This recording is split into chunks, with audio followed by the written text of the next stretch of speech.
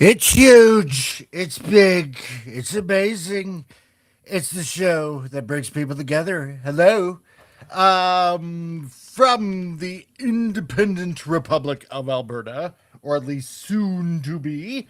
Welcome everyone that happens to be watching on. You know what? It's kind of a weird because for some odd reason, it should be it should be playing on Rumble, and I don't know why it's not playing on Rumble.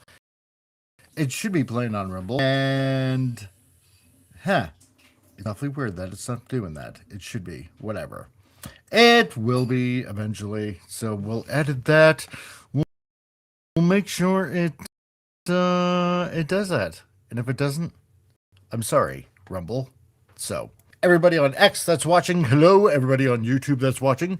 Trying out kind of like a new intro, just just to kick it up a notch. So yeah, that's right, Snort. Yes, it's loud. Sorry, I should have toned the tempo a little bit down. But you know what? It's huge. It's huge loud. It's amazing. It makes sure everybody hears it everywhere. No, I don't know why it didn't go on Rumble, Vince. I haven't the faintest idea. Diesel, nice to see you. Greetings, programs. He says, greetings to you, Diesel. I sent you a link. So there. I actually took a look at Tron Ares as well. So it's it's not bad. It's I'm not saying it was the best, but it's not bad. Anyway, so I guess I got a little bit of a attention with the independent Albertans out there after after I put a little bit of a post on X. Woodrave, how's it going, dude? Nice to see you, my man. Great that you can join us. And there he is. Looky there. We got Diesel. What's up, dude? Wait. Okay. Sort of Pooper says, yeah, everybody in the 10 mile radius heard it. Yes. Goody. I can't hear anything. I have done something weird. You probably have. And if you can't hear, then I can do this. Yeah. And you wouldn't be the I know one. what it is. Okay. See? That was easy. My headphones into my microphone. There we go.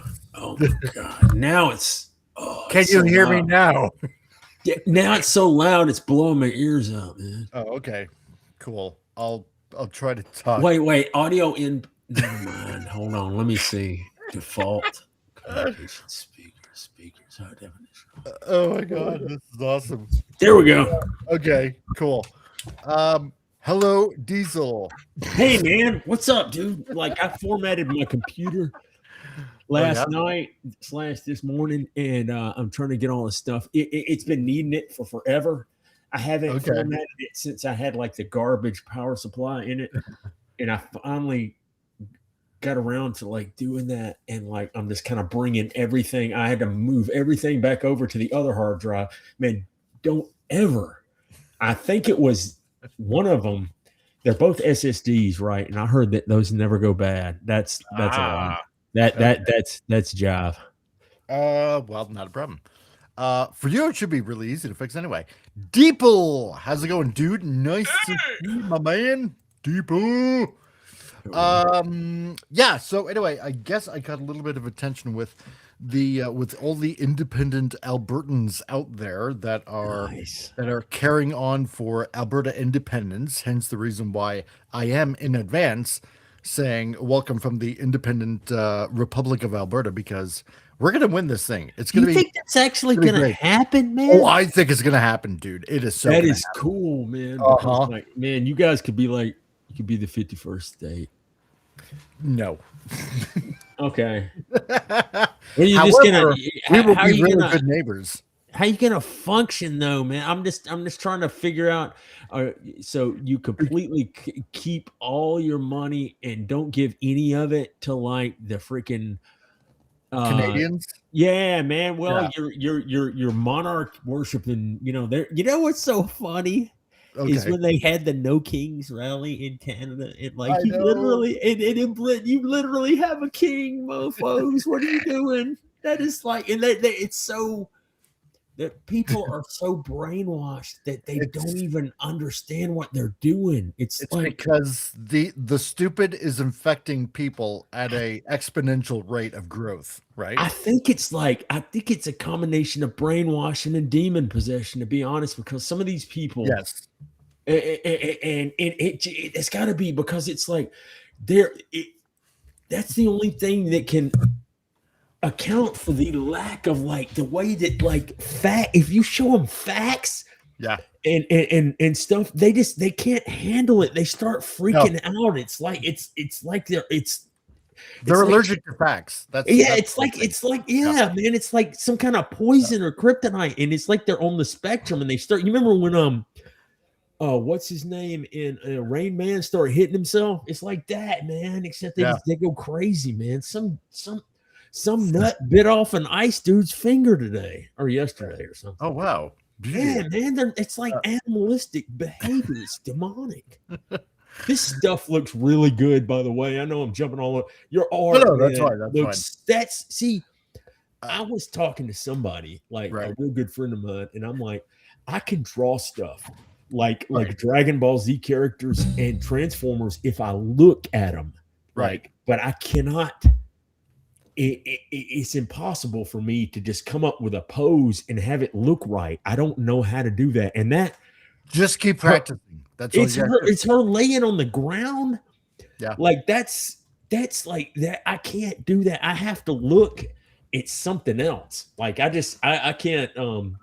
It's just I've tried, man, and I can't do it. But I can look at stuff. Like I remember one time, like I paused Beast Wars, like right when Transmetal Megatron showed up, and I just looked at it and started and drawing. I still got a scan of that thing somewhere. I have to show it to you, man. All I did was look at the TV. I think I actually have I have that in like my pictures or something like that, man. If not, I know I started paying for Photo Bucket.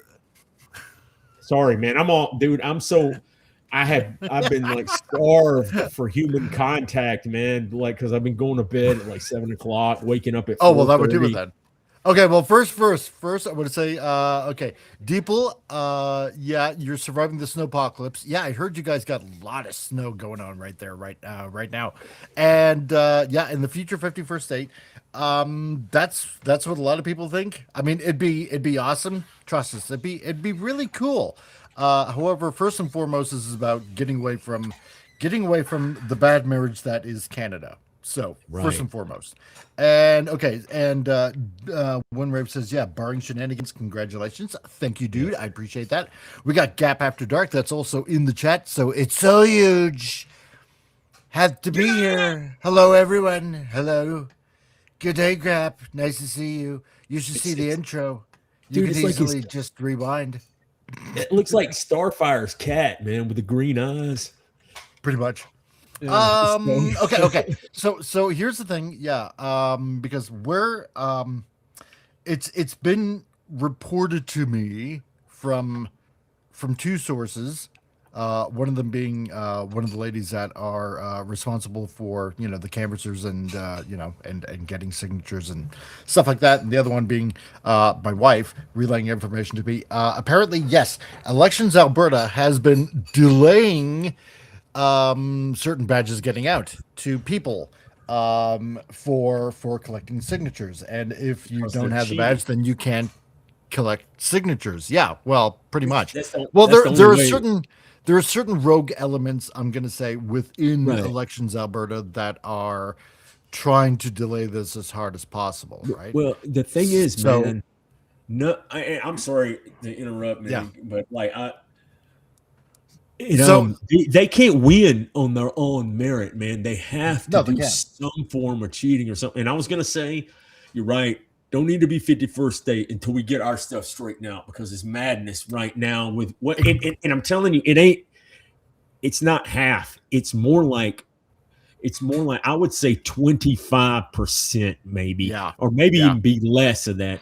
It's because they tried to steal the last one. And exactly. Yeah, so it's like, man, I'm telling you, it's like it's 70 to 80% of this country is all for this stuff, man. And here's the thing. See, when our premier took over, and we're gonna get to the drawing. Don't worry, dudes.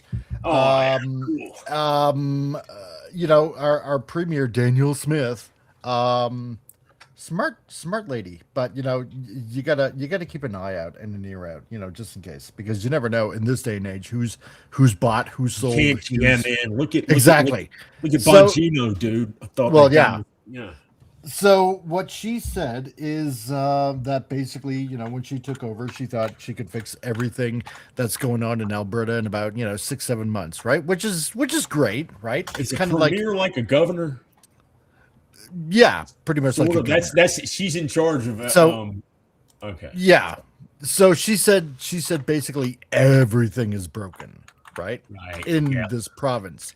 You know, certain governmental offices and stuff like that. So I had to, a few days ago, I had to do my NDA again, Yeah. because apparently when I did it the first time, which was about 3 weeks ago, I think it was about 3 weeks ago, probably at this point 4 weeks ago, apparently they didn't even receive it. So I had to do it again this past Friday. So this is a real thing. This is, you know, like I said, certain elements do not want this to happen. And, Yeah, of course they don't, man, because they yeah. just they have to look, man. That's how because our government is so freaking corrupt right now. It is so unbelievably corrupt. it's globalist, dude. You Exactly. got globalists, man, and they're doing everything that they can to stay. See, they want the people that are in there. You know how they keep saying that they failed and they failed and the Keirstone. They did not fail. They're doing exactly what they're supposed to do, man. And what they're supposed to do is destroy their own countries, let in the third world, and they want to set up this one world government, man. And I know that I'm going down off the rails a little bit, but it's diabolical. They're trying to set up the one world government from Revelation, dude. It's these people at that. I mean, the people below them, they're not, they don't know about that, but the people up there, the high ups, the elitists, man, that's their plan. And they got all these useful idiots that think they're going to be part of something, and you're fodder, dude. Well, exactly, right. Sorry, man. I'm just, it makes me so mad because I know so many cool people. Fortunately, most of the cool people that I know, because I got back on Facebook, you know, like got back in touch with some of these dudes, man. They're all in like Alberta, man. Yeah, exactly. So I mean that somebody's rock show in Alberta, Pop Culture Mechanic. He's in Alberta. I'm in Alberta. I know. Wait, is Alberta is the city or the province? Alberta is the province. Province, okay. And one of the cities in there is, I'm trying to think of Edmonton is one, right? Yep, that's her capital, and then you got Calgary, which is like, you know, Calgary. Yeah. I want to say one of my good friends lives in Edmonton, and then several of them live in Calgary. Man, I got the Kelly Mafia up there. I've known them dudes. I've known those guys for like 20 years. We all used to hang out on me and Sean used to hang out like on the old Transformers message board back in 2004. Man, he's cool. Yep. Fastest talking dude I've ever met in my life.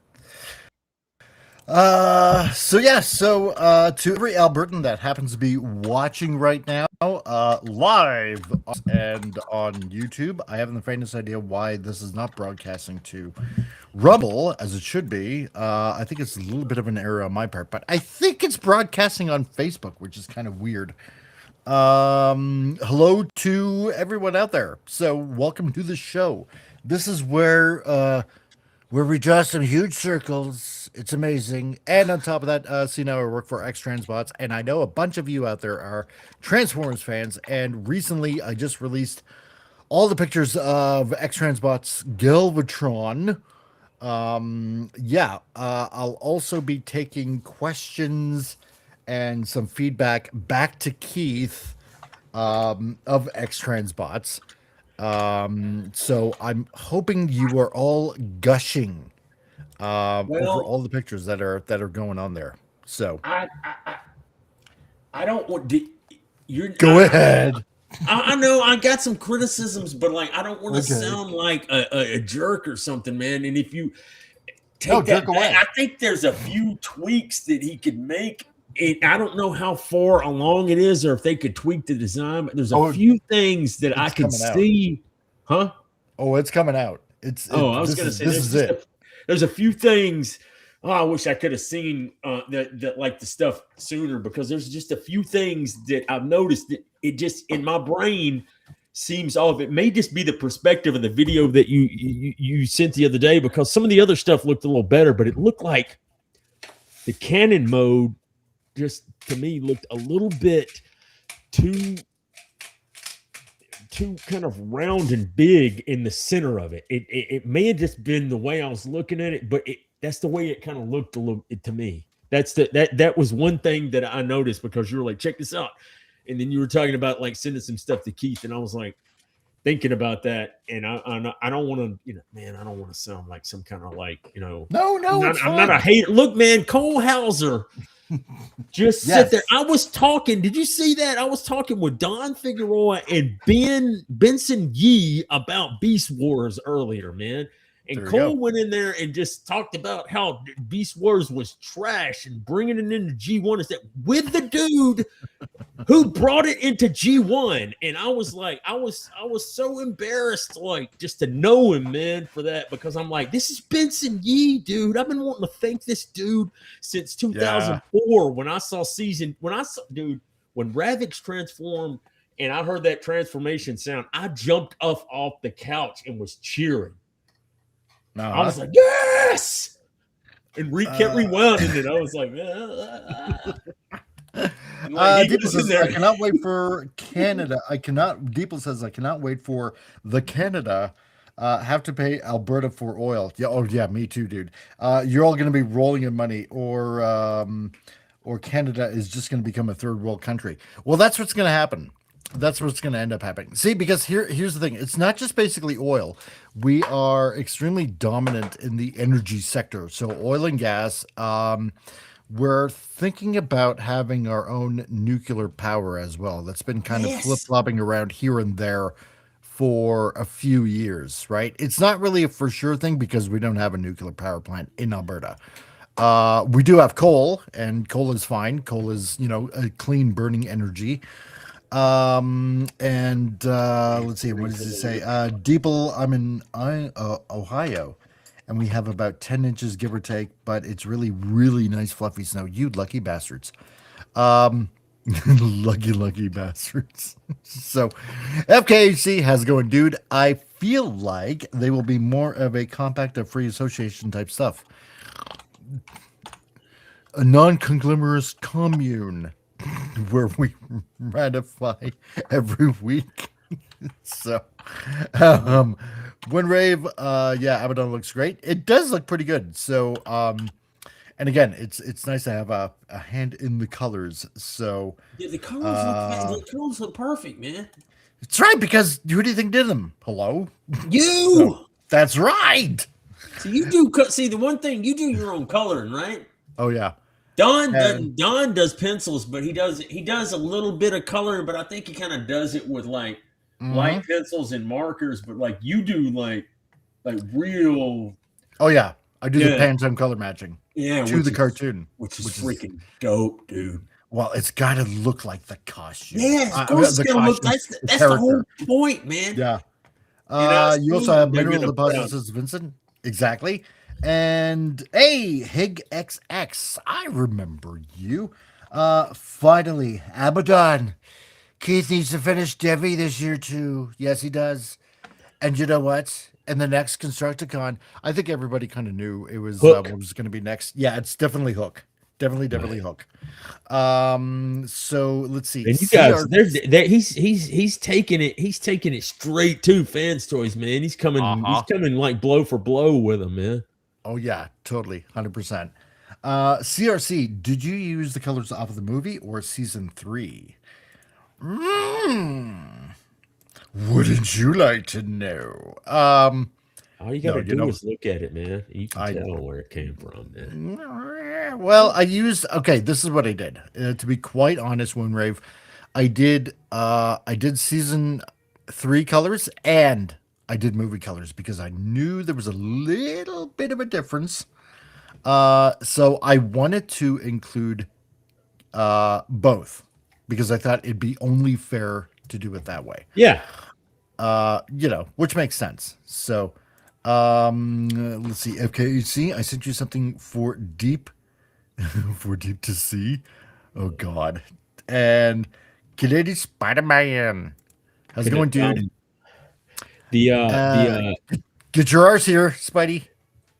season 3 colors are slightly a little bit more purplish. Movie colors are a little bit blue added there, but like the problem with most of season 3 is that it was done by freaking ACOM, man, and like they're most of their that's the reason it bombed so hard. Season 3 bombed so bad. One of the main they killed Optimus Prime, but another main reason was the animation was kind of awful because they didn't get Toei but for like a handful of episodes every once and then, man. And then they got and then they got the anime studio to do the Call of the Primitives. I think that was an anime studio that did that. That's why it had or maybe it wasn't, but it had a real anime look to it, which was really dope, man. Everybody loved that episode. Reminded me of 1985 Zeta Gundam. Good stuff. Let's see. Winrave says, wait a minute here. Where is Winrave? Okay, yeah. And speaking of colors outside of youth colors, he needs Marvel colors. Yes. Marvel color. And some UK Marvel comic style faces. And I'd easily double dip on a Megatron color deco. Oh.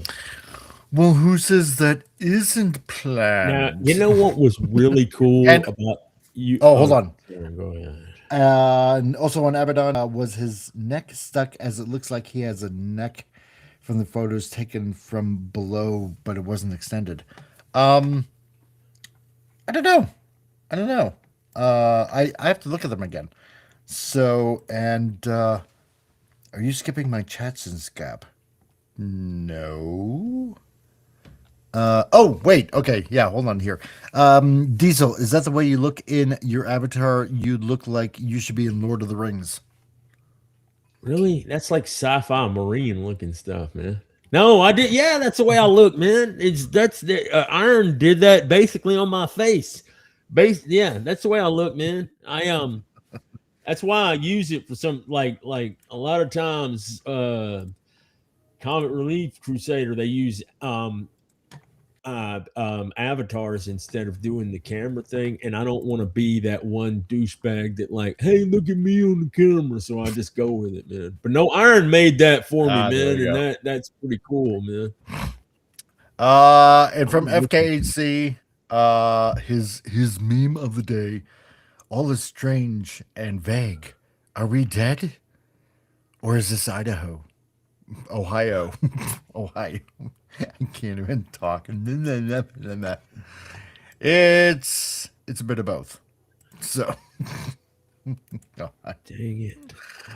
Yeah. Okay. So anyway, on to the drawing aspect of life, and this is the purpose of the show anyway, because we've been going on for sort of kind of like 26 minutes. So anyway, okay. So this is what's going on as yap and draw and stuff. And talk about all the silly little things. And you know what? Yeah, FKHC, I'm going to have to check out that gore thing. Let's see. This is the page that I kind of roughed out that I'm going to be doing right here today. So a little bit of an evil eye kind of thing and hopping off the ground and basically both of them charging towards each other. And then what Diesel was going on about, like this right here, like, having a hard time trying to draw stuff like that. This is what we're going to do because I finished up the page. I'm going to improve this whole entire thing right here because for some odd reason I don't like it. And Gap says, let's see, Diesel, did you get any snow or ice in Alabama?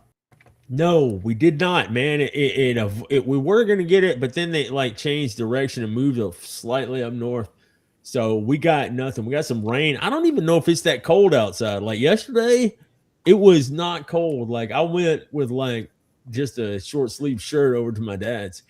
So it was not very cold. And I haven't really turned, man. I keep the thermostat on about 63 or 62 here, man. And or when I go to bed, turn it down to about 61, man. What I know you're just like, what? That's I'd be sweating in that. I know, you freaking you used to living in an ice cave with the snow monster from Empire Strikes Back, man.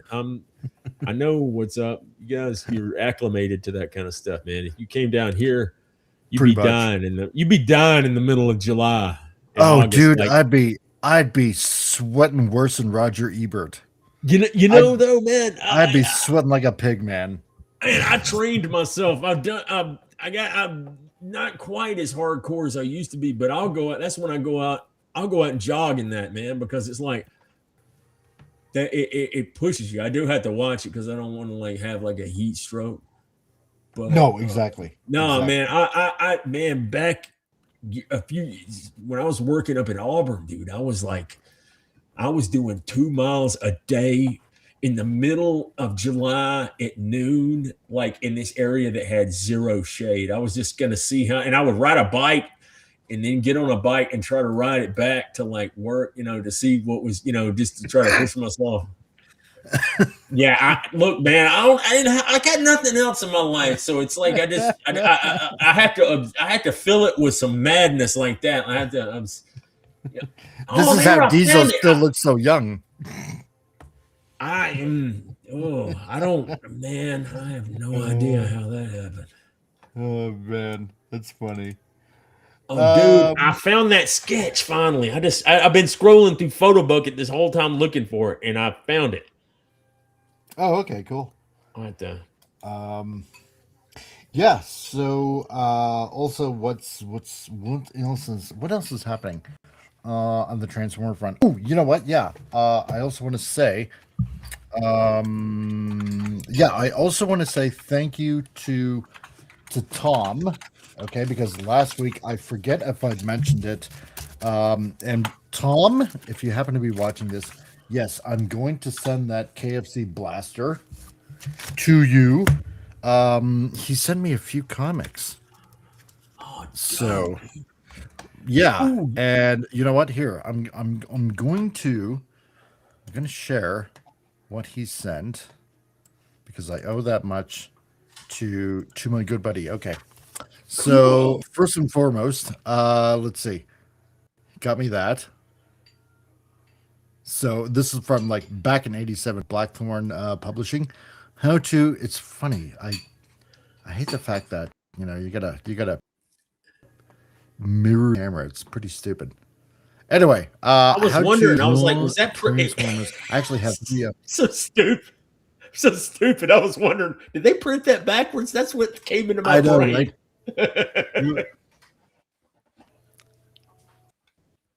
That is awesome. No. It's actually my stupid camera. So let me unmirror the camera. Okay. Anyway, so there was that. There we go. That's better. Yeah. Okay. So is that okay? Let's see what else. You know what? I might as well start in chronological order. Okay, this is what we're gonna do. Yeah. Also, issue 16. Oh, dude, that's the Graham Nolan one, man. I think he's like embarrassed of that comic. I've been trying to like catch him on Twitter. It's back in the day, people considered that the best. Oh, you got that one. It's so good. Don Perlin. I love his art. Oh, I love Don Perlin's art too. That's when it got good. Before Don Perlin, the best art that they had in there was like, I thought Graham Nolan's was. Everybody loved his art. They were talking about it in the comment section. The Aerial Bots. It's when they were about to squash that dude that was. And then that the one. Yeah, that is That's the one that dude has been putting out. That's the one that Benson's been showing parts of it here recently, like when the Stunticons transport. Like, I love that one. That is so good. You like this one. Hey, You know I love that one, man. I swear I got my. That's why I got the youth versions of Run Amok and Runabout, dude, because of that comic. Yep. Because that's the way they looked in that comic, and I'm telling you, before anybody else said it, they're Beavis and Butthead in that comic, man. Oh, that's I've got that one in a hard case. That is my, one of my favorite ones, man. I got the one before this, issue 24, where they killed off Optimus Prime. Yeah, that was my first Transformer comic. Really? So, mine was Circuit Breaker and Devastator. I found them in a drugstore. I had no idea they had comics. I was like, what? Then we got Transformers Universe. I love this. I still have my original ones ever since I was a kid. My original ones. I used to have them, but I traded them to my best friend because he has. Yeah, I had that one. Really? I had two. Yeah. I had two in. Is that 2 or is that 4? No, that's 2. This is 2. Okay, I had 2 and I had 4. I think I was missing 3. Yeah, I was missing 3 and 1. Yeah, so there's 3. Yep. And yeah, I love the art of this. Fourth one, it's got Ultramax. It's got the movie characters in there. Yeah, yeah. And most of that, I think all of that's Don Perlin's art too, isn't it? Yep. All of it. Don, yeah. When he took over around, I think it was the one where Skids got lost. I was thinking that the Headmasters. I had number 2 and number 4 of Headmasters too. Yep, I had that one. 2. Yep. And then we got Headmasters number 3. I thought Headmasters was pretty cool concept. I didn't like the fact that they made their heads and their guns these nebulons. I thought it was a stupid concept. I like the Japanese version better because you kept them robots basically, right? So yeah, they were the worst was the Rebirth, where there were those green people, and the one guy who played Derek, for some reason every time he spoke he had his microphone ran into I want to say it was it was a guitar effect. It was like chorus or stereo. I forgot he had his every time he talked he had echo. There's Transformers the movie. So the movie. So there's number 1. I remember seeing that in a drugstore. I never had any of it. You got all of these from him? Damn, that's awesome. I know. That's a bunch of ones I miss, man. Yep. So now these are Don Perlin too. So yes, they are. That's pretty much it. So for that, I am sending Tom KFC Transistor, aka Blaster. So that's going to be going to, and yeah. Hey, you know what is cool about the Transformers movie that I always thought was really cool was the Decepticons landed the shuttle in the comic. Yep. When they got to Autobot City, they landed the shuttle. Mm-hmm. Instead of it just getting blasted and then they all just poured out of it like in the movie. They were probably, I imagine he was working with storyboards. Yeah, probably. Well, yeah, because this is some of that stuff made its way into the Marvel comic, which is pretty cool, I think. With Moonrave, Zurich always had that sound, that voice effect. Yeah, he did. It was so weird. Because it made you wonder, why didn't everybody else? But I suppose probably just set them apart. Vincent still have money in the bank that Energon Universe will eventually turn some of the Void rival characters into Head, Target, and Power Masters. Maybe do it. Yeah, that's actually I'm gonna say that's interesting. That's actually a good prediction. And with Robert Kirkman doing it, he is a huge season 3 fan because Void Rivals is like season 3. True, it is. Check out the only thing. Because this has been going around on Twitter now, because of the whole ice thing. Yeah, you saw that on Dude, I got in there and Warren got into posted? like some argument with some Mexican kids, and then I realized what I was doing, and I was just like, I went and apologized to them, and they were speaking in Spanish, and I actually used a translator to apologize. I was trying to do the Christian thing, but then they just cursed me and everything. So I was like, well, I tried. So Oh, of course, because but you're white and you're bad. So yeah, and I today I put in an offer for Don's animated Transformers the movie, the 4 issues he did for IDW, and and it was a person in Canada, and she took my offer, man. And that's the cheap. I've never seen them that cheap. They're usually like 75 to like close to 80 and $100 for all 4 of those, and these were like brand new, man. And I got them like for like, it was like a steal, dude. I'm so stoked, man. I'm like, because you were just showing those the Marvel Transformers to me. I'm just like, I've been wanting Don's the animated movie stuff for so long. It looked, yeah. Hey, I'm a dude. When Dreamwave came out, man, I was yeah, man.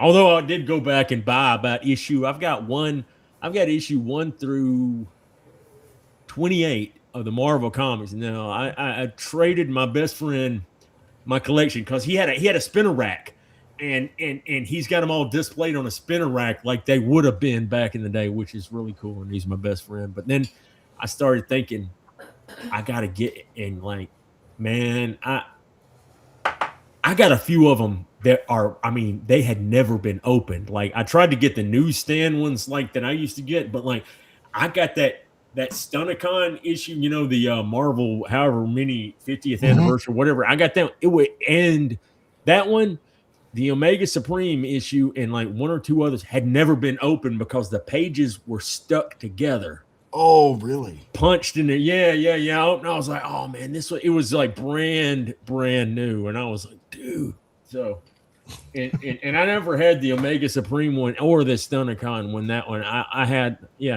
I was missing a couple of them, but I got them, man.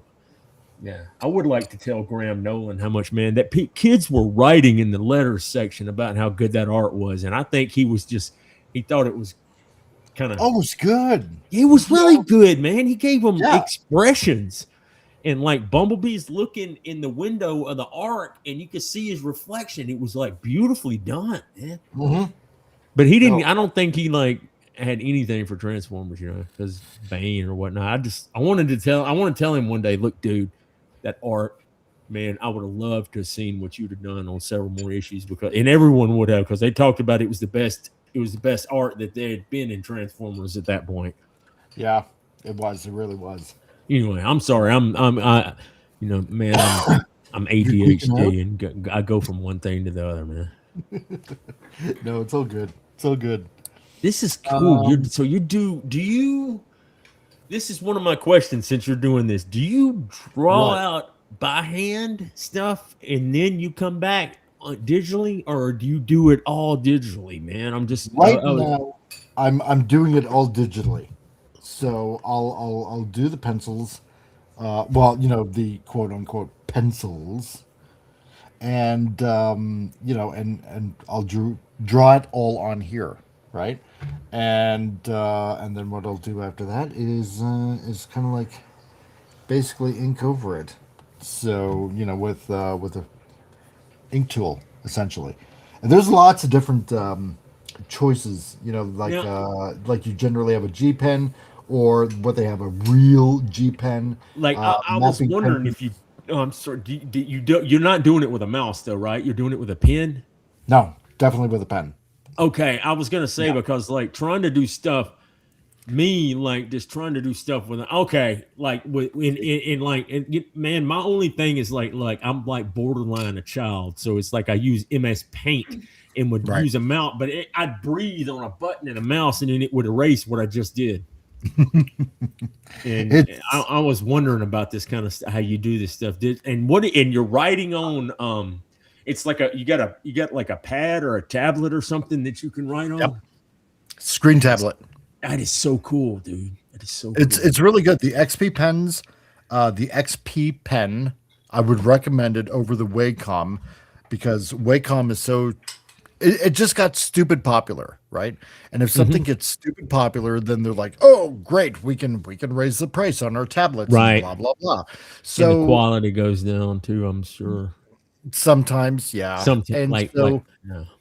so one year I wanted to get a tablet, and I'm pretty sure no, I got it on a Black Friday. And I was just searching them out, how much they were, right? Because our oldest daughter got one when we were homeschooling her, and she got a really, really nice Wacom tablet. And, so I just wanted to search around and I was looking for a cheaper alternative. And actually, one second, I'll get back to that. So, OneRave, yeah, the storyboards had extra bits of dialogue too. True, such as after Hot Rod opened up on the shuttle Megatron turned to see his men return fire and shout to them, "You morons! You've blown our cover!" Exactly. And I hope that one day we can find the recordings of the movies to see if they recorded that dialogue as well, I as don't other dialogue was cut from the movie. Well, you never know. It might be out there. It might be out I there. I heard now know. there was a rumor that Leonard Nimoy recorded Orson Welles' line. Susan Blue has debunked that like several times, and like I think that's what got Sue Blue into like voice direction was being in the Transformers movie. I think so. And Because Colehauser, what's up, Cole, dude?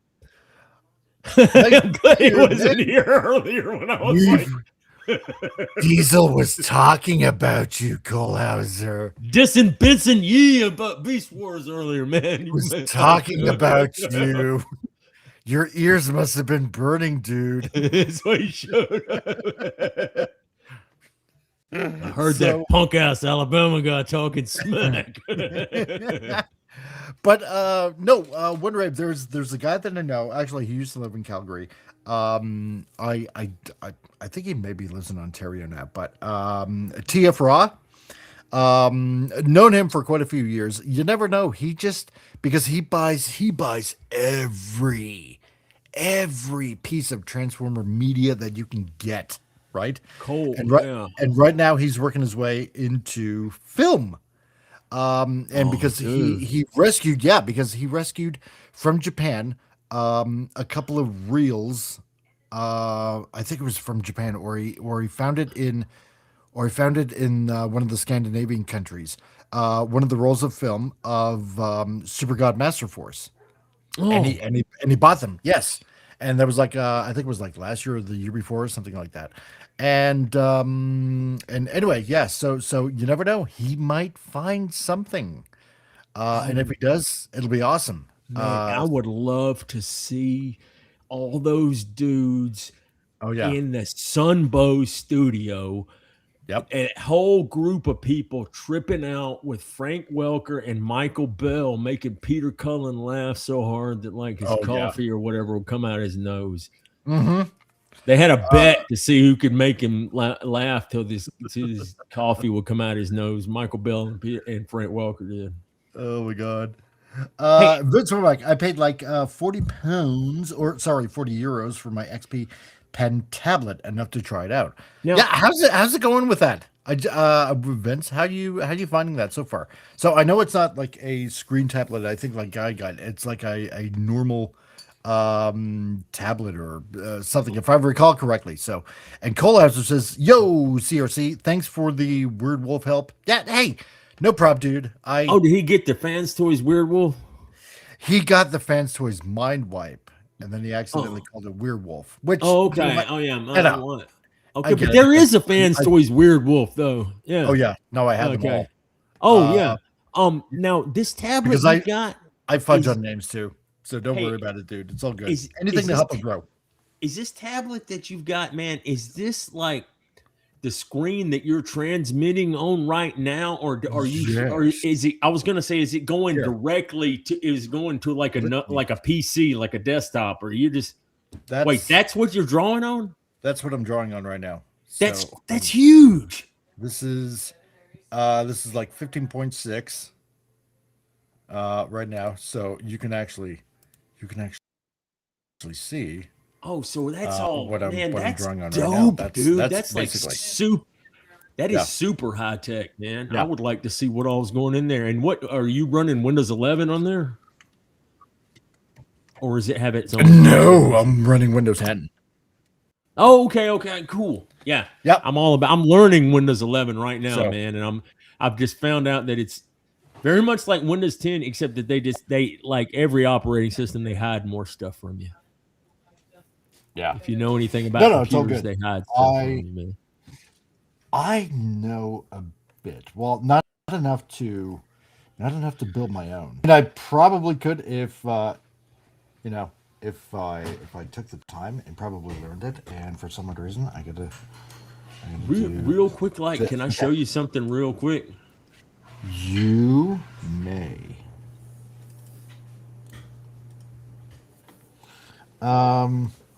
Because also probably come income tax time, I want to be able to get a better computer.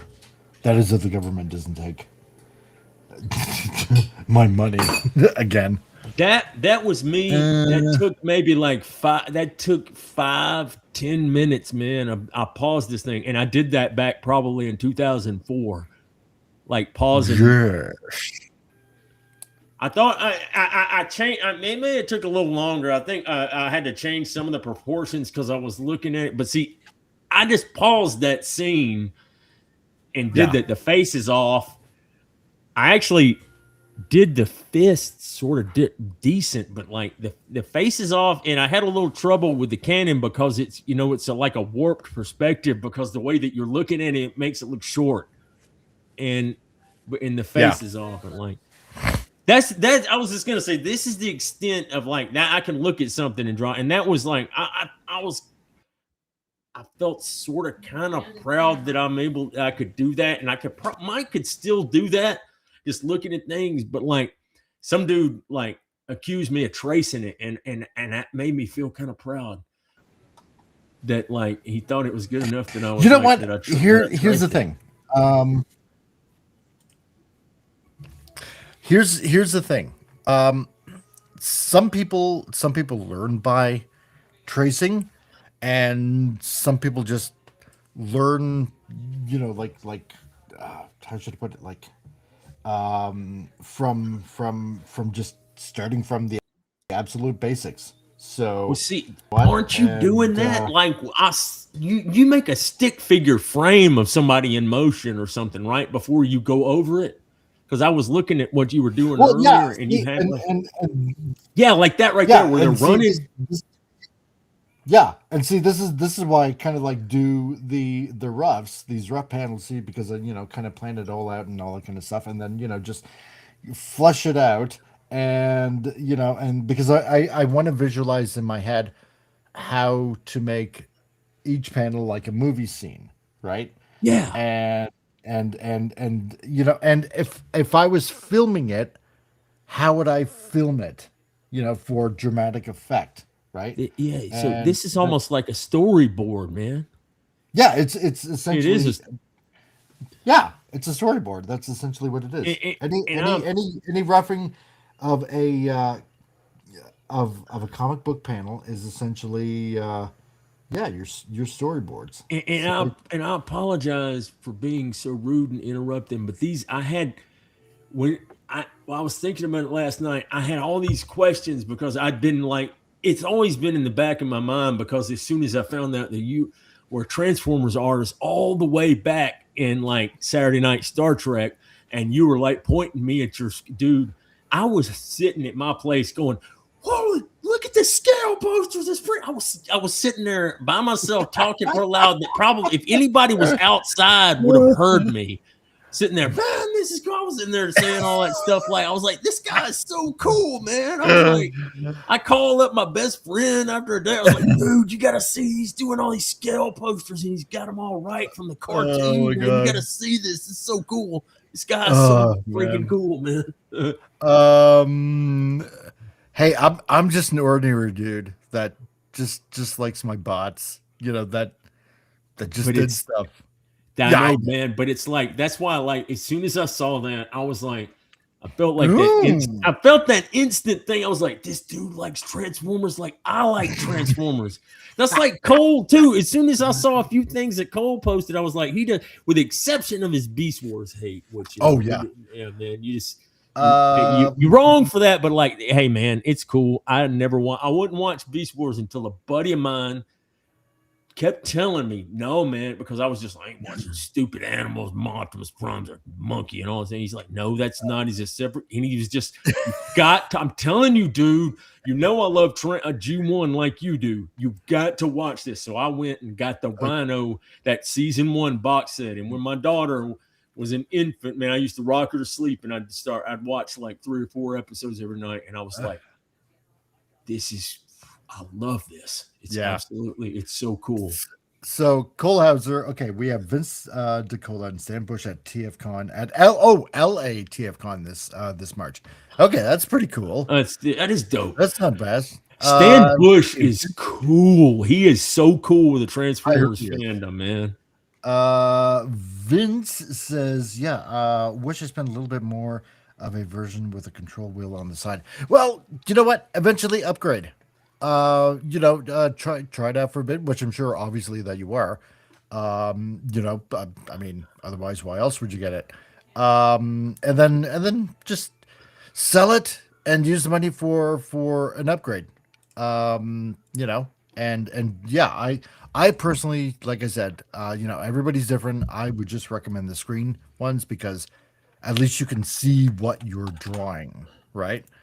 Gap says Windows operating system, no matter what the numbers, sucks. Donkey. Hey, listen, I've had to deal. The way to go if you can, man. I've had to deal with a Mac, and I'm gonna have to learn a little bit of it because some of these people have them. Dude, let me tell you something. It's like I don't know. They've got something set up, man. It's like closing out a window is so backwards from everything, man. It's 3 buttons and it's like they're in reverse. It's just like I know, right? It's like a Japanese manga. I had to read it in reverse. It's on the wrong side and it's in reverse. The close is the one that's Yeah. Woodrave, I only started to look at Beast Wars back in the day because it leaked that we were going to see G1 bots at the end of season 2. Yeah, exactly. And you know what? Realistically, Beast Wars, unfortunately, beast metals or beast machines. I'm thinking Japanese now. Even beast machines and Beast Wars 2 and Beast Wars Neo. It's all part of G1. So that's the way I see it. There were parts of beast machines that were good, but like I understand that. I totally understand the hate, but I liked Beast Wars before I even knew anything about them going into G1. Dude didn't spoil it for me. And and like I watched season 1 and he's like, you got to see this stuff. Well, I think I had seen something about it, but I started watching season 1 and didn't even think anything about G1. But like the fact that they brought Benson Yee in there and then what he did was because like it's Transformers and G1 is just, it's going to be my favorite. You're like me, man. You grew up with it, right? So it's like, that's my baseline for everything. But like the way that he's like, all right, listen, tie this back into G1. And then the stuff that was added to it, I think made G1 better. Because they added because a lot of stuff in G1, there wasn't a lot of canon. And sometimes episodes, there was no consistency from episode to episode because it was an episodic show a lot of times. Well, yeah, exactly, right? It was only until Flint Dille decided in season 3 that he was going to try to do something with some continuity, but the way that they tied it in, I also thought, I don't know. I think they came up with it in season 1, but they're using an actual NASA record from the Voyager spacecraft and saying that I thought was a stroke of freaking genius. Larry DiTillo and Bob Ford are just unparalleled. Their writing is amazing. Yeah, it really is. And I mean, I'm just gonna say it's not bad for a couple of guys that didn't even bother watching any of the episodes. And that's great. And they didn't know it. They didn't know anything about G1 or whatnot, but they were just like the fans dug it, and like I just thought it was. I still was like I couldn't get excited about them transforming into animals, but like I thought it was weird, but I mean, I ended up getting the premise, right? yeah, And oh yeah, and I they made it such a good because it was raw energon that Yep, shorted them out, and they needed a protective layer, and apparently the organic material blocked energon because it was almost like having an insulator like rubber or something like that that would keep you from getting electrocuted. pretty much. Yeah, exactly.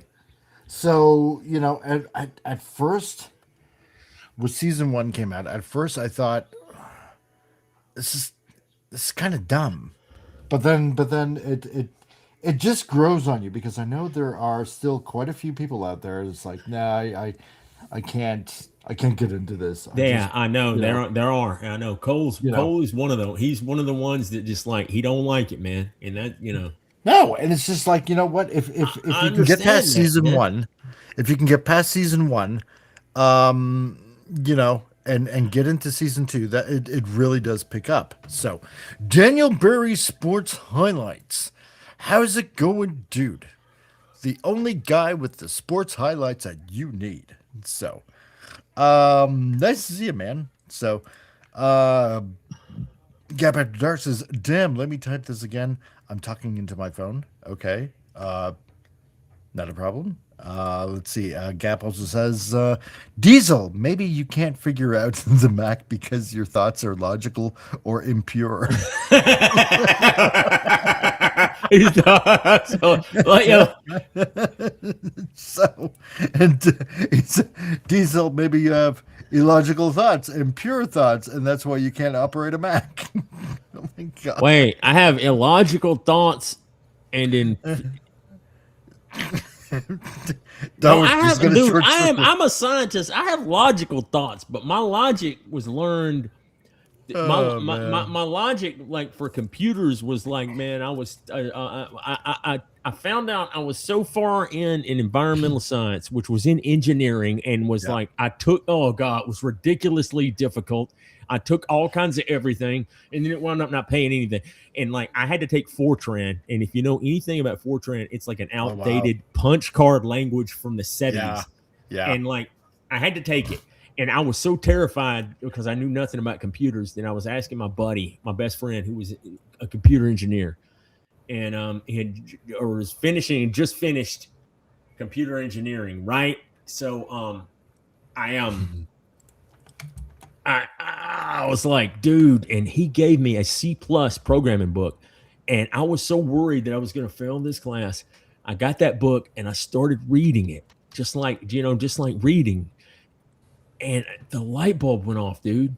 It was like the logic just, it was like it's all ones and zeros, and then you just figure out it's all it is a matter of syntax and how you get to one or how you get to zero to make it do a certain thing. And then it was just Yeah. like, and then that just like, it was like it opened up everything to everything in the computer, not just program, but everything in the computer it's all down to a one or zero. It's a this or a that, and that's why all this, and it just, yeah, man, I'm so That's blessed. right.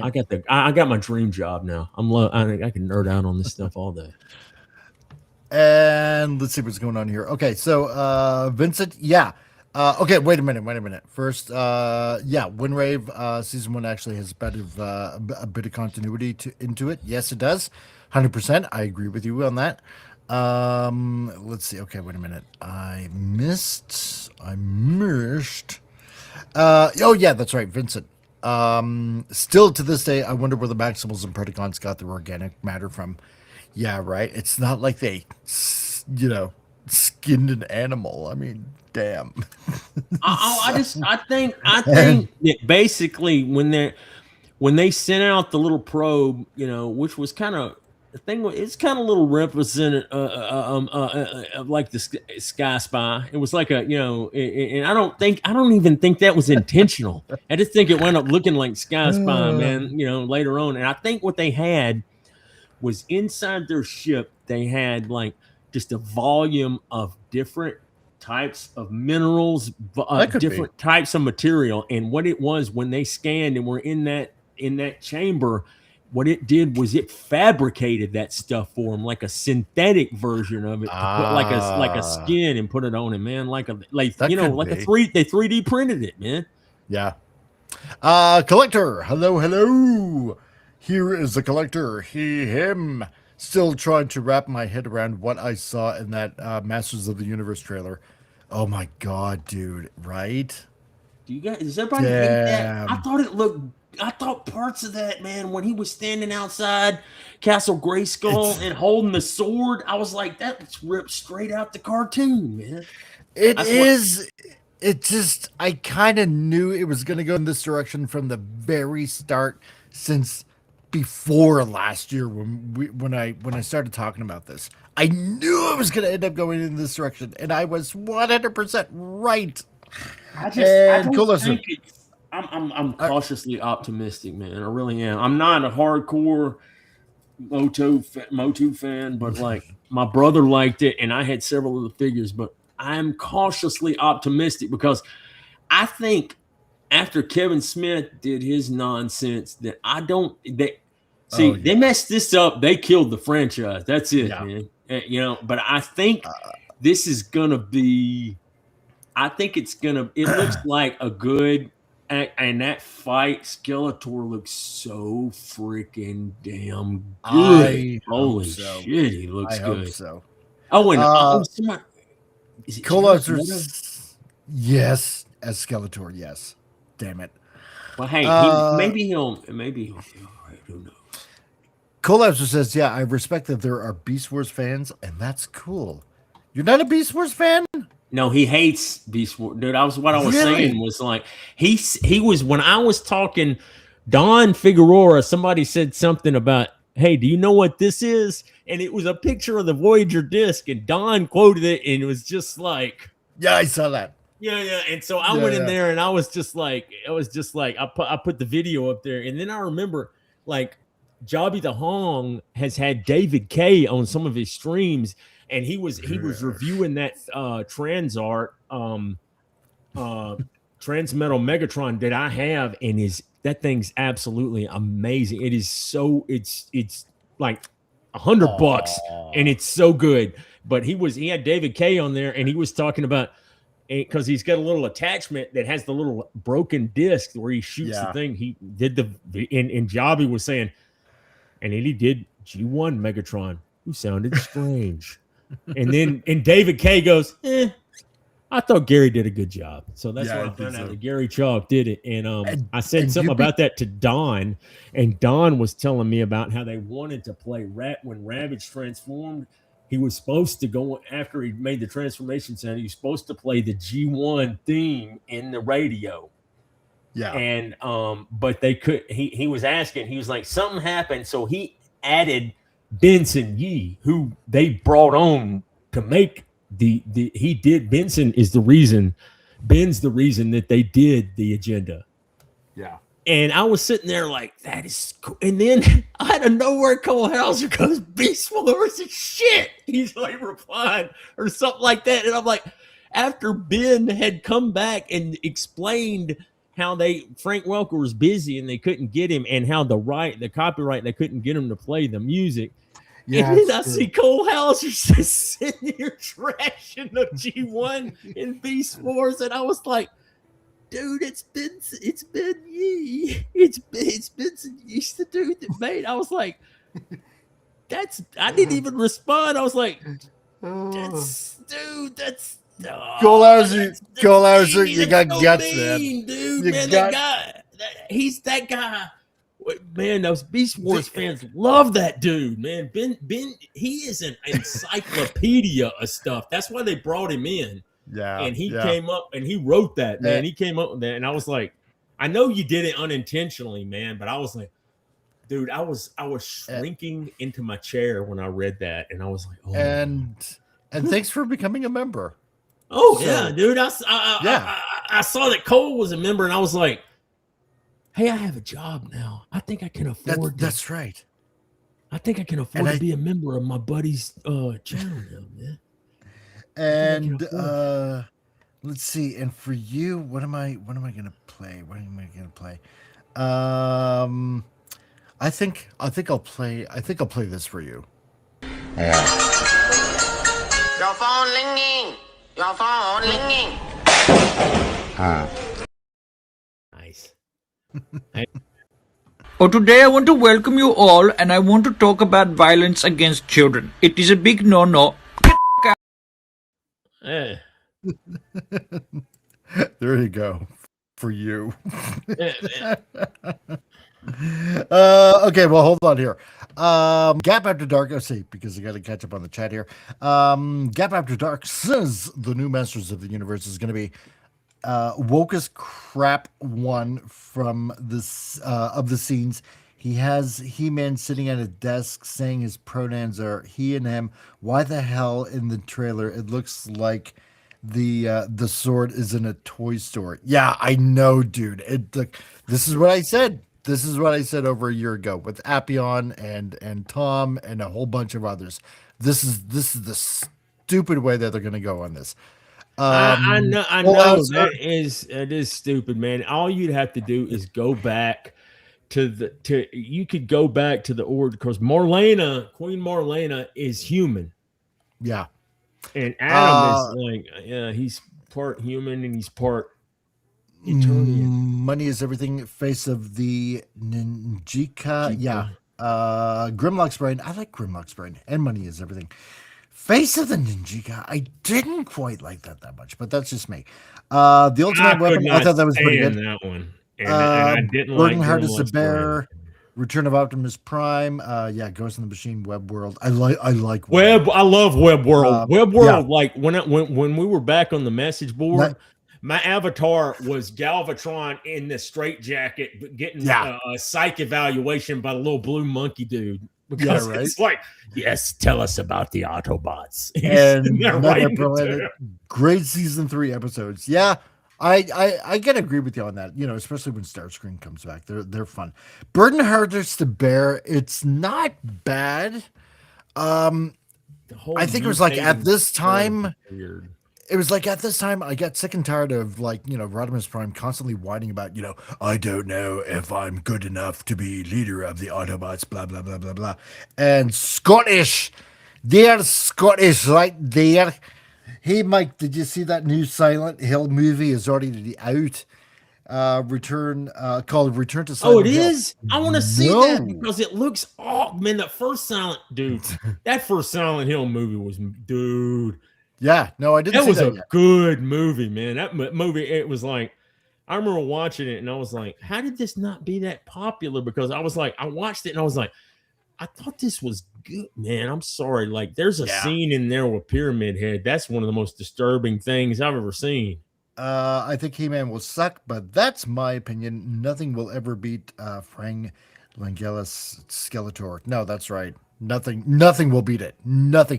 Not even, God, I couldn't even believe that Mark Hamill was even trying to. He just sounded like Joker, like he always does. I don't know why everybody like constantly has to hire him to do voices. He constantly, all the time, sounds like Joker all the time. What if you had Frank Langella with like the CGI of this new movie, man?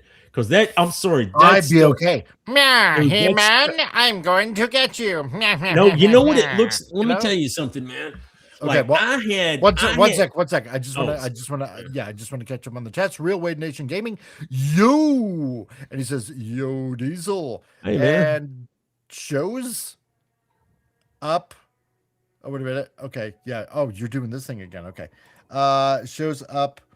If Comic makes me a temporary mod, I can drop a link for a video for Comic to show. Okay, well, I could probably do that. Vince, Make it so. Let's see. And Webbrave says, I remember Burden Hardest to Bear for the first time and being surprised and semi-excited to see Optimus Prime among the Autobot ghosts. Yeah, that was pretty cool. I think what it was like around that time, whoever was writing it was realizing that, like, yeah, we messed up because, like, everybody hates Rodimus Prime. Oh God, yeah. Oh, I did, man. I hated, like, to me, it was Ultra Magnus was always supposed to be the leader because he was Optimus Prime, white Optimus Prime cab, and his description was city commander. Like Galvatron was the Decepticon city commander, and Ultra Magnus was the Autobot city. I think they were supposed to be, and their toys were about the same, relatively same size. See, because here's the thing, though. See, because Hot Rod's function is cavalier, right? And if you know anything about medieval times, a cavalier is supposed to keep the king safe. And so I would just think, see, because you don't think this when you're a kid, right? Because you don't know what a cavalier is, right? You just right. You know, I had no idea what a cavalier is. I thought it was something to do with a warrior or something. Yeah, and the thing is, Hot Rod, aka Rodimus Prime, basically has tremendous guilt for not carrying out his function properly, and that would explain why. I obviously don't want to call it survival, but I failed at my function guilt kind of thing. Right? It starts to make more sense that way. When you explain what a cavalier was to me, it made so much more sense why he jumped in like he did. Yeah. And he didn't realize what he was doing was putting himself in harm's way. Because, I mean, I still don't think Optimus Prime would have probably shot Megatron when he pulled the gun up. Well, but like, Optimus Prime was not going to shoot Megatron when he had the gun pulled on. I stand by that. It's not Optimus Prime. That's like him killing, like that. That's one of the Michael Bay Optimus Prime, like the first movie. And I just rewatched that today when I was working out. The first movie, for the most part, got Optimus Prime's character right. We can't rescue Bumblebee without harming the humans, and we can't let the humans pay for our mistakes. It wasn't a Michael Bay movie. Well, he was. If you took, I might have to. Okay, cool, Wade. Yeah.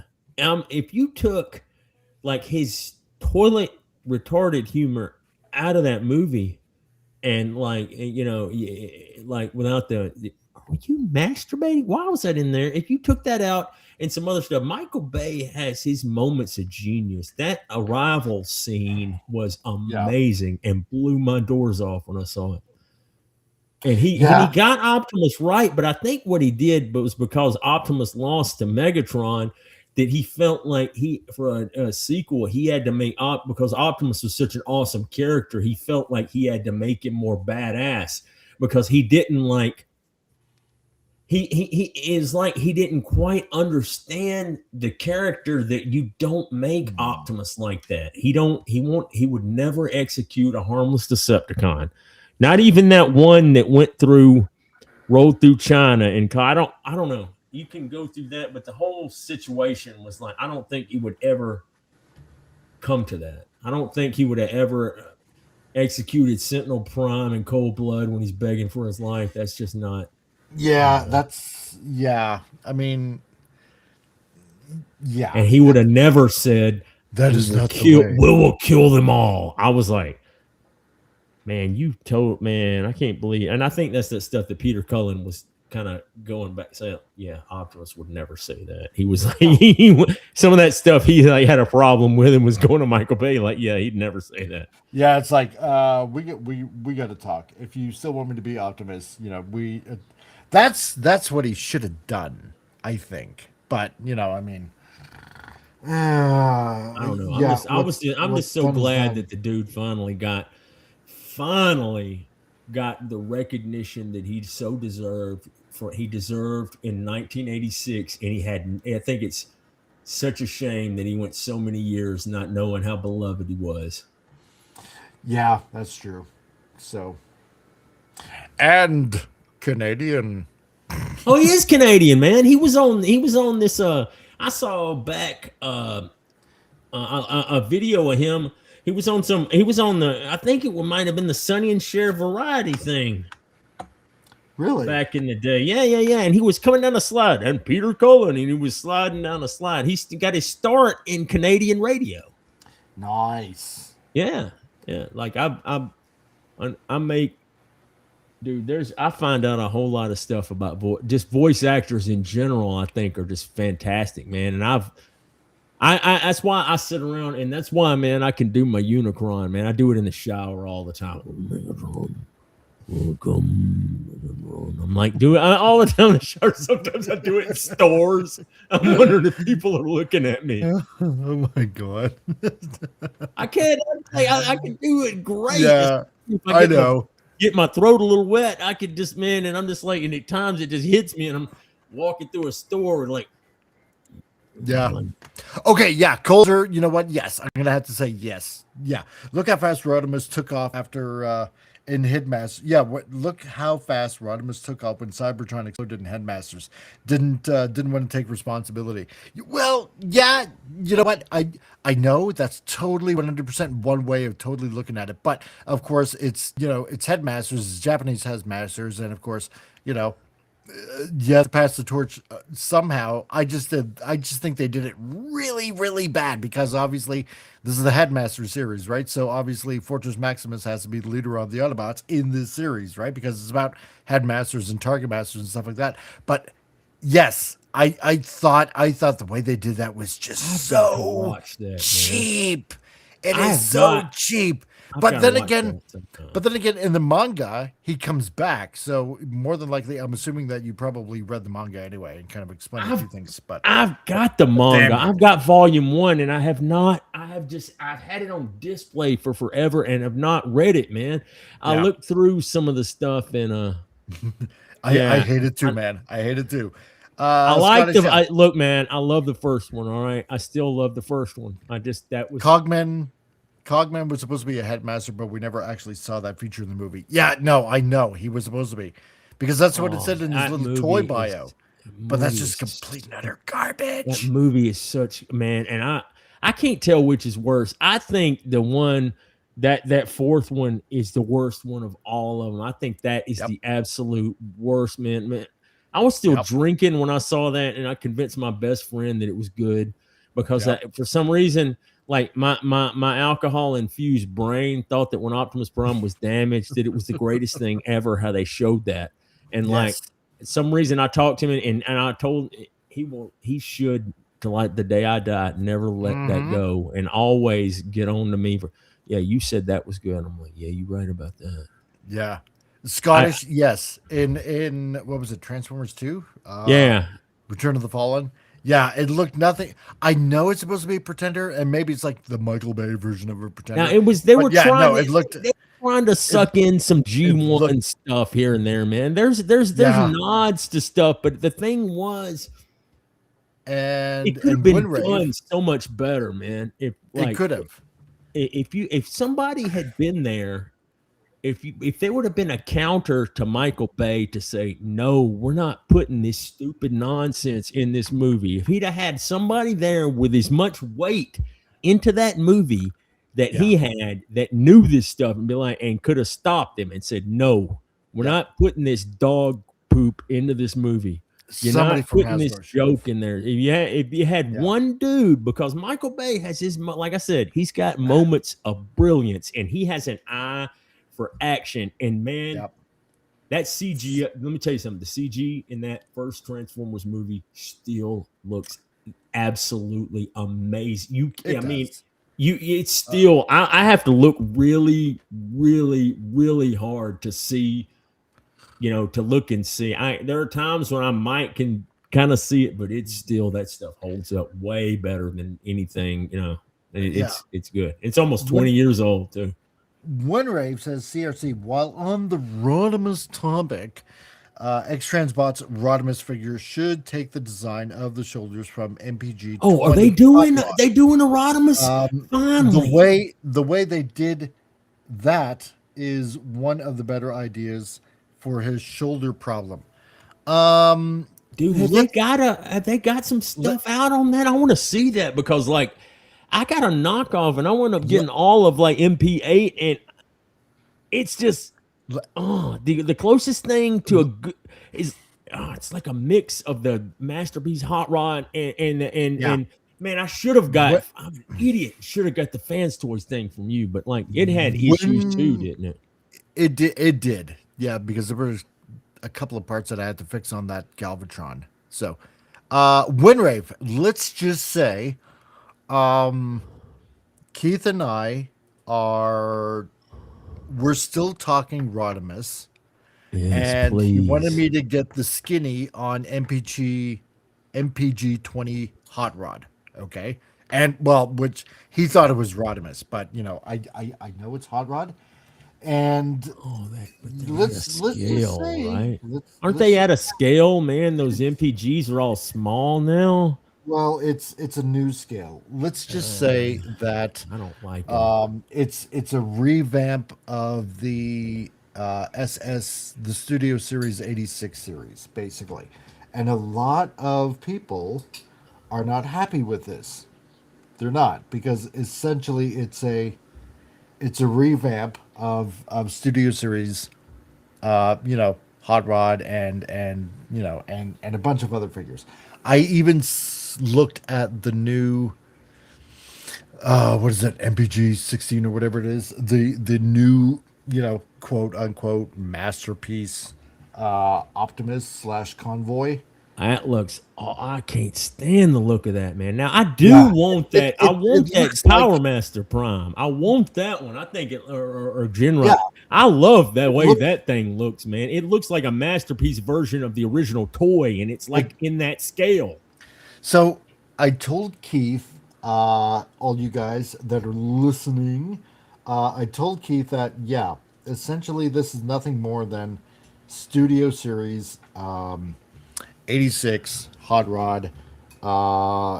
Fans aren't liking it from what I've been seeing online. Okay, because I can only peruse through so many groups and so many message boards, and and where I'm working during the day, I obviously can't spend a lot of time. Hey, online. So I'm just taking the general consensus back to Keith, okay? Dude. And telling him it looks like garbage. So it looks like he wants to stay on the actual masterpiece line. Please. Yeah. And let's see, Style Gen seems to be masterpiece scale. Style Gen Optimus is still MP44 height. Good. Yes, exactly. Look, see, man, that's kind of the way that we want to keep it. However, Kohlhauser says 13 Hours by Michael Bay was fantastic. Now, can you imagine 13 hours of a G.I. Joe live action movie or Navy SEAL movie, Act of Valor? I can imagine that because he has a good relationship with the U.S. military. Hey, so. Cole, I'll tell you another one. The Michael Bay movie. I had no idea it was Michael Bay. I thought it was the best movie that he ever did.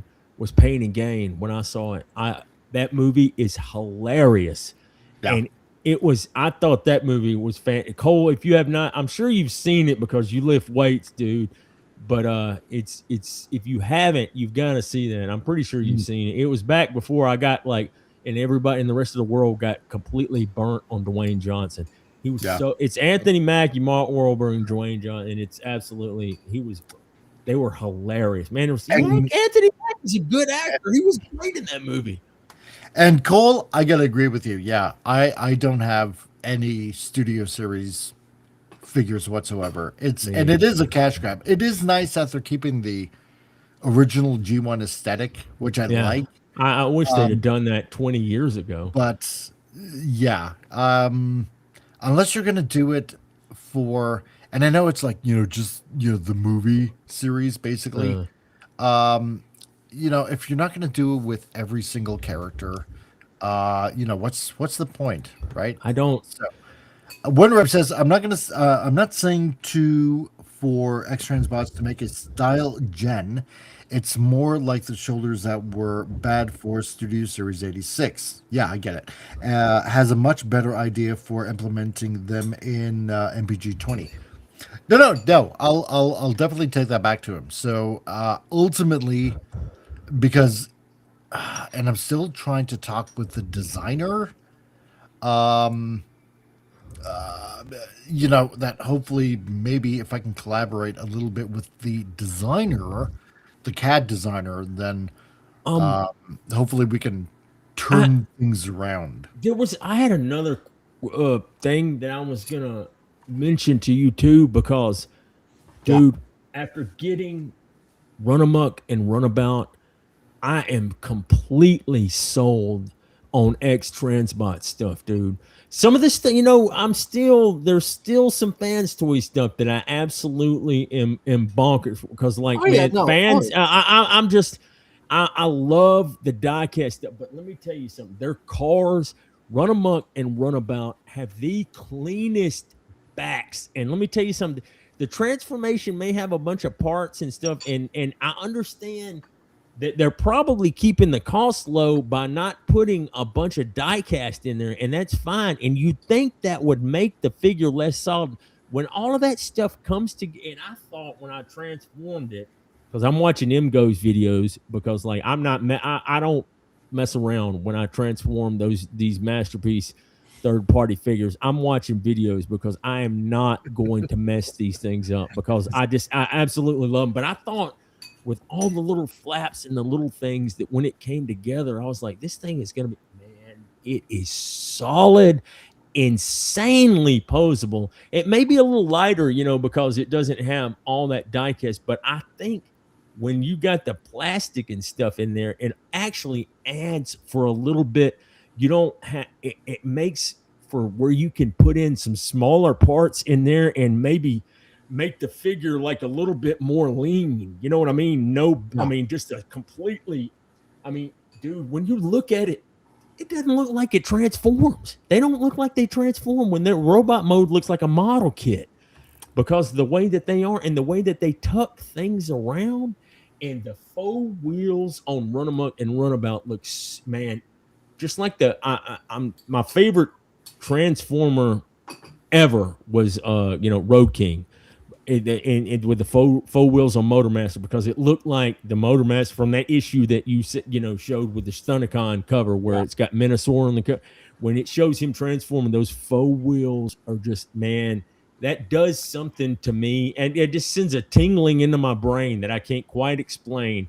How it's not how the wheel changes, and it just, because I loved that G1 Motormaster toy because it had the 18-wheeler cab was his feet. And the fact that he wanted to, he wanted to, it's so awesome.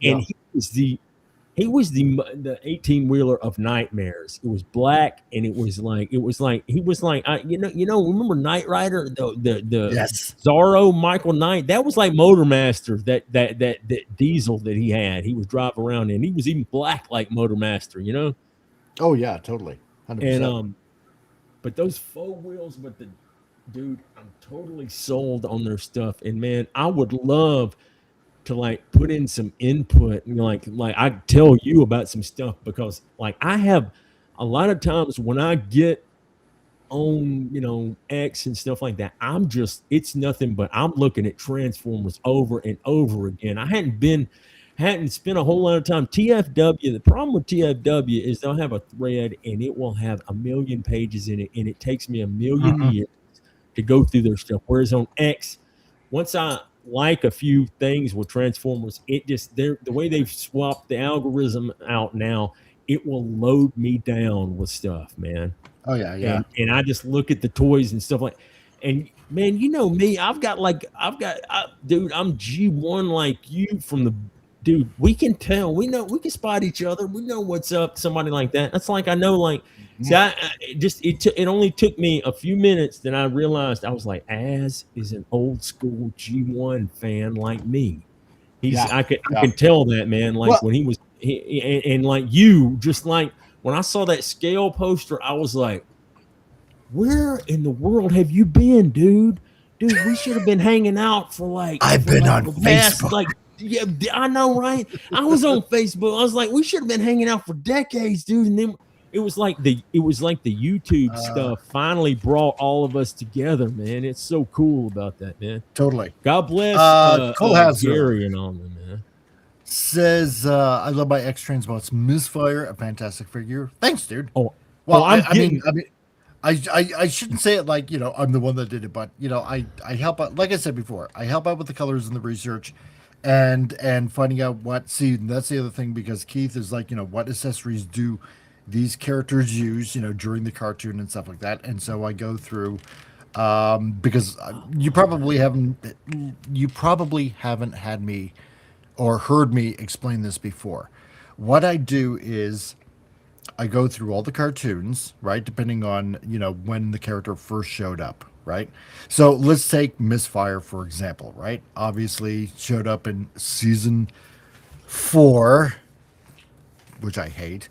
And then obviously separately in the Japanese Headmaster series, right? So I'll go through all of season 4 where he just happens to show up in those episodes. And then the same thing with the Headmaster series. And if there's any additional little gimmicky gadgets that a particular character ends up using, right, aside from their gun, or sorry, you can't say that on YouTube, they're pew-pews, then I'll take a screenshot, and if there's multiple angles, I'll try to get a screenshot of that, and that all goes to Keith, right? All of it. Because like Dr. Wu, he'll make a bunch of extra little add-ons and accessories, kind of yeah, like exactly. mail order stuff for Star Wars figures back in the day, man. Yeah, and if I can kind of reduce that or cut that out, if I can sort of kind of like, so to speak, eliminate the middleman and have Keith make a whole bunch of those accessories, then it's kind of like, that's my job also, so.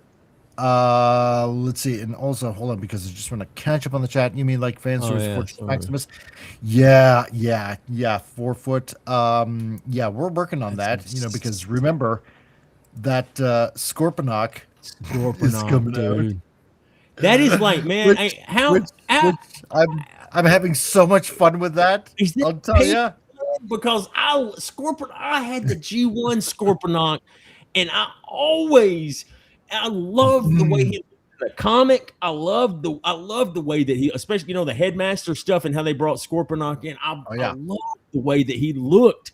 But and I would be like, he's so awesome, and I would break out my G1 toy, and it would be immediately disappointed because it looked like garbage. That toy looked awful. The robot mode was fat, and the Headmaster head was it was like a car head. It was wrong. It was the wrong size, and they stuck it in there anyway. And it looked I was like, Steady and Brave, how's it going, man? Motorboat Master is popular with the fembots.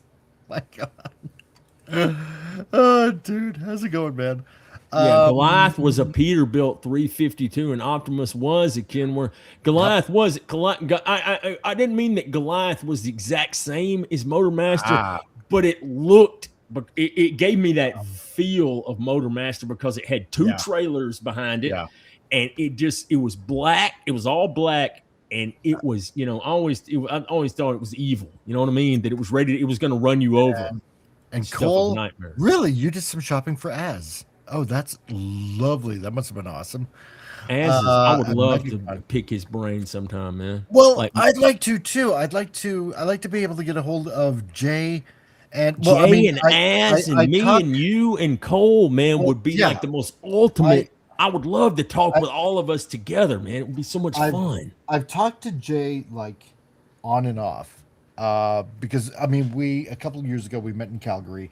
And and it was really awesome to finally meet him like face to face. I gave him actually I gave him the upgraded scale poster and stuff like that. He loves it. Oh, nice. And exactly. It's my way to schmooze in. So he knows. Like when you give him that, it's like, see, so, man,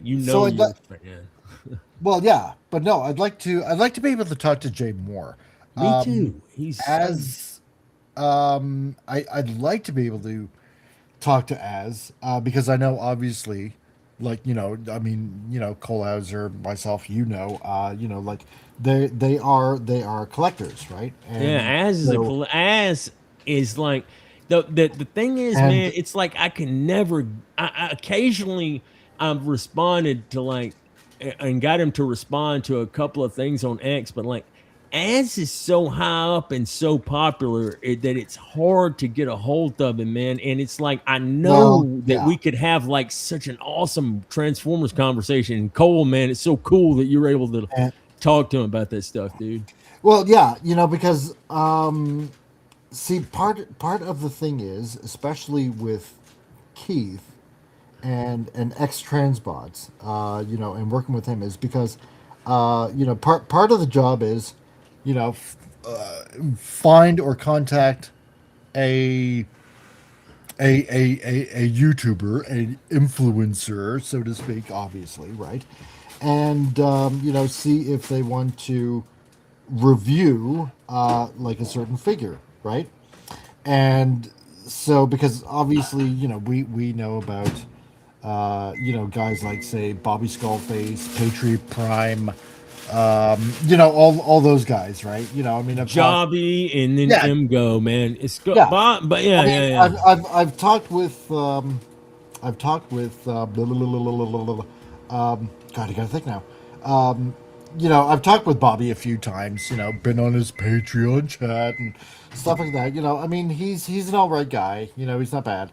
Uh, let's just say some of the company that he keeps around is meh, whatever. But that's neither here nor there. And I'm Yeah. not bashing the guy, so you know what? And he's treated me fair. And you know, you don't want to keep on going back to the same guys, right? Patriot Prime, stand up dude, I tell you, 100%. a guy who I think And would be somebody, and a smaller guy you might want to call. And I just thought of his name. I'm sorry, I'm interrupting again. I'm no, no. such a rude. I don't mean to be, man. I'm such a rude bastard, and I don't mean to be. And that's all right, dude. And Mgo, I've talked to him once, so he's kind of elusive to talk to. I'm not saying that that's bad or anything like that. He's just a hard dude to get a hold of. Oh, So anyway, man, he's got like.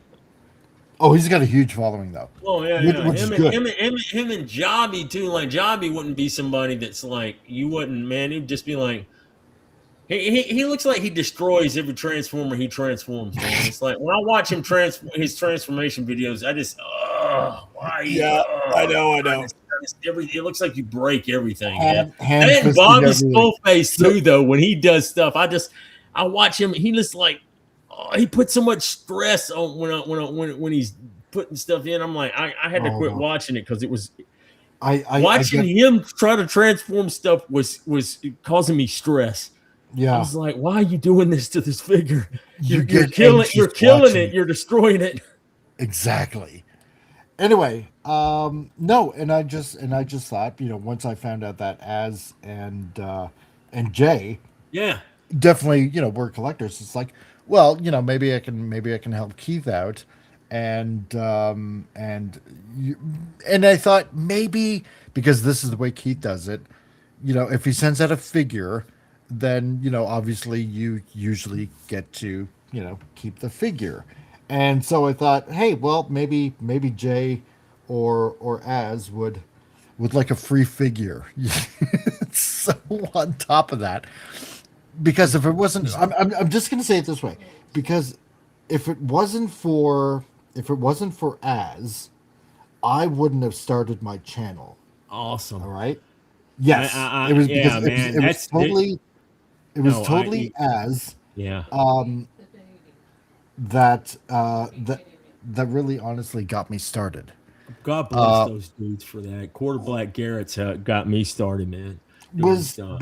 because when one day he was talking about when why the last man came on, like over 4 years ago, Mm-hmm. and I had read I'd read the book, I'd read the comic, and it's a great series. It really is. And when I heard this, and this is also around the time when I was like really heavily debating, should I or should I not start a YouTube channel? Yeah. I just came across and here he is talking about this show, Why the Last Man, and how it's going to be coming on. I think it was like HBO Max. I can't quite remember, but anyway, that was going to come on, and how this and this and this would change, and that pretty much solidified. I can't even talk. How it solidified the deal for me. It's like, you know what? Because I was kind of like really debating about, should have talk about political crap, and I'm like, no, there's really, a lot of people already talking about that kind of stuff, right? And that kind of solidified it right there. And it was like, through that, I came across, Nerdronic, Yep. and and then Doomcock and yada yada yada, right? So That's and cool, man. yeah, well, and so I kind of thought of it as kind of letting it be, like a thank you to them, even though they don't know it, Yes. which would be Yeah. pretty neat, I thought. Plus, on top of that, I mean, hey, who wouldn't want a free figure? So, Yeah. That's cool. See, what got see those guys, God bless those dudes, because for I had gotten on YouTube after watching The Last Jedi, man, and I kept seeing stuff from this guy Nerdrotic about the Fandom Menace, and I started watching his videos, and then Yep. I kept hearing him say stuff, and I'm like, that's stuff from AA. Because me being, I'm actually right now, I am 11 years, let's see, December, January, 2 months and 11 days to the day Yeah. sober, man.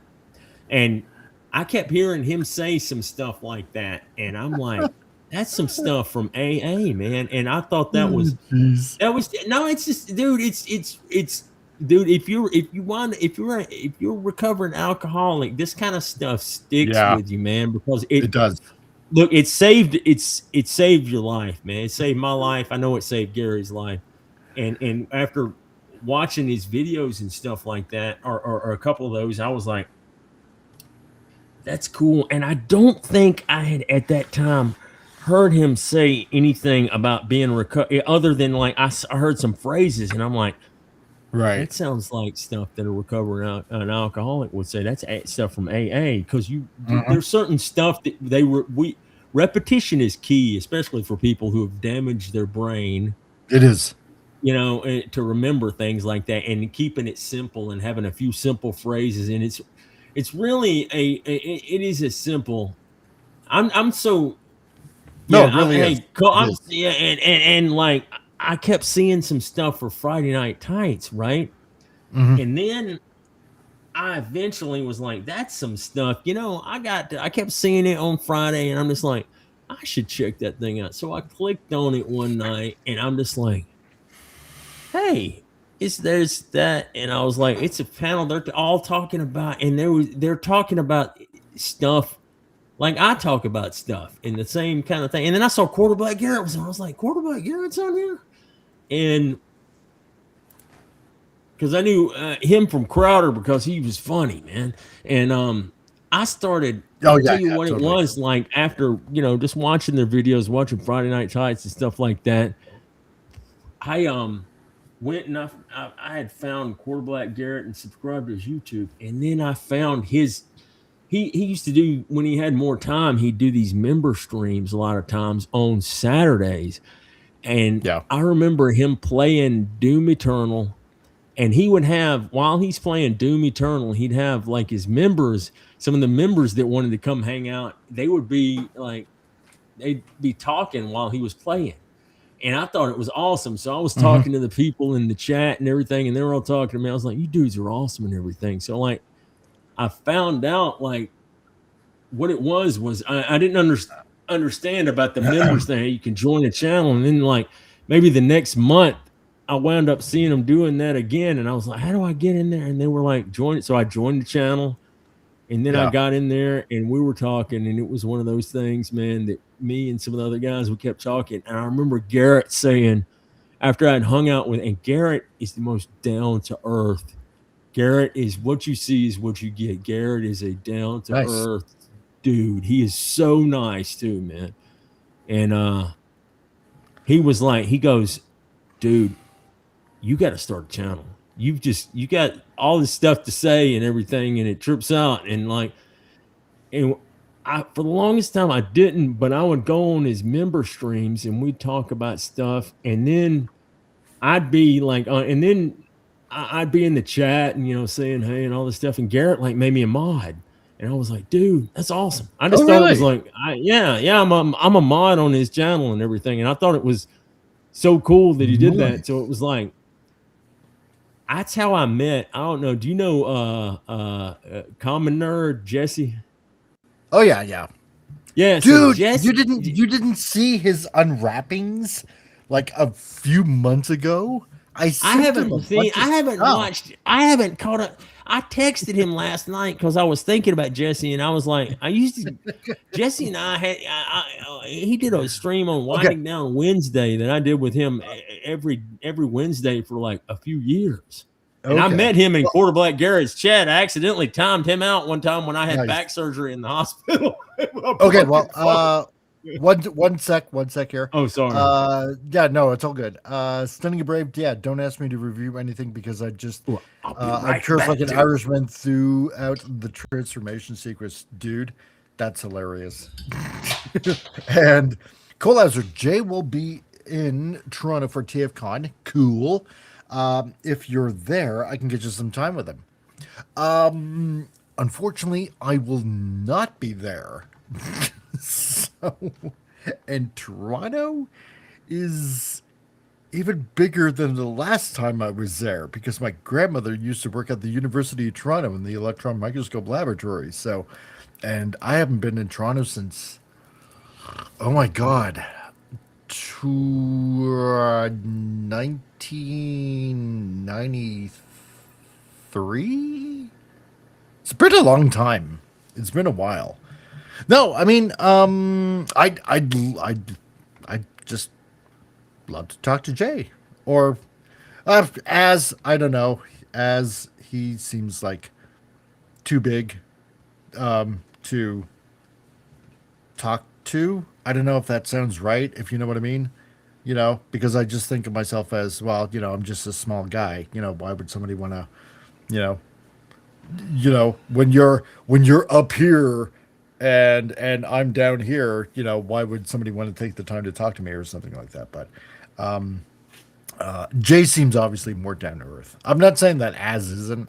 I'm just saying, you know, it's, and I'm probably totally wrong, but no, I mean, I'd like to talk to both of them, even if it was online. So I'm just needlessly babbling right now. So, but no, unfortunately I won't be in Toronto because I have to work. So, Pop Culture Republic, how's it going, my man? Nice to see you, dude. Great that you can join.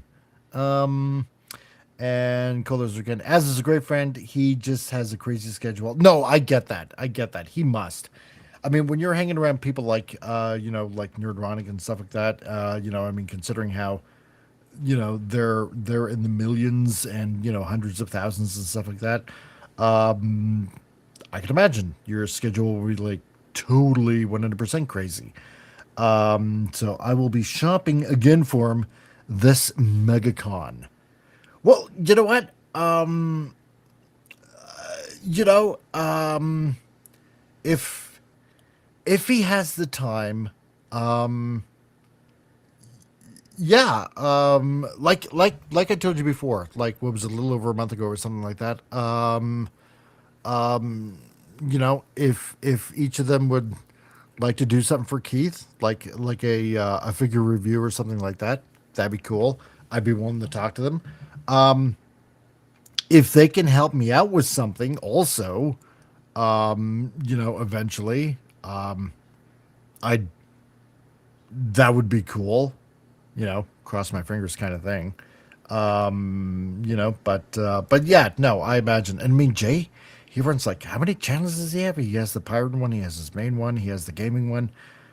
What's he got, like 4 channels? I imagine he's like busy on all of those too. So, uh, you know, Scottish says, wait, if you cross over Nerdronic with Doomcock, would you then get Rodico, or is that the time? Yeah, okay, maybe. No, well, Gary and Doomcock, they used to do a show together. Like in the supernatural kind of talk kind of stuff. And unfortunately they broke up like the Beatles, which is kind of sad. So, but that would have been really interesting.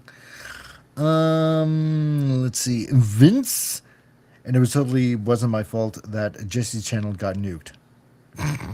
No, it wasn't. Was it? No. Oh, it's 3 days. Is that when TFCon is? Oh my god. Okay, I'm gonna have to check and see if Keith has more pictures. So in 3 days. Let me see what I can do with As for You. And I will talk to Jay today for you. Oh, thanks, dude. I really appreciate that.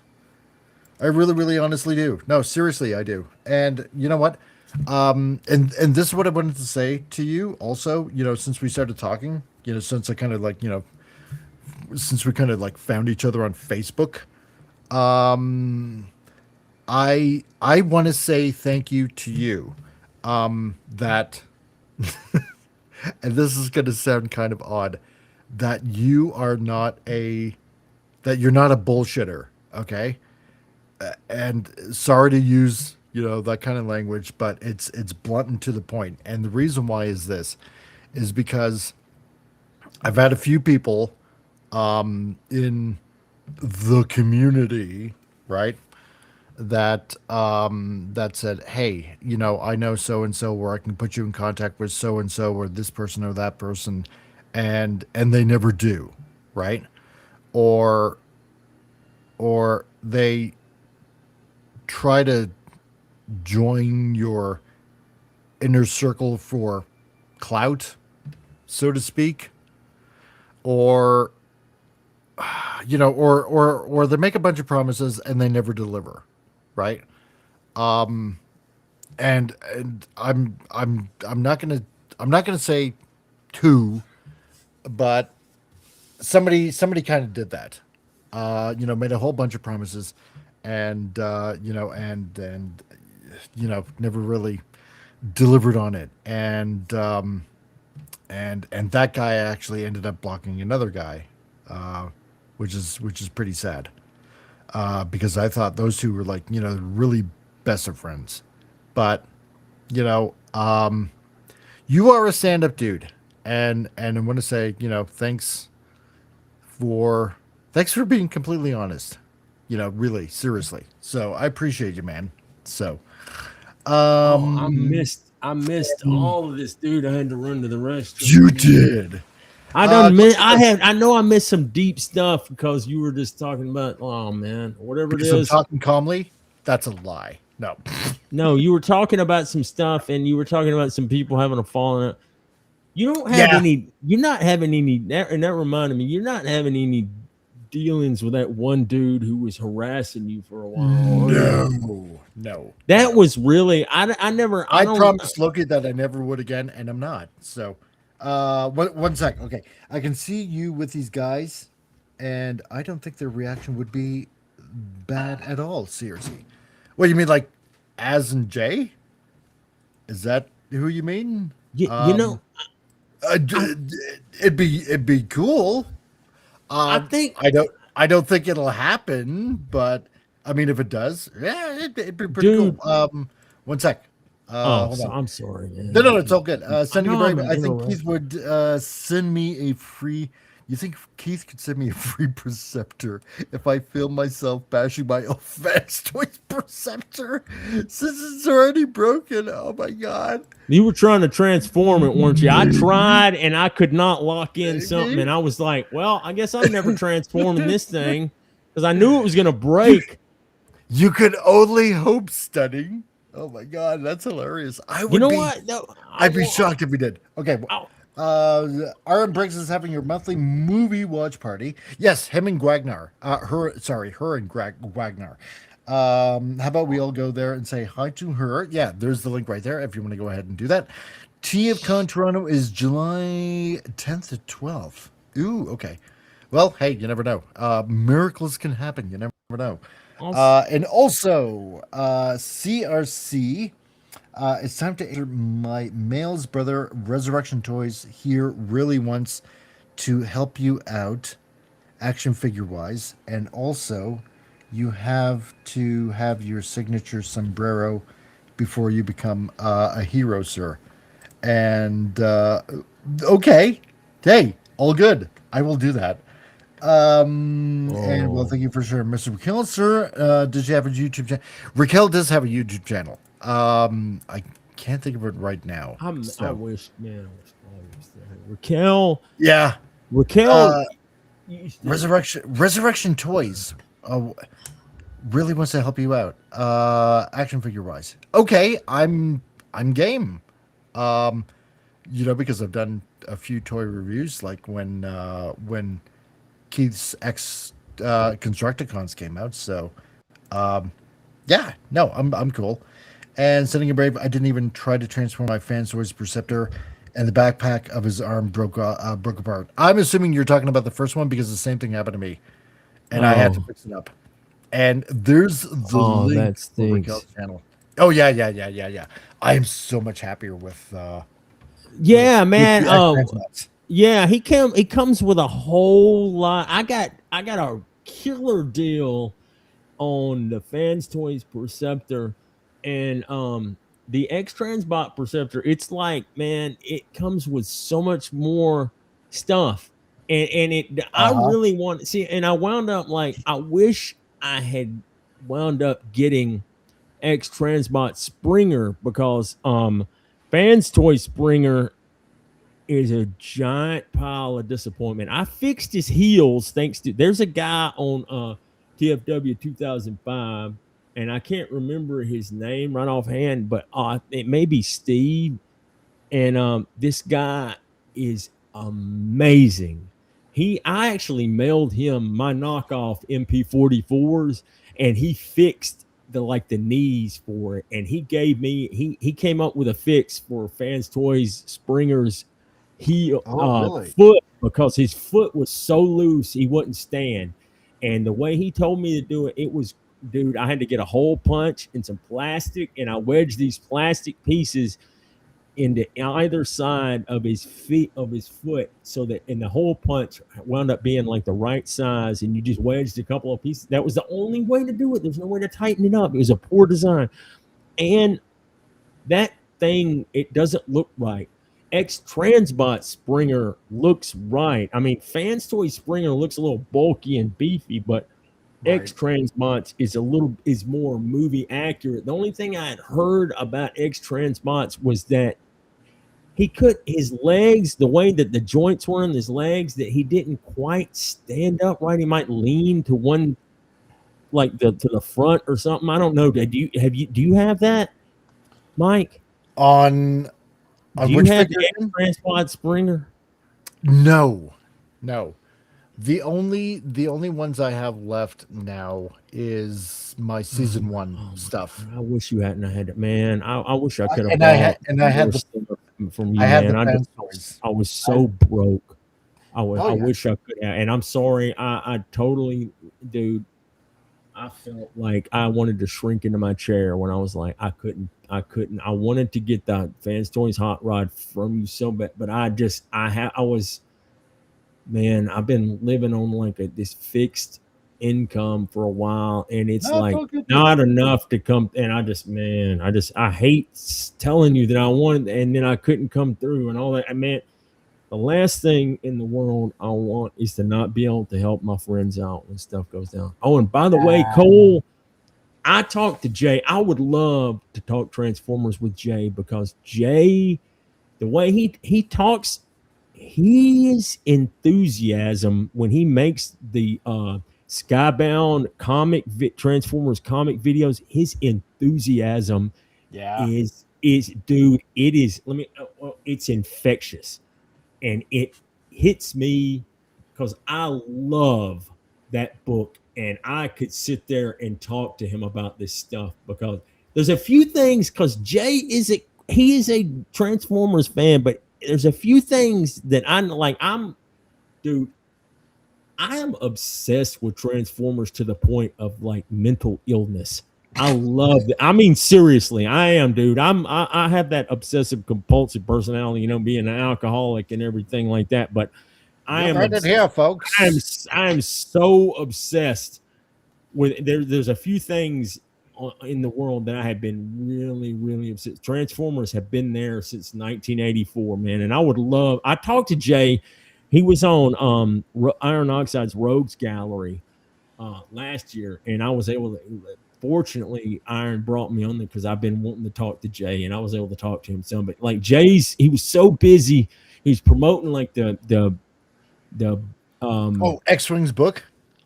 No, he was promoting his book. It was the Barnacle Blue, not Barnacle. It was something blue. It was the ball or something. The kids comic that he was making. Achromatic Chronicles Blue. Yes. And I got green. You know what? I still have to read green. Oh my gosh. I got green and I haven't even gotten around to reading it yet. I feel bad about that. Anybody's it's a good book. I know. I'm sure it's just, man, I'm so like locked into Transformers that it's like sometimes it's like man, I've been wanting to check out Ripa's stuff, but it's like I'm so locked into Transformers that it's like I can't see. The only one I did do was like, let me tell you, Jason Sandberg? Yeah. No. No, I don't. Jason used to be he was on Winding Down Wednesdays. That's when I started. I met Jesse, Common Nerd, in Quarter Black Garrett's chat, and it's so funny because I had back surgery in 2022, and I was a mod for Garrett, and my phone was all messed up, and like I accidentally brushed up against the screen and timed out Jesse and a whole bunch of people in the chat, and I couldn't bring them back. And Garrett's like, Diesel, what the fuck you doing, man? I was like, oh. So Jesse will give me crap by that, but we've been friends ever since. And he started his channel, and I was like, I was Jesse's like co-host for like years until he got to where he didn't do it anymore. And that's when Jason Sandberg's got a comic called Jupiter, which is the most. Yes, it's the most. Cool. Did you read it? I haven't read it yet. I don't have the book yet, but I'd like to check it out. Dude, it's the most original. It is uncharacterizable. It is. I can't even describe. It's got some Jack Kirby influences, but I was just after I read it. I was trying, and he actually, let me tell you what Jason did. He put a couple of Transformers references in that book just for me, just to be cool. I know it's amazing. He had to point it out to me because I was looking for it, but the book is like I couldn't even begin to figure out his thought process. Jason is like he's some kind of genius. One sec. Collector says, no, we want to make an action figure for your favorite character you have created, my man. We did a lot of stuff here in Mexico. You might know the Predacons and Xenozillas, and now I want to do yours. Oh, okay. I'm not looking for a promo here. I want to gift a friend that sweetens up my life 2 times a week. Dude, that is freaking dope. That's cool, man. Action figures, dude. That is so cool. Yeah, I'm game. That'd be awesome, man. Yeah, man. It's cool. Yeah. Let's do this. Let's do it. Yeah, no, totally. I'm game. Yeah. Hey, all my stuff is in the description below. So send me an email, man. How to get a hold of me. So all the links are down below. Get a hold of me. Yeah, we'll make it happen. So, and people says, I've been looking for the past bit, but Talk Transformers has brought me back. Okay. And he says, dumb question / idea. If you were to add a 4th book of the Energon Universe comic series, what would the book be? Oh, there's a good question. Okay. What would the book be? Oh, Energon comic unit. Okay, sorry. Yeah, because every time I hear the, like the Energon universe thing, I constantly, for some odd reason, my mind reverts to Armada, Energon, and Energon. Yeah, it always does. Okay, so Energon universe. If it was a 4th book, okay, because you got GI Joe, you got Transformers, you got Void Rivals. I know that they want to slide in Mask in there. That's what I wanted. I was going to say a dedicated Mask book, because Mask, having that tie in with Transformers is absolutely, it's perfect. It's a perfect fit. Mask is almost like they came up with their vehicles by reverse engineering their transformations. Yeah. Even though Miles Mayhem swears that he was cursing out, saying it's not what he did.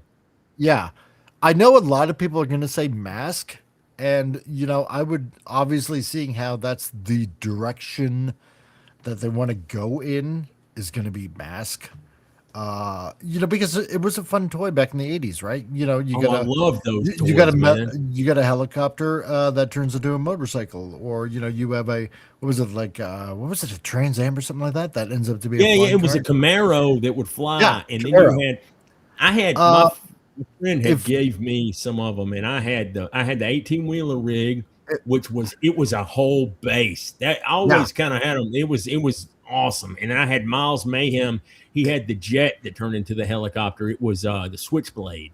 If it was me, I'm going to take a page from Marvel and IDW, and I know that Hasbro already sold the rights to Marvel is ROM, because I read the comic when it came out from Marvel. It was a fun it was a really cool comic, in Space Knights. And when they brought that back to IDW, I thought it was pretty good.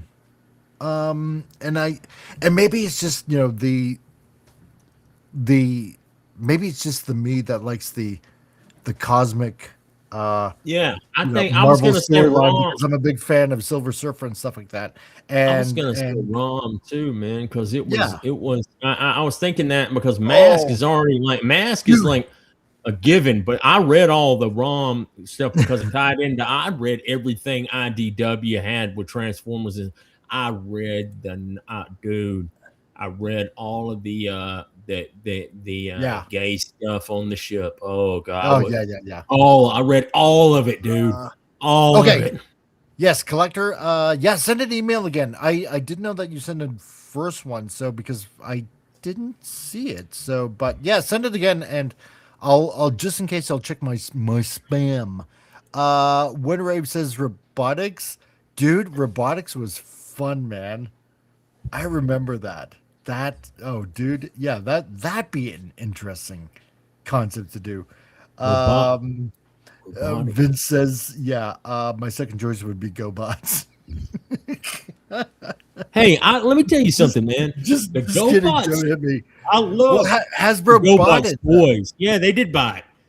And the GoBots toys were awesome. They were cheap, but they were all die cast and rubber tires, man. And it was the toys that the cartoon was silly, and it was. I think Acom probably animated that too, man. It looked awful. I think so. And they had the faces talking in vehicle mode, and that was awful.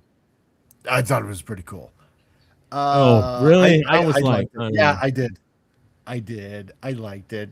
I love the toy designs better than the cartoon designs, man. The Psycho looks so much cooler. Yeah. Pop The culture. toy. I do remember that big crossover IDW did with Transformers, G.I. Joe, Mask, and Rum. Yeah, and Visionaries. But it And wasn't really and masked though, was it? It was okay. It was like, I it don't was know. kind This, of Mask. it was like they redid the designs and stuff. Like a lot of stuff with IDW, they wouldn't go back to like this stuff now. That Okay. is, and they've re-released the toys, the mass toys, man, which were cool. And it stinks because I used to have, man, my friend gave me that freaking 18-wheeler and the Switchblade, and I had see, X Transbots. I've got to get Slugslinger, and I want the toy color because I had that toy stolen from me along with a whole bunch of other stuff when No way. I had the Stunnicon stuff. I had a whole bunch of stuff stolen from me, man, and that was one of them. And I loved that toy, man. And like the X Transbots toy color version is be the one I get, man, because it looks. Hey, were you the one that came up with the basically the toy / comic stuff for Run Amok and Runabout? Oh, maybe. Because I figured out you gave them the gas can and the shoulder cannons and all that stuff, which is like a mix of like you and Yes. obviously, man. That's why, man, Run Amok. We were so talking, good with that orange contrast with the white and the gold. That looks he has the most stuff going on in robot mode, and the contrast looks so to me a million times better than the. I know you like a lot of the straight out of the cartoon stuff, but to me, Run Amok and Runabout, I knew them from the comic more, and that contrast to that orange and white looks so good. I'm just gonna say this, okay? When it came to the box art, Keith and I obviously, like, I mean, come on, man. You know, at this point, it's not really much of a secret.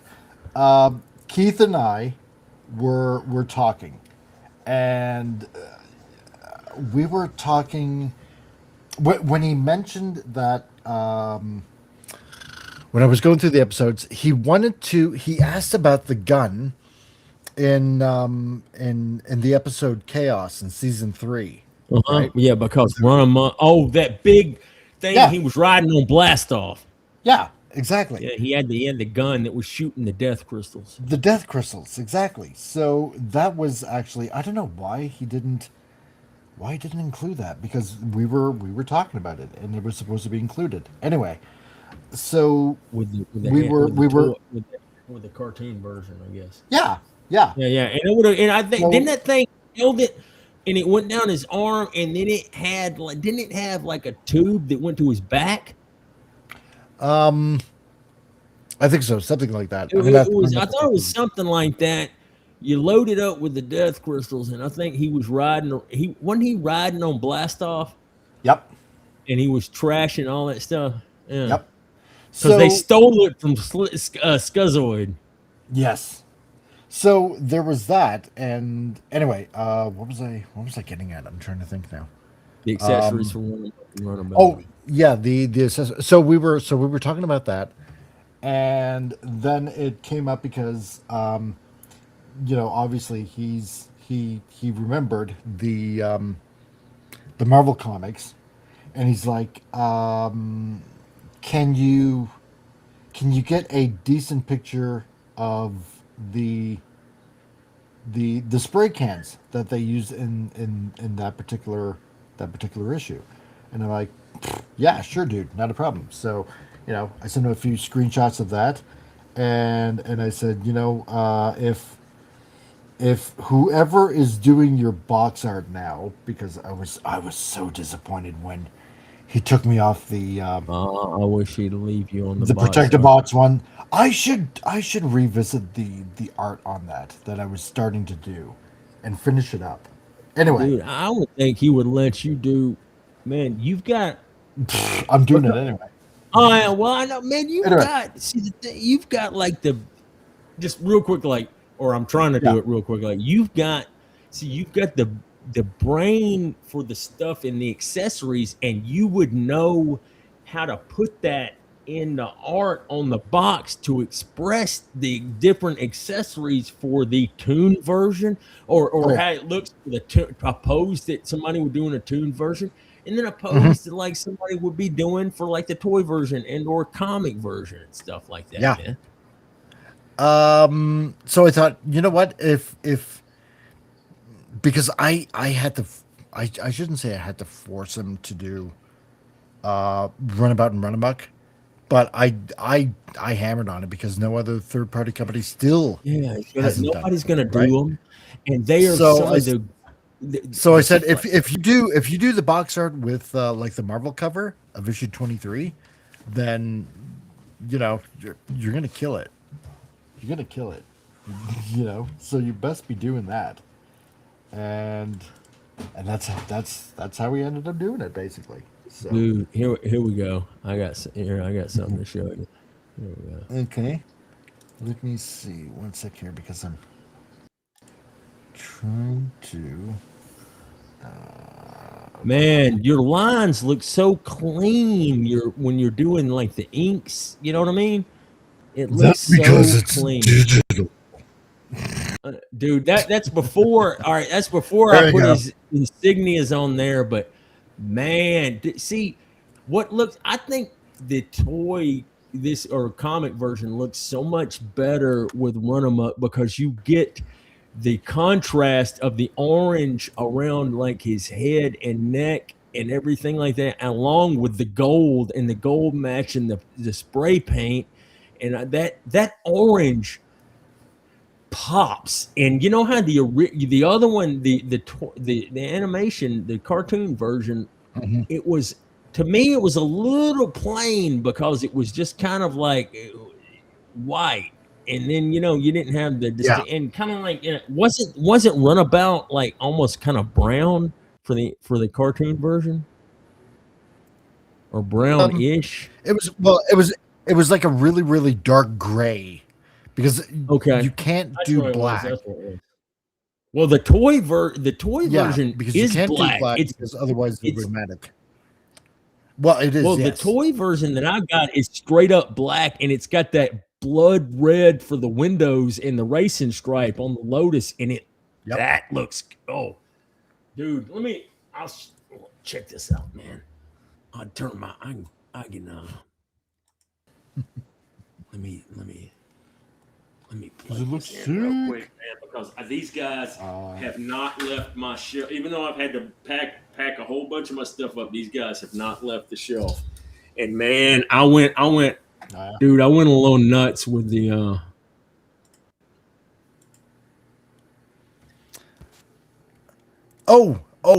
Stunning and Brave. You guys should have given Galvatron his therapy table from the episode where Cyclonus tried to get him mental health. That's what I said. Web World. That's what I said. Oh, you know what? See, that would have been even better. Yeah, you know what? Because I didn't quite think of that. Hold on a second here. Dang, you guys, you're making me think. Hold on a second here. I'm gonna have to go through my files. And what happened? Diesel take off? Oh, okay. Okay, hold on a second here. Where is my... Where's Galvatron? Let me go through my folders here. Predacons, Quintessons, Trigger Happy. I wish you would have used that website. That website is so much better than the one. Un momento. Por favor. There we go. Sure, up now.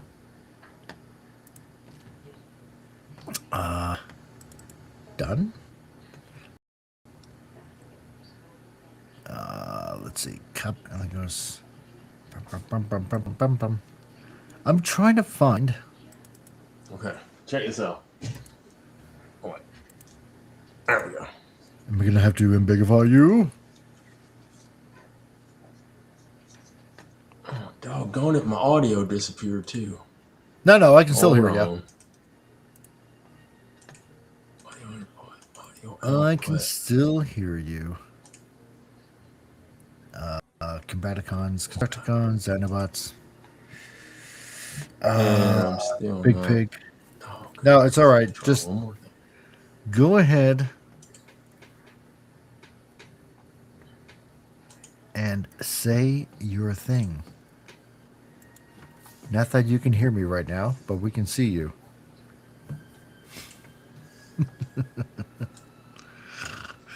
I'm still not. That's Anyways, all right. If you're, I can't hear anything now. This, well, if see, you got it's the YouTube channel up, black then we can hear you.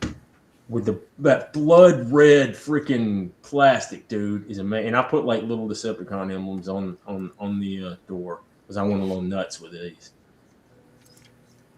Is that dust? Nice. Anyway, man, it looks that's jet black, and that red window with that stripe looks so good. Anyway, Let's see here. cool. Okay. Well, first of all, I'm going to say, okay, before I still can't hear anything because I don't know what in the. Let me see if I did something when I went out of there. I apologize, man. Tabletop, how's it going, my man? Nice to see you, dude. Audio. Great that you can join us today. We're geeking out while drawing. And Winrave. Speaking of the tables, is Keith releasing that repair bed, aka the bed that Prime died on? Yeah, because originally that was supposed to come out with first aid. And it didn't come out with first aid because he told me, and I got the receipts. Man, I may have to hold on. I may have to. I'm gonna have to jump out and jump back in again. Sorry. Okay. Is that it was supposed to come with a pre-order, but I guess something changed, and I don't know what ended up happening. So It didn't work that time. My bad. Sorry about that. I just these guys look so cool. Man, that Lotus and the fact that they got interiors. They have interiors. That's insane. You can open the door to seats and stuff in there. Yeah. So as for the repair bed, let me think, because I want to get the story straight and I want to make sure that I'm accurate when I'm saying it. Okay. So the last thing I believe I remember hearing is that it's going to be included in a KFC figure. I'm not exactly sure which one though. So I will try to find out what I can about that. So hey man. Yeah. Is X-Trans maybe he's adding it to the Defensor combiner parts. Maybe. Hey, you never know. And well, one sec, Diesel. And First Aid's pre-order bonus in pictures was his connector hand that transformed into a repair bed. Yeah, it did. It did. Okay, yeah, Diesel. Are the combiners? Are they gonna have like some frame type thing like fan stories? Or are they just gonna have like some parts that kind of hook together like in the waist and stuff like that? I was just curious how they were gonna go about it. I don't know that I've looked at like their combined or seen enough pics of the combined mode to pull it out and look and see what's going on. I don't know. You know what? I'm gonna have to get info on that. Also, I had some suggestions, and I'm sure somebody's already said this. X-Transbots Optimus Prime with a trailer. Gotta have. I'm so tired of the third-party stuff doing Prime without the trailer. Prime has to have the trailer. I have the. It's kind of mandatory. Yeah, I have like the 2 MP44 knock. I wish I had MP44 because I ain't gonna lie. The painted version of that thing looks amazing. I think it just looks absolutely amazing. I don't think it's worth $500 because I believe X-Transbots or Fan Stories could put something out for probably $300 that would be solid metal and probably be better. As long as I just hope if Fans Toys puts out one, I hope it's not as complicated as their Ultra Magnus. I love that Ultra Magnus. Don't get me wrong, I love it. And the fact that they got a white prime. Now I want to get Commander Stack too, because I think Commander Stack has a way more sane transformation. I think Commander Stack looks that in the Fans Toys. They look the robot modes look practically identical. They both look like Ultra Magnus. Although I think Commander Stack's vehicle mode looks way better to me, you know, because it's like the trailer is like the armor stuff, and it's like in the cab, dude. That cab for transforming that core bot is a freaking. It is, dude. It's madness. I had forgotten how much madness it was, and like Jobby the Hong put out a video on it. I think yesterday, and I was watching part of that yesterday when I was working out, and I was like, "Oh man, I forgot how long it took." Dude, I transformed it, and it took days, and I still had parts I didn't get right. I had to keep undoing parts and getting it right, and then when I finally got it right, I was like, "Okay." And then I got him back to robot mode, and I was like, "Well, never doing that again." Nope. Once he gets in robot mode, that's where he stays. Oh yeah. Although the core robot mode looks and that dude, I think it's worth it for the battle damage because it's like it's Dreamwave. When do you remember did you get into the Dreamwave comics? Oh yeah, no, I had them all, man. Oh man, yeah, I figured you did, man. I was so heartbroken when it ended because Dawn's. This is why, you know, and like I was saying, like I was, you know, sending you messages, man. I'm not, like I said, I'm never trying to be like, hey, you know, but I see Dawn was like my Transformers drawing hero 20 years ago, man. And when that run ended, I was so sad. That's why I couldn't get into IDW. I bought a few, and I don't think IDW ever had the sales. I mean, they did over time, but they didn't have the sales that Dreamwave did. Dreamwave had all of the people our age that grew up with Transformers. They had that market corner. We were in, like that was what everyone was talking about. And like, oh yeah, no, when 100%. Pat Lee did that reveal of the Ultra Magnus, with the freaking, it was a core. It was like the toy. It was a white prime bot on that, man. I was like, oh. That was it, man. It like blew my doors off. I was just like, this is the coolest shit ever, dude. And then you could tell that they did their research, right? Oh yeah, so, they had pictures of the G1 toys for those first miniseries that they had. When you open the cover, they had pictures of the toys in there. Yeah. For each one, like the one I remember, like in War and Peace, I think that was the second run.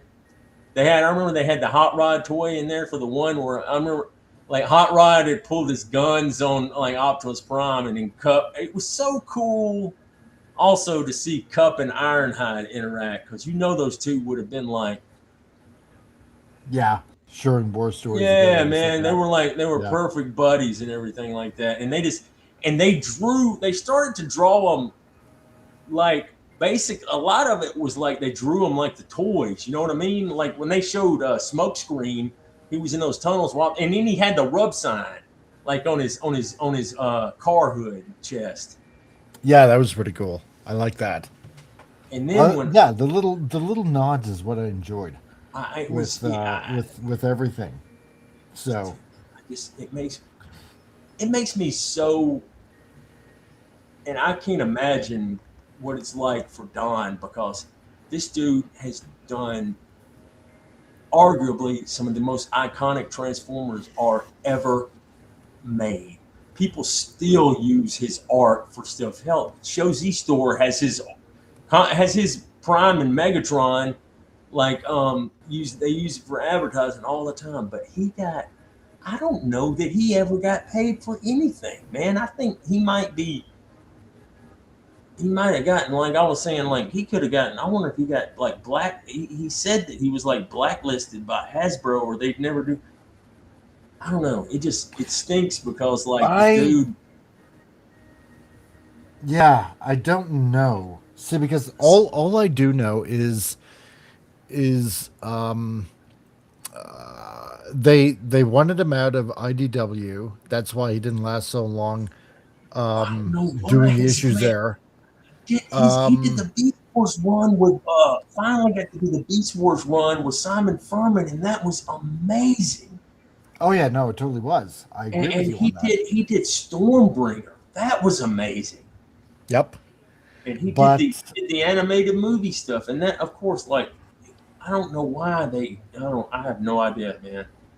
They just no, it's just that somewhere along the line somebody said something and yeah, he ended up basically getting sort of kind of blacklisted in a way. I don't think it was Hasbro necessarily.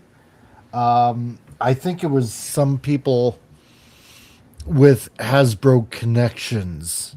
I I think it from because IDW, right?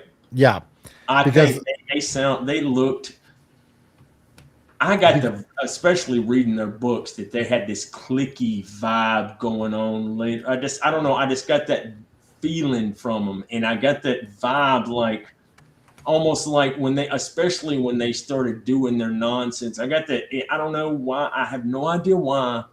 Maybe it was, and this is while I was reading it, I got this vibe that it was like them dudes from Funimation, those dude who screwed over like Vic Mignogna. yeah, sort of kind of like that. And they could have they said something to Hasbro or something. I always wondered. See, Pat Oh, Lee brought Transformers comics back from the dead, man. But I think the dude made like he started. I remember all those advertisements for all that stupid crap that would be like Transformers pocket books. Who the hell would get that when you can just get the regular book? Why do you need to have Transformers comics on the go? I remember advertising for that. I was don't like, know. that's freaking Don't. retarded. Yeah, but And, Marvel did it too. So with the Archie size digest kind oh, of. I had Yeah. Transformers Digest back in the day, but it was way after it was like that's how I got the one with Omega Supreme and Skids because I found it at like a gas station one time. And that was the way that Let's see I here. had one. I have to, dude. I tell you what, I've got a Uh, couple of those. I think still, I have to show you those. I think I got them in a short box. yep. Getting back to the chat here. Let's see. Vince says, yeah, an X Transport shouldn't do repaint. Only exception would be Nemesis Prime. Interesting. I don't know. Some of the people like the various variants. Keith does it because he likes cars and he loves. I'm going to tell you this little tidbit of information. He loves race cars. He loves them. He That loves is them. awesome, dude. Because Um, he must yeah. love the Stunticons. So, Stunning and Brave, if Keith does Rodimus, at some point he should do a repaint of him with the Breaking Bad meth trailer. That's funny, man. Rodimus, I saw Rodimus. Oh What my was God. everybody said Okay. back in the day that Uh, he's like a space Winnebago. yeah, he's Space Winnebago, man. Cole Hazard, I have MP44 and just a headache to transform. It's not easy. That's why we'll never transform again. That's what I'm assuming that you're gonna say. I only have MP10. I don't have MP44. I'd like an MP44 I would too, unless you because got some I real paint. know it's slightly taller than MP10, but I mean I'm happy with my MP10 I and got um, and I MP10. got Peter Cullen to sign it and Frank Oh Welker to sign my man, Megatron. you So, know, but I wouldn't mind an MP44. I like Um, MP10. oh He's yeah, got it's monkey arms on the thing, man, and I can't unsee it when I started seeing it. The yeah, arms are too long on MP10. Otherwise, though, and that's like the why I keep my truck. MP10 in the struck mode. Okay. Yeah, I got you. Let's Hey, see. Same with me on Dreamwave and IDW. I saw that first IDW cover and it didn't stand up to Dreamwave in style and yep, color, especially color, and color. I didn't want to Yeah. read them. Yeah.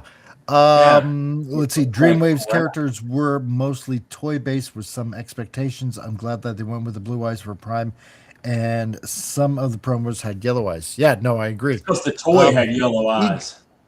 Yeah, EJ Sue, when the first issues were coming out with IDW, EJ Sue did the Prime. I remember. Yeah, I've got. Yeah, it takes a bit to kind of grow on you. He's a very technical type of artist. If you take the time to talk to him and stuff like that. I mean, don't get me wrong. He's a great artist, but that kind of style took a little bit for me to get into, so to speak. Stunning and Brave says, that fan stories Megatron makes me want to swap my X-Transbots Magnus just because of how it comes with both white and blue Prime look as well as this classic armor. I agree with you on that. I do agree with you. Hey, Cole, if you think MP44s are hard to transform, you should transform a fantastic model Marg that Fans Toys Ultra Magnus. I know MP44 has nothing. That thing, that is the most ridiculous, insane transformation. That would be sweet. Have Keith do an original one that's a 69 Charger that can double as the General Lee and Richard Petty's race car at the same time. Oh my God.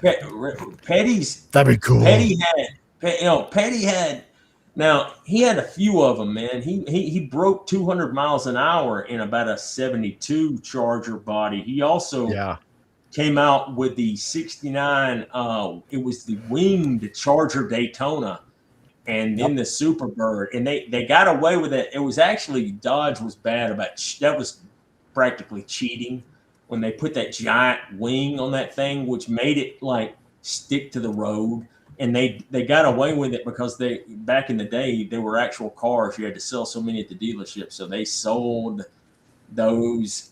That's why those Superbirds and stuff are so hard to find, because there's the way they put that wing on there to sell those things. It's like welded on there in some. It's part of the frame, but like the stuff is all the Park Roadrunner, Park Charger. They were like basically making the quarter panels for those things like custom, man. I've got big into muscle cars. I had a thought just a little while ago about something that I think Keith should do that would be fantastic for X-Transbots. And let me remember it, because I thought it was I thought it was, oh man, I got to remember what it is.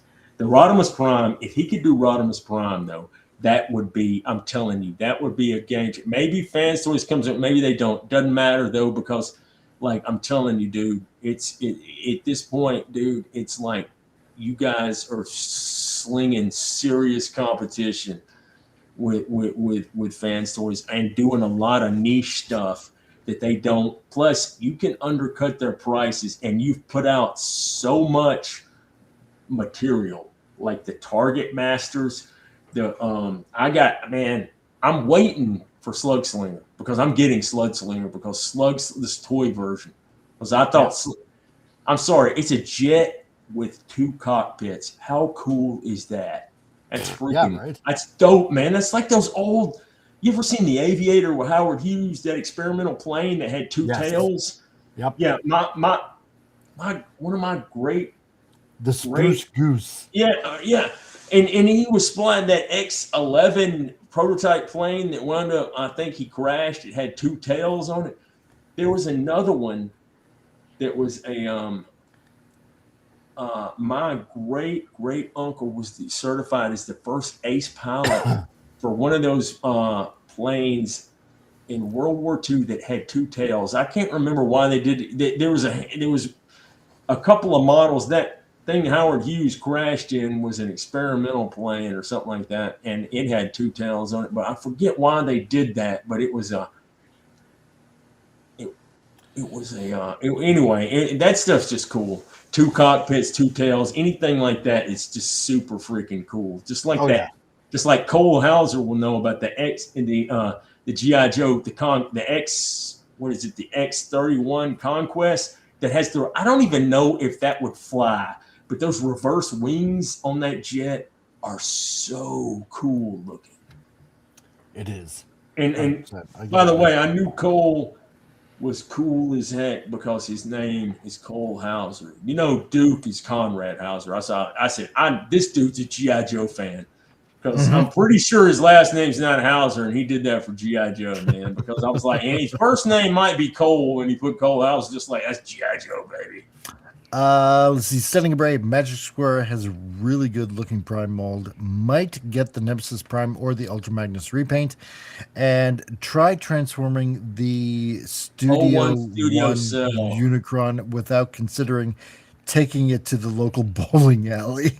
I've seen that. That looks like some parts bending going on in that thing, man. But oh my god! Then again, it was Now I'll tell you something else too. Endo's transformation video. I definitely want to get me a Unicron. Oh, I like that. Yeah, I definitely would like one. Whether it's the Studio Series Unicron, well, you know, the HasLab one. The HasLab one, I would like the HasLab one. The Studio one, well, the Studio Cell one. I mean, that looks pretty cool too. Don't get me wrong. I like that, but I would like a Unicron. It needs to be bigger. If they made one Conquest X30. Yeah. Oh, by the way, Cole, like I sent you a message, and you may not want to, like, who knows, man? I could be a weirdo or something like that. You might not want to send me your mailing address, but I found some stuff that's like G.I. Joe related that I was like, man, I got to mail that. I mean, I got to mail. Oh, okay. I was like, I just got to toss this stuff in an envelope and send it to him. Man. Okay. I'm sorry if I hadn't seen the DMs, those dadgum, they don't show up, man. You have to go in there and constantly refresh to see messages. I don't know what's going on with X's messages, but if you have to check. Cole Hauser, I got to ask you a question. Seeing how you're in the chat, and again, you know what? Okay, first of all, because I gotta take the time to thank everybody that's watching so far. I still got to find out what's going on with Rumble, why it isn't showing up on Rumble. But if any of you guys have ever subscribed to Rumble, sorry about that. And thank you everybody watching on the YouTubes. And let's see, all 8 of you that happen to be watching on X, thanks. And well, I guess it's broadcasting somehow on Facebook for some reason. And Luke. Holler if you hear me. I don't want to holler. That'd be too loud.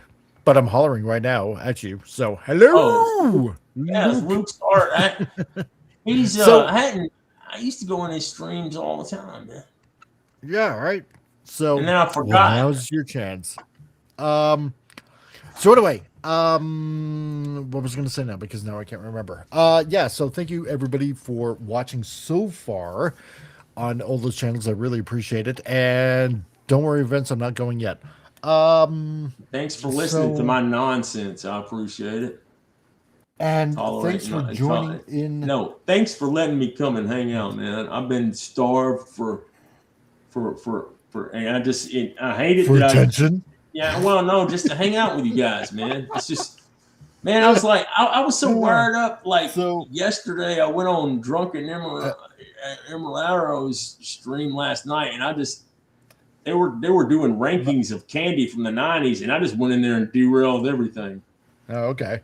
So yeah, so I want to thank you everybody for joining in, and if you happen to be in the chat, and if you are right here in Alberta as well, then also join in and say hi, because like I said before, I plan on making this happen as to plan it out with Alberta's first comic heroine, because I know once we join over to to the freedom side of things, there's going to be a lot of firsts happening in this province. So I want to try, at least, to, you know what I'm saying? Try to make this a first, in this province. And you know what? Like I was talking to somebody a few days ago. Actually, no, it was Steve. It was Rancor Steve. We were talking on Tuesday, and I mentioned to him, wouldn't it be really cool if, should we gain our independence through this referendum? Wouldn't it be cool if this came out as literally like a comic book new from the Republic of Alberta kind of thing? You know, it's something fresh and brand new, and you know, um, some just basically putting the spin on it of something new out of a brand new fledgling country. And that's kind of what, at this point in the game, this is kind of like what the whole point of this is, right? Of doing this and trying to put this out. Yes, Cole Hauser. Yes, I had a question for you. That's right. Thank you for reminding me. Okay, on your show, Cole Hauser, on where you have the placeholder picture up, it says, what was it? Praise Ara, Arah. A real American hero. Oh, a real American hero. Oh, is that Yeah. what it stands for? G.I. See, Joe. you Yeah. you took the answer out of Cole Hauser's mouth. I was gonna ask what that was all about. Oh, sorry. Man, listen. G.I. Joe was the. No, I'm kidding. I know I did. G.I. Joe was always like the sister / brother or whatever to Transformers, man, because it was the same voice actors and everything. But I got to tell you that G.I. Joe, the G.I. Joe Marvel comic is absolutely, man, it's like that cartoon was trash compared to that comic, man. That comic was so, dude, people were getting killed, man. Listen, spoilers for a 40-year-old comic. Cobra Commander at one point is just like, he throws his son and a bunch of people that betrayed him inside an old tanker, pours gas in there, and gas and it sets them on fire. Well, everybody's got to have a hobby, so Yeah, man. I was like, dude, and that was like, oh, it was crazy, man. That Larry Hama, that's the guy. His writing was so good, man. That's a read you should check out sometime, man. You have to find it online because like they're trying to get even like the graphic novels of that stuff. Cost your arm and a leg. And Luke says all pre-orders for Encrypted #1 have arrived. Ooh, nice. There you go. So if you guys ordered Encrypted #1, the pre-orders are in. There you go. Way to go, Luke. Nice that you got your comic ready for distribution. Very good, sir. Let's see. Vince is just plugging me. I should rephrase that. No, you can plug away, Vince. Plug. No, I'm not gonna say it. No, I'm gonna say it. Plug hard. Oh God. Oh jeez. Okay. Colosus says, yeah, Ryan Kennel. No, nothing. Ryan Kennel was the one that said praise Ara. Okay. It went into a meme, so that's how it started. The origin of praise Ara is in Geeks and Gamers YouTube clips. Oh, okay. So a real American hero. Okay, got it. That's interesting. I like that. Okay, now I know what it means. Because I was starting to think it's like, what what is the meaning of this? what? Yeah, what at is first Allah?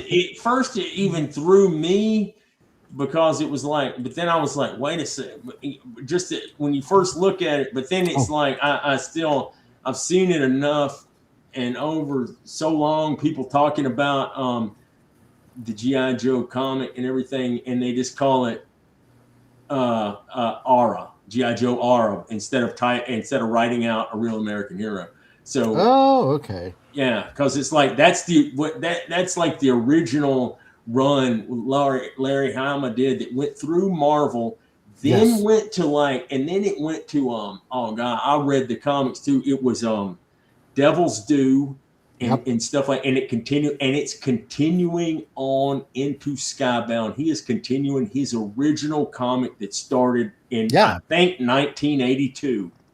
Something like that, yeah.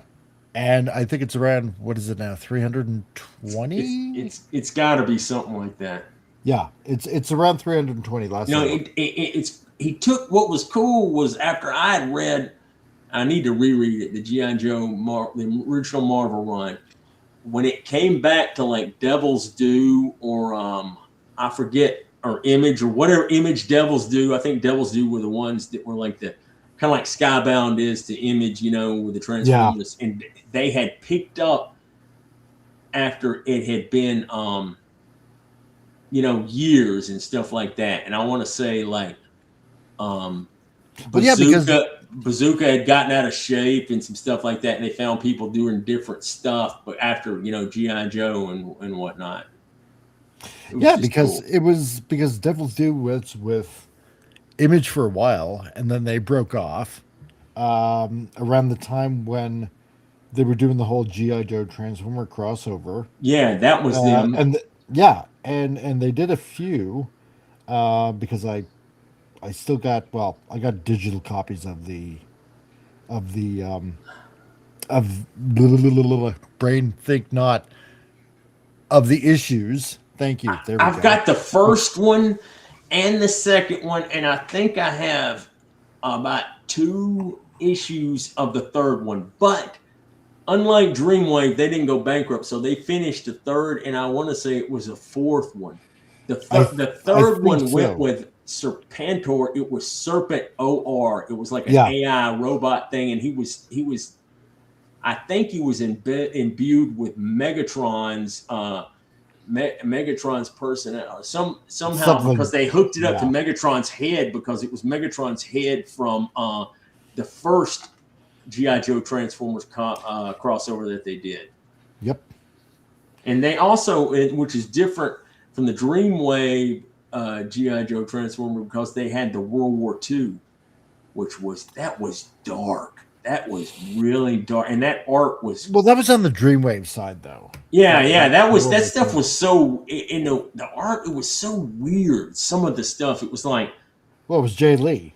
So. Yeah, and everything looked all ragged and weird. You could see the wires and circuitry hanging off of everything. I kind of liked it. Oh, I liked it. It was a unique thing. I remember that Shockwave turned into one of those he was like a cannon that they used to use on those bases on the islands in the Pacific. It was like one of those giant I forget what kind of guns they were. Those giant they were like basically mounted on an emplacement or something like that on those islands in the Pacific. Like the Japanese had them.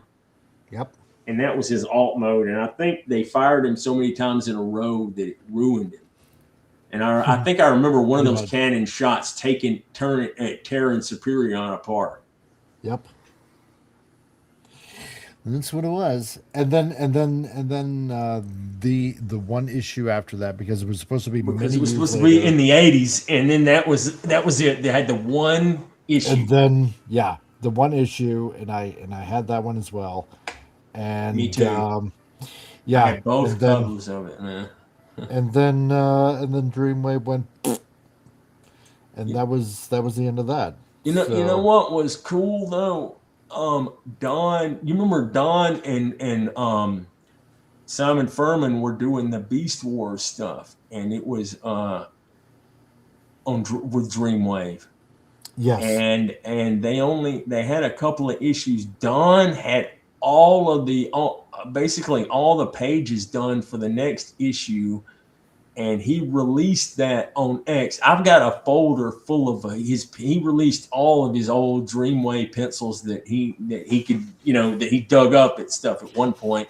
And he had, man, the story for that looked crazy. At one point, you had Transmetal 2 Megatron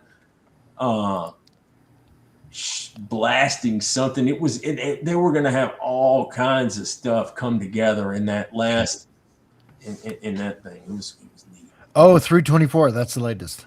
Okay, gotcha. At least that's the last one that I got. Okay, says Vince. All right, nice. But the original, have you been reading Skybound's? Not the Larry Hama stuff. Continuing of. I've been reading it all.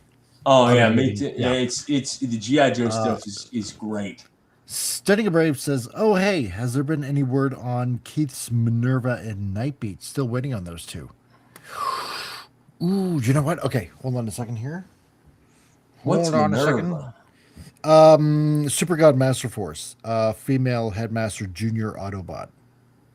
Okay. So transforms into a Porsche 924, I believe it is.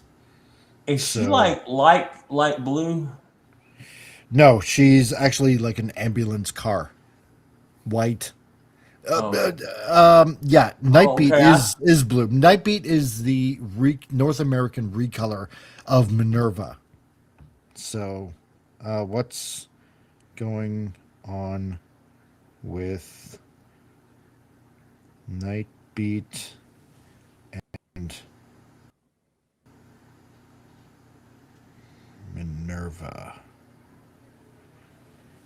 There we go. Message sent to Keith. So, oops, wait a minute. I misspelled Nightbeat. Yeah. It would an Optimus Prime with a trailer would be awesome. And there we go. What's going on with Nightbeat and Minerva? I looked at Magic Square's Optimus Prime, but that thing looks like it weighs like an ounce. It looks like if you sneeze on it, it might. It looks really, really hollow and like it. I don't know. I don't like it. I just don't like the look of it. Anytime I've watched reviews of it, I can tell by the review it looks hollow and fragile. Yeah. Okay, so let's see. This part done. So just to go back, Condor was the masked motorcycle helicopter. It was a green, and I had that. There's an account on X called Memory Unlocked, and he always posts like these boxed Transformers and GI Joe figures. I know Cole loves some G1 figures, and Az does too. Az has a whole bunch of like freaking sealed, and Jay does too. I don't know if Jay has any. I was wondering if Jay had third-party Transformers. I didn't think he had a lot of them. I was thinking Jay mostly had like a lot of sealed yeah,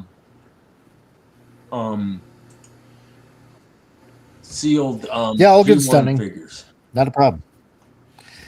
I know I don't know. Cole loves some Jetfire. I'll look at his toys and.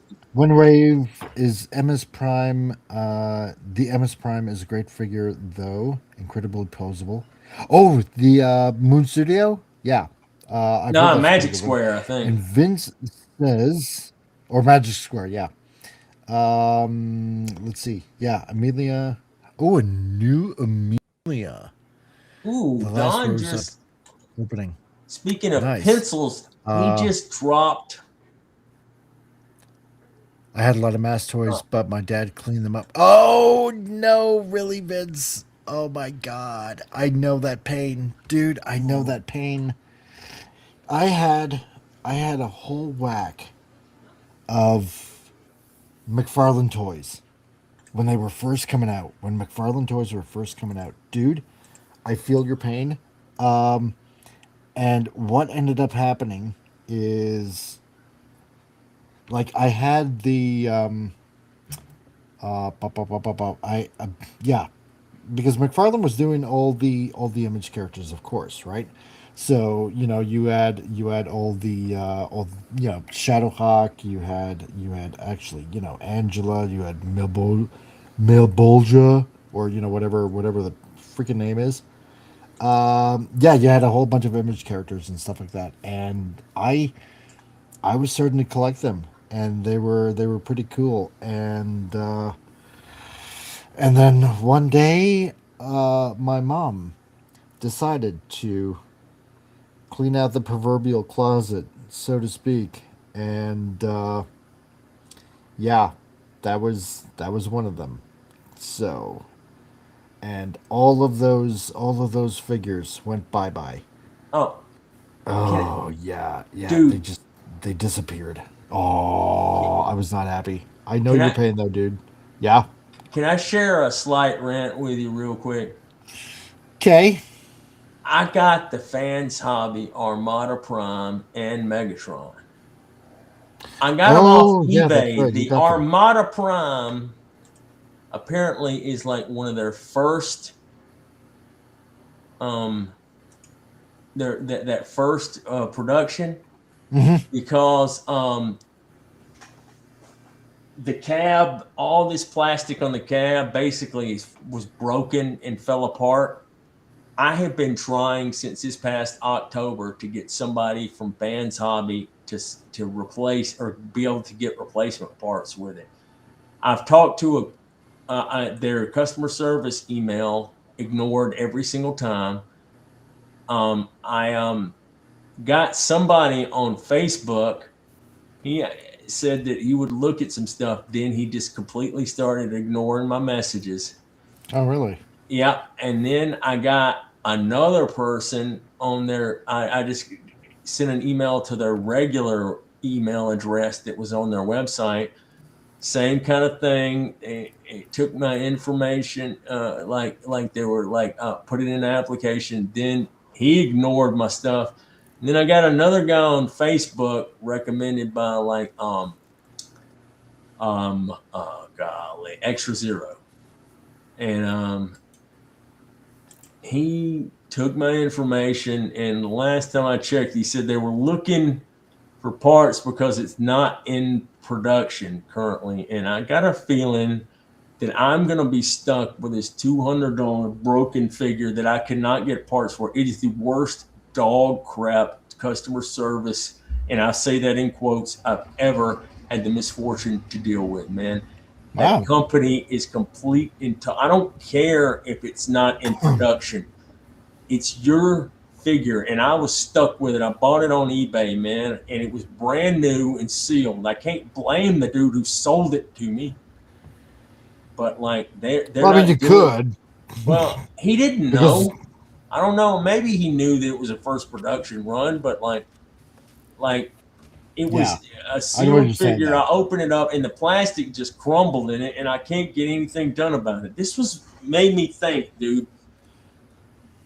Would Keith ever consider any Masterpiece Armada figures, man? Like make them show accurate, because like Well, I love Armada. Absolutely. yeah, You know me, I love Armada, man. And I just we're talking about doing other series. So I think I've Armada, because Fans Hobby stuff isn't that tune accurate anyway, but it's the only stuff out there. yeah. And to be honest, F them for this, and I'm gonna be stuck because I just want the thing fixed. I told them, I've been telling the last couple people that actually returned my message. I'll pay for it. I don't care. I just want the parts, man. No, Without having exactly. to buy a whole nother figure, because I'm stuck with this thing, and it's like the cab is broke off. The Oops. fists for the super robot mode are broke. The plastic is just, it's crumbly trash. One of the shoulder joints is messed up. I think the actual red plastic is like, it looks like it's faded because it's such poor quality, man. And I can't get anything done about it, dude. And I'm just like, Yeah. I don't know. That's what I was thinking. If he would consider doing like a show accurate Armada Prime, I know some of the show stuff was a little. Some of the stuff, the animation, the quality of the animation varied wildly at times. But like, if you could do something like the freaking the official Hasbro and Takara, the core Prime robot is pretty show accurate. The super mode is not so much, but in this fan zombie thing, the super mode is kind of show. It's it's a little stylized like we were talking about, but like I would love, dude. Telling you, I would be all over a Masterpiece Armada. I love Armada. That got me back into Transformers when I saw that dang commercial that Peter Cullen narrated. And the whole concept. What I will do is this. First of all, hey, Theta Zord, how's it going, man? Oh, Theta Zord's up in here, man. Dude, I love Theta Zord, man. That's my boy. How's it going, man? Yeah.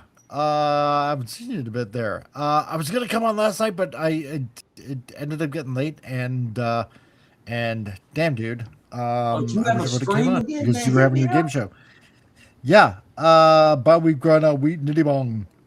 Yes. We all know what that means. We've got a wheat nitty bomb. Let's see.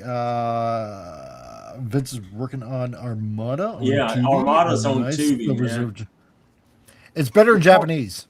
It is better in Japanese. Okay. It wasn't as rushed. It's a little rushed, and there's a lot of errors in the in the dub and the story and stuff like that. What I'm going to say is this. Okay. Keith and I, for the past year, I have been talking with Keith about expanding on his figures, right? And looking into doing basically more than just G1. I tell you another one that would be fantastic. There are no figures for it. Good ones. It's Prime. And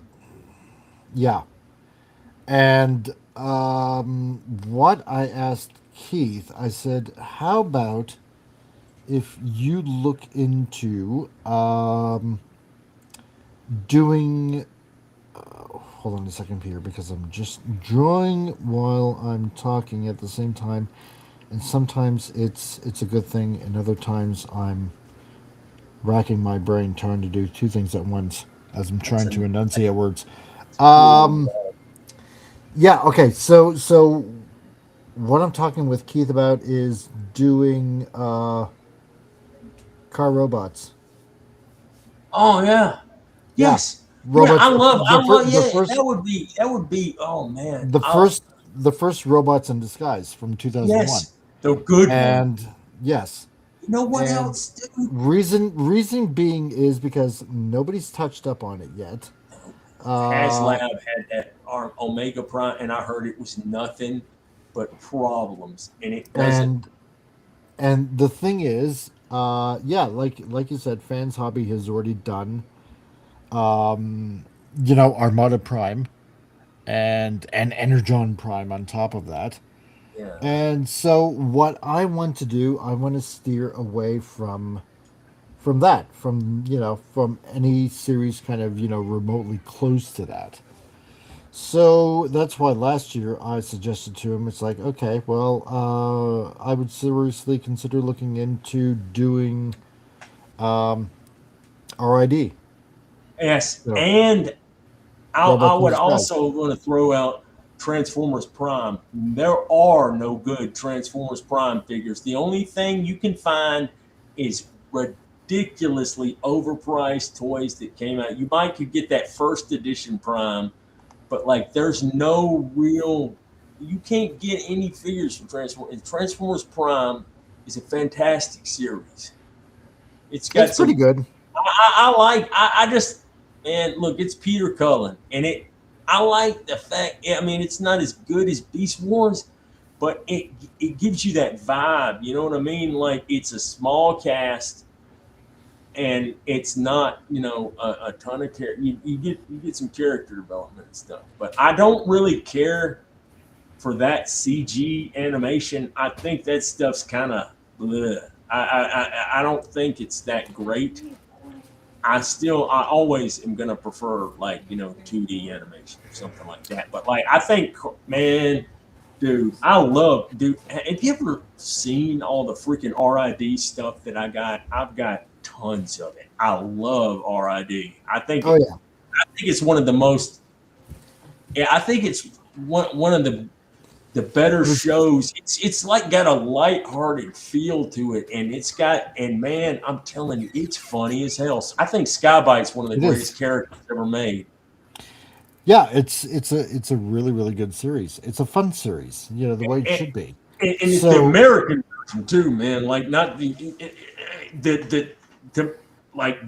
think the American Skybite's American dub is, I know that dude made up some of that stuff in the booth, or they made up some of the stuff that he was doing. But, like, when he's flying around singing, oh my God, that's the funniest thing.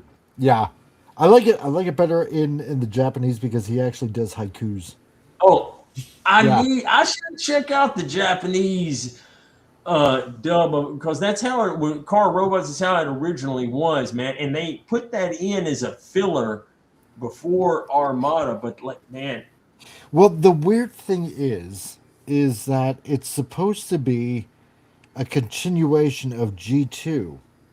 Yeah, I in the Japanese continuity, which is really weird, because I don't know, the Japanese just like to connect everything with everything else, right? And I get it, but yeah, it's supposed to be a continuation. It's supposed to be the convoy. It's supposed to be a continuation of G2, and so it's a thing.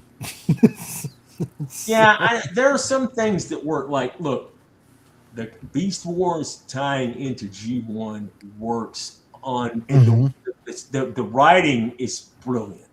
I love, like, like I said, I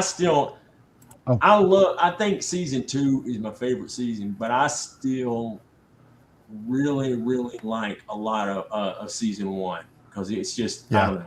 There's so much. There's some stuff that's not all that great. There's other stuff, and you just the voice acting. David Cage Megatron is like the greatest character ever. It is pretty good. Theta here says, I have someone willing to sell a Fans Toy Sever X. Ooh, for $400. It's worth double that, but I have to drive to Austin 80 miles away. I'd have to borrow a car. What is Sever? I'm really considering doing that. Oh, Fans Toy Sever. That's is I believe that's Slag.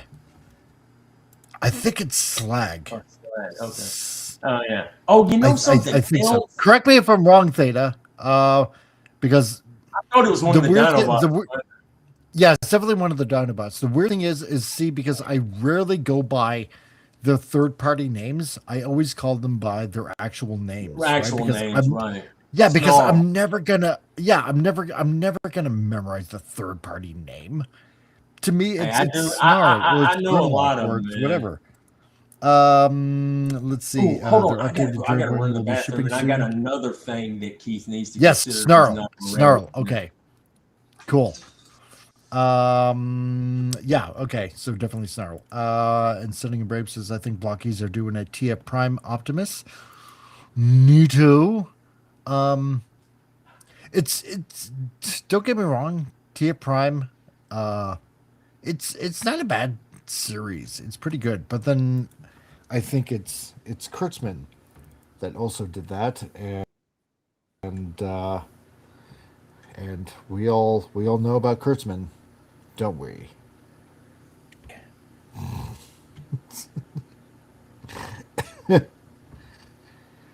We all know. where that rainbow goes. Kurtzman track. Okay. And while Diesel is on a lunch break, a Ponte break, that gives me time to talk a little bit as well. So, finishing up this pew pew, and gonna do a little bit of kind of a little bit of a shortcut along the way. And there, if I can do little shortcuts here and there, speeds up productivity. Plus, on top of that, I'm still kind of getting used to drawing pew-pews. Because if you say the actual word on YouTube, you can get in trouble.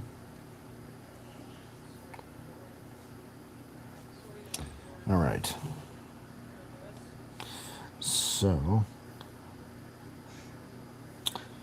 So far, so good. And anyway, yeah. So yesterday, I kind of posted the stream long, here and there and everywhere, and I kind of started spreading the character around, especially among the Alberta independent movement. Because, like I said, it would be fun and exciting for this to become essentially a new thing coming out in a new independent Alberta. So I think it's got a little bit of traction so far among the independent groups. So Snarl, okay, yeah, Skybound is still running strong with Kurtzman, surprisingly. Yeah, it is. Thundercracker just turned Autobot. It's pretty awesome, which is cool. It goes along kind of like with the original bio, which is nice. And let's see, Luke. Who else has been snowed in all week? Not me, even though I live in Canada. Last week was pretty warm, and I think a little bit of the week before that. So we had all our snow melt, and then it got, oh no, wait, sorry. Because I'm thinking it's Sunday today. So last week it started getting cold. The week before that, the 2 weeks before that, it got really nice and warm, and practically all the snow in Alberta melted. So now it got cold. It snowed a little bit here and there for a couple of days. And now it's going to get warm again, and the snow's probably going to melt. So, you guys and everybody east of us in Canada or the United States is going to get snow. So, instead of Brave Megatron knows exactly what I'm talking about. And he says, I really did Transformers Prime, but I would have swapped Smokescreen for Hot Rod in that show. I just think the character fits that story who gave Smoke much better. Yeah, you know what? I agree with you. I got to agree with you on that. Because, I mean, Alphatron mentored both Optimus and Hot Rod, which would have given those two characters a more unique connection. You know what? I agree with you. Yeah, that makes sense. So, yeah. No, it's not a bad series. Kind of what came after that, which still kind of connects Transformers Prime. You know, the what was it, Cyberverse or whatever the heck it was. I just felt like after Prime it really went downhill from there. That's just my opinion. It doesn't mean anything. So if I am wrong, I am wrong. but I don't think I'm wrong. And right now, I am trying to find. There you are. Yes.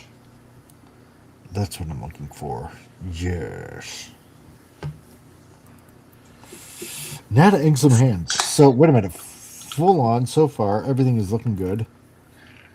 We got that. I think I'm going to improve on that. And you know what? Sometimes why I don't finish these up is because I always think there's room for improvement. So there's that. We got this and this. I turned off something. So Wait, Vince, you're talking about damn me. There we go. Vince, you're talking about Cybertron. So that is looking good. Yes, it is. I love how the little lines show movement. That's cool. Oh, yeah. Oh, by the way, let me tell you something that Keith needs to jump on ASAP. Shockwave. There is no good Shockwave. Fans Toy Shockwave is garbage. That thing looks awful. I've always thought it looked awful. And that was like, one of their first figures, but and the Masterpiece Shockwave is way too small. It's way too small. It's like a couple of, and it's the wrong color. I mean, they had the alternate color version, but it's still too small. He's shorter than Starscream. Shockwave should be Megatron's height, man. Shockwave. No, actually, he's a little shorter. I look at the comic, man. I got the proof. Hey, Marvel comic, they're the same. I like Marvel. My Shockwave. I like Marvel Shockwave because he was just man. He was brutal there for a while. One of the first issue, man, it was 5, and when he has Megatron strung up, and man, and he just pushes his buttons and on. Although the art for 5 and 6 is a little. Although I thought whoever did the art for issue 7 and 8, that was really good art as well with the Dinobots. I thought that was good too. But when Shockwave and Megatron go fighting and he just humiliates it, man, I love it. Theta says, when do you think Keith is going to do a reissue of Long Haul? Okay. I did bring this up. Okay, with Keith. Because that was a while back, right? That Long Haul was released. I believe last month. And he is planning on doing a re-release. Okay? A reissue of Long Haul. So, I will try to find out. I will try to find out when he's planning on doing this. And if there's anything else that he might include, I don't think there's anything else that he's going to include, but I will find out. But he does want to do another reissue. Has he thought about Shockwave? Has that ever came up? No, actually, I don't think it Shockwave is one. That's one. I see. There was a couple of these, and I'll get back to you on some things. There's a few things. It's because dude, I am slightly brain damaged, but and my brain is so full. Although I'm so thrilled that the stroke that I had, I thought it had messed my brain up. Like for the last couple of jobs I tried to get was didn't work out too well, and I thought there might be something wrong with my brain. But after a week of the computer stuff, it's man, my smartiness came back. It was all I needed was something that I knew about and was good at. So. But I know there's a couple of others, but Shockwave would be a good one, man. I'll talk to him about it. Because if anything, I know that he loves adding electronics. Oh, dude, if he could put something and make it do the sounds like the OG toy. Oh, man. You know what? I'll have to find an actual OG toy. I had one, man. I never had the original Shockwave, and sold mine. it'd be it'd be really cool to have one. My daughter, our youngest daughter, she is actually a huge. She loves Shockwave. Yes, Shockwave is You know, great. besides Bumblebee, she likes Shockwave, and just because I mean, come on, it's a space gun, Yeah, the basically. You original know, toy was cool, and the cover for issue 5 is drawn like the toy. You can look at the head yeah, and tell that it's drawn like the toy because the toy head was different than the cartoon head and some of the comic head because the toy head, the bottom part, it wasn't a perfect 1, 2, 3, 4, 5. It wasn't a perfect. His head's like a hexagon, but yeah. in the bottom in the toy there was that bottom line for the hexagon that was not there. But that toy I had to see. Every now and then I regret selling my stuff. But let me tell you something. I got the most money, and the fact that all of these toys I had for the most part since I was a kid. But when I sold them, I got the most money possible for that. It was before a lot of the reissues came out, and the reason I sold them was because the masterpiece after masterpiece figures, I just don't have any interest in the original G1 toys anymore, man. I wound up in around the time of when everybody started getting back into Transformers in 2002, 2004. I wound up getting a lot of the G1 figures that had been stolen from me or that I didn't have. I wound up getting all the Combaticons again, getting the Aerobots. That G1, the original G1 Superion, that thing is a piece of crap. And it was out of all of the combiners, that was the jankiest thing out of all of them. And the most jankiest one ever was, did you ever get the Easter basket that had the Aerobots in it? Did you ever pick one up just to get some of those knockoff Aerobots? No. Oh my goodness, those things were, I mean, they were good. I think I had some at one point, and I think I just threw them away. They weren't even worth it for parts. But I wound up getting a whole bunch of stuff. But man, I showed Cole. See, Cole, I had all of this OG. I kind of wish I'd have kept my Prime and Megatron just because I wanted to get Peter Cullen to maybe sign or something like that. But Oh yeah, no, of course. I've got, I don't know, I have like the masterpiece stuff holds so much more for me because it's what I wanted as a kid. Like there would be something, the G1 toys were like, a lot of people said, they were kind of bricks. You had your exceptions when you had Jetfire and Shockwave. The Shockwave toy, though, I'll tell you something about the Shockwave toy. Unless I wound up getting parts. I wound up getting like a Shockwave and stripping the knee joints to put in my Shockwave because my Shockwave was kind of messed up. And then one of his elbow joints was broke. But he wouldn't stand because his legs were so thin unless that stuff was brand new, which I got a Shockwave that was like pretty much brand new. And I pulled some parts out and slapped it in the knees for my Shockwave, which made mine like brand new. But it was still, even with that, man, it was very top heavy because you had that backpack that had the electronics in it and everything like that. It looked cool and all, and I mean it had knees and you could move the legs, but it was very, very top heavy, man, because it would like if it wasn't brand new, and I wouldn't stand him up for long because I didn't want it to wear out the joints. It would the legs would collapse if you tried to stand him up. Mm-hmm. Like there was a couple of the G1 figures that had some art. I'll tell you the one that was one of the ones that was the most surprising was Scattershot, the Technobot leader. He had knees and legs that moved. Yeah, toy was, I had him.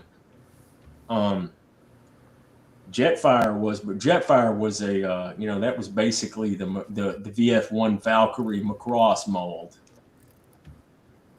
That was one that I always wanted as a kid, Really? but I never could get it. I had Jet. Mine was, dude. Mine. I got a few $100. Mine had no yellowing whatsoever, and I kept, dude. Like, I tell you how obsessive I was. I kept the boxes. I kept the used sticker sheets. I kept everything. Well, like yeah, I of would. course you do that. I did that because like, and I was like, I took care of the stuff. I was so grateful to have the stuff. I took care of it in the boxes.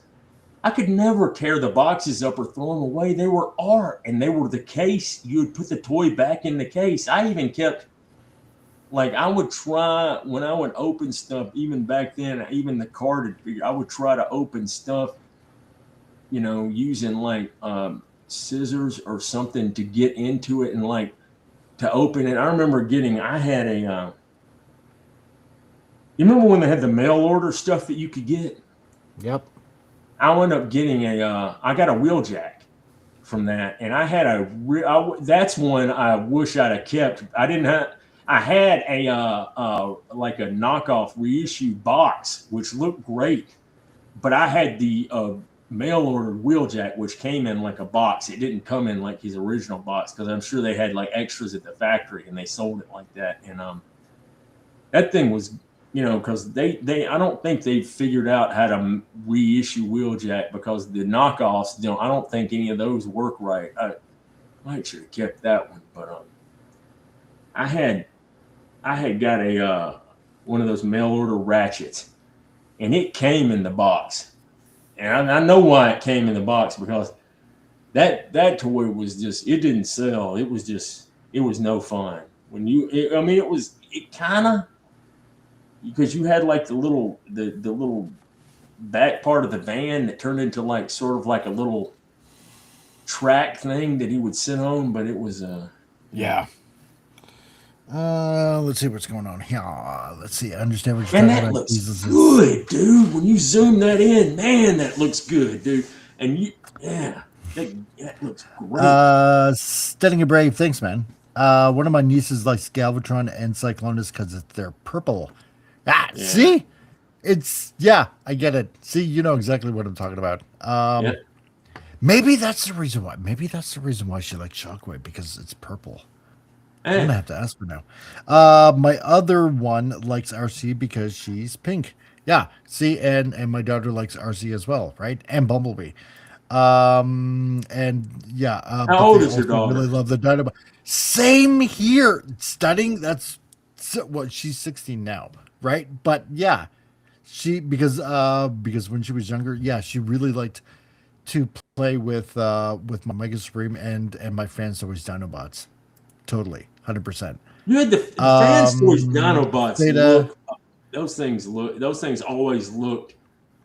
They weren't like, they looked like sort of like the toy, like the tune, but they looked amazing. They had the detail on them. They were the ones that, like, I don't want them show accurate because the Dinobots in the show, the dinosaur mode was just blocky and boring. Those Fans Toys bots looks fantastic. They look Vincent, yes, there is an official reason, because Soundwave was actually supposed to be the original leader of the Decepticons, and that's why the Decepticon logo looks like Soundwave.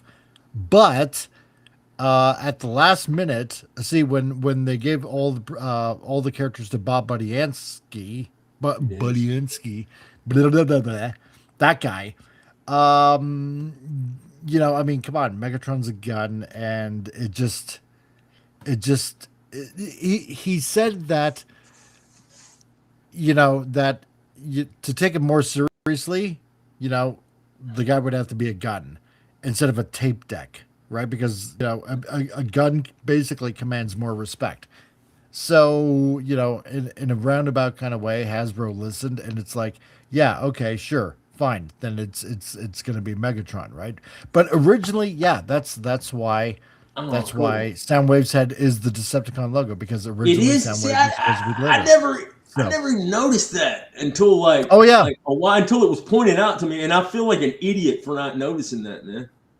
Yep, you take a look. Yeah. And how about the Autobot and Decepticon clones? Has Keith talked about? Yes. Oh, that's another good one he could do, man. And oh yeah, We're you doing also the told me. clones. Oh, dude, you told me the ones. I forgot about the ones.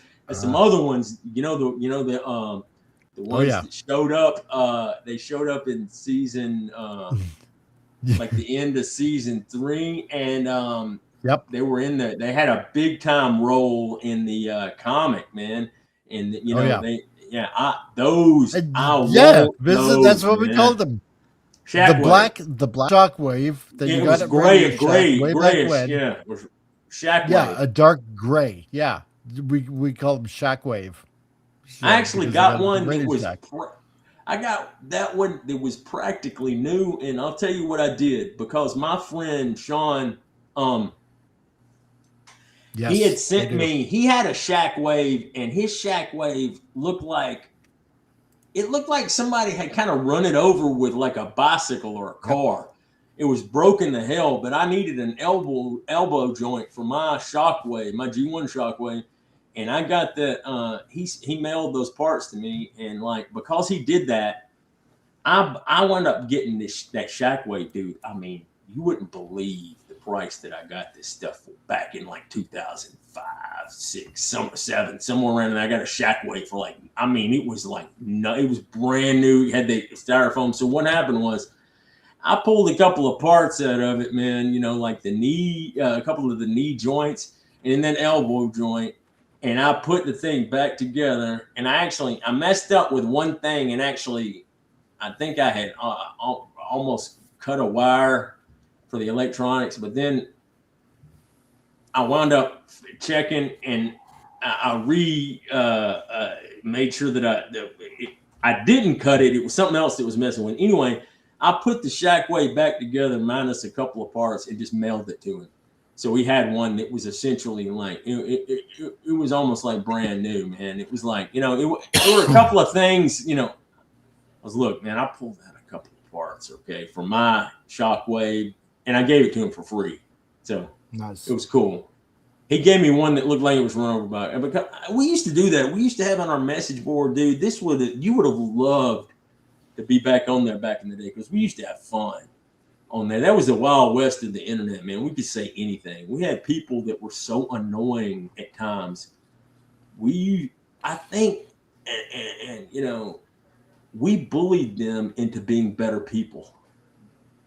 Like they were so like, I mean, no, they were, dude, they were so bad and obnoxious and awful that it was like, dude, it was like, I don't know how what happened with these kids nowadays. It's like no one ever, these were people that would have gotten the hell beat out of them back then. You know what I mean? And what we did was like, when they act like that, we would just go off. I mean, it was just, there wasn't no, that's why all this stuff when people are, you can't say this, you can't say this. I mean, man, we said whatever.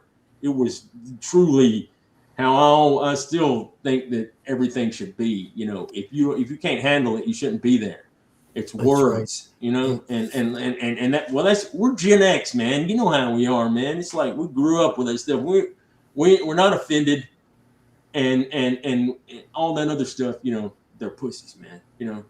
But we would we had a little group. It was a spam subgroup in the forum. It was called INH, insert name here. And I don't know if you know, Extra Zero used to do, like, I don't know if you know him, but he used to do a stream with this dude, T-Man 978. And it was figure action. And another dude, Dave, Starscreamer.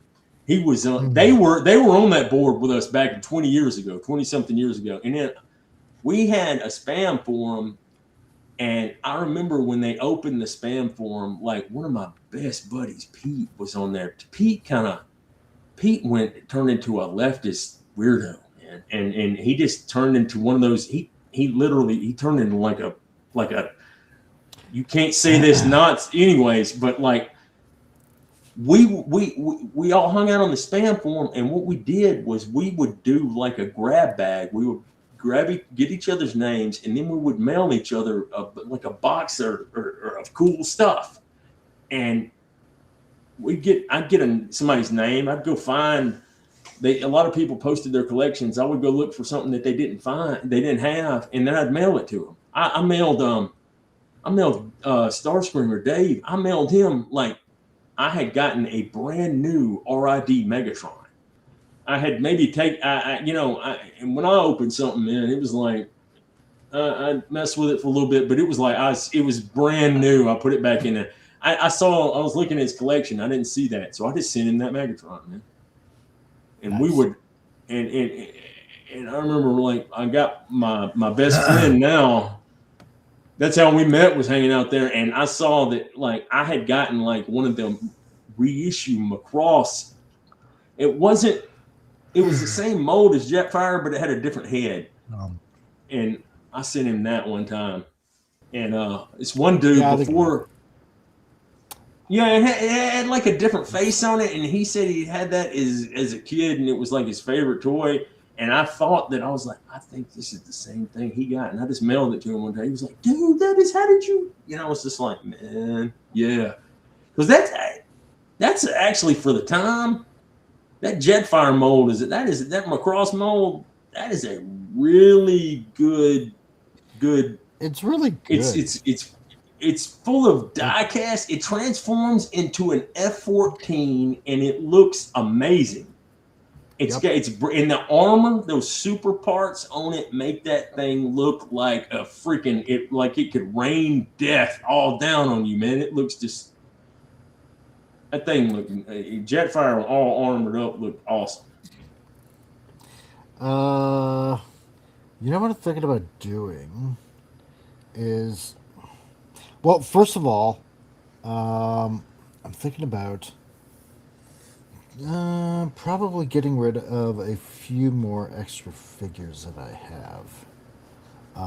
Let me know what they are, man. I might be able to pick one up if I'll let you know right now. Okay. Yeah, one of them is Trax, and then my X Transbot Skids. Wait, is it the Star Toys Trax? No, it's the official Takara Tommy one. Oh, I had that one. Nah, man, I could never get nobody likes that one because I could not. It would never transform right, man. It's like, are you kidding? It's not that hard. No, it's but it would never lock. Easy. It wouldn't. That stuff behind his head never locked into place. Mine does. Me insane. Mine does. Mine. Nah, man, that thing. Yeah. I had it. It never did right. It never did right. I couldn't. It wasn't quite as bad. Did you ever have Fans Hobbies Power Baser? Which one was that? The Power Master Optimus Prime. Fans Hobby. Yes. Perfect. I love that figure. I could not. That thing never locked into place right. It drove me insane. I could not. Yes, I could not. That cab did not lock into the trailer for the super mode right. It drove me nuts. Really? It did with me. Oh no, man, that thing. No, it would move around. See, that's the same. You didn't notice, man. I'm a little crazy. If you take your time, I did dude. I spent months make it happen. Poring over that, and I couldn't. And then if I breathed on it, I thought I'd get it right, and if I breathed on it wrong, it moved. I had that, and I had the bomber parts and all that stuff to where it made it a giant. It jacked it up and made it up. And I was like, well, of course you're gonna have that, because I got anyway. That's why I want that MPG. Because the Power Master Primes, the Japanese version is one of my favorite toys ever. Yes. Even I'll never sell that one. I got that Japanese reissue from a place. So Grapple is the other one. Man, is it the official one? Yeah, the official one. That one I might be interested in because I've got a knockoff of the official Inferno, and I couldn't tell it was a knockoff. That thing is fantastic, man. And that's an awesome one. And Grapple would be. Let's see, Outback, Bad Cube's Outback. I like that one. He's really neat figure. And what was the other one? If you had Fans Toys Pipes, I would be all over that thing. That thing. It looks pretty good. The look And of the arms is the- like straight and- out of Five Faces of Darkness. It looks so good. And Swerve. I got Swerve also that I'm looking on. What company? Bad Cube. Oh, Yeah, they're really good. They're really neat figures. They're fun. I picked up the So Mastermind Creations Cosmos a while back. I thought that it looked really, really good, but it was I got it for really cheap, but it was like it's a little bit the robot mode, it's a little bit odd feeling, and some of the, like I said, some of the parts don't exactly lock into place that well, but it's cool because it's got a lot of die cast in it, and it has like, it's got a little tiny blaster and Bumblebee in it. Oh, does it? Yeah, it does, man. It's got a little glass. You can put a cover on it, like in the spaceship mode, and you can put a cover on it, but you take it off, and it's got like a little windshield on it where you can see Blaster and Bumblebee in there. Oh, nice. I think Blaster is in the front, and Bumblebee is in the back. Like Blaster is in his tape deck mode, and Bumblebee is like in tiny robot mode. It looks neat, man. I'll have to show you. I'll tell you what. I may have cool. a pick or two of it, man. It's. I think it looks. I thought I had one. Maybe I had it on something else. I was sure I put that pick up because Theta Zord was talking about. He had it too, man. Theta's cool. He loves custom painting his stuff. That whereas me, I'm like, you couldn't put a gun to my head and make me paint my. I'm just like, I am not gonna ruin my figures with my bad painting. No. I'm not, man. As far as I just know that I'll mess something up. Yeah, I've never tried custom painting my stuff. So. Some people are good at it, man. I had a dude. You remember you don't really like the movie stuff. They had that Revenge of the Fallen Optimus Prime from the movie, and it was like, it looked like it was like almost like a masterpiece figure because it looked so. Yeah. I had it, but the colors were off. I sent it to a dude, and he painted the entire thing. He even painted the eyeballs. I don't know how, because that thing has tons of detail in it. But was his name Sean from Texas? It may. Because I know the guy. Did he have like good. real messed up health problems? I think he had like. I'm not sure. So. This was Wonder I've asked. Yeah, sorry. I'm gonna pay attention to the chat too. What condition is Takara Tommy Grapple in?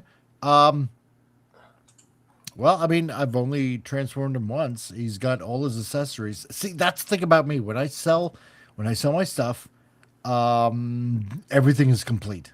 Everything is 100% complete. So, no, he's in great shape. Nothing broken on him. It's when I ever gotten my figures, it was to basically display only. That's it, right?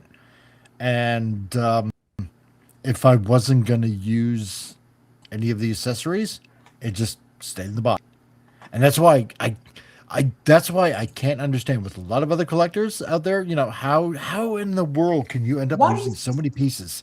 I really couldn't understand it. Why would you throw the box away on a Fans Toys figure? Are you retarded?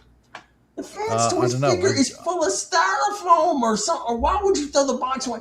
And I tell you what, though, X-Transbots boxes. Yeah, where the boxes. The X-Transbots boxes are a masterpiece of art, and they're also the quality of the box is like, it's so thick. The cardboard, that's the highest quality cardboard I've ever seen. Oh, check this out. Let me show you this. That's that Prime. Check this out. And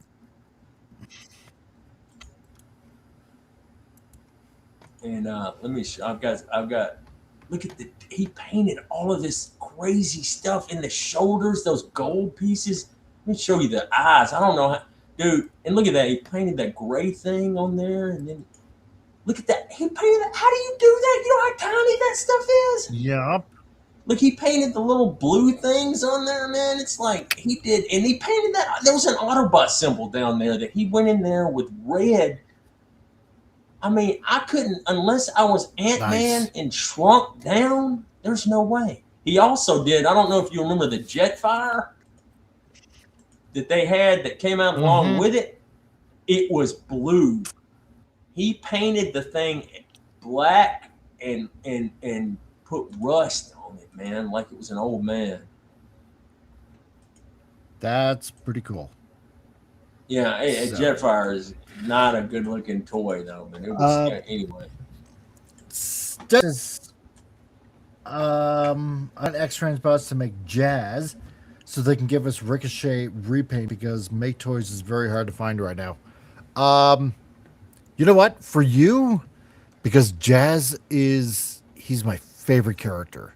He is my Jazz favorite. was the first Autobot Autobot car I ever Obviously, got, as you man. can probably tell.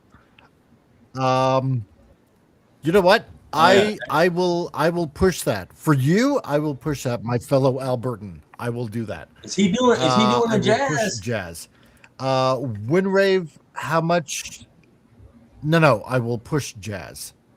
Oh, okay. So he's not planning on a Jazz right now, but for Stunning a Brave Megatron, I will push Jazz now because he is also my favorite Autobot. So Windrave, how much would you be selling him for? You know what? Let's see. Understand, because I'm in Canada and I have to ship it from Canada. I will do $100 shipped. $100 US shipped. That's with tracking and everything. So, if that sounds reasonable. So, yeah, I'll do that.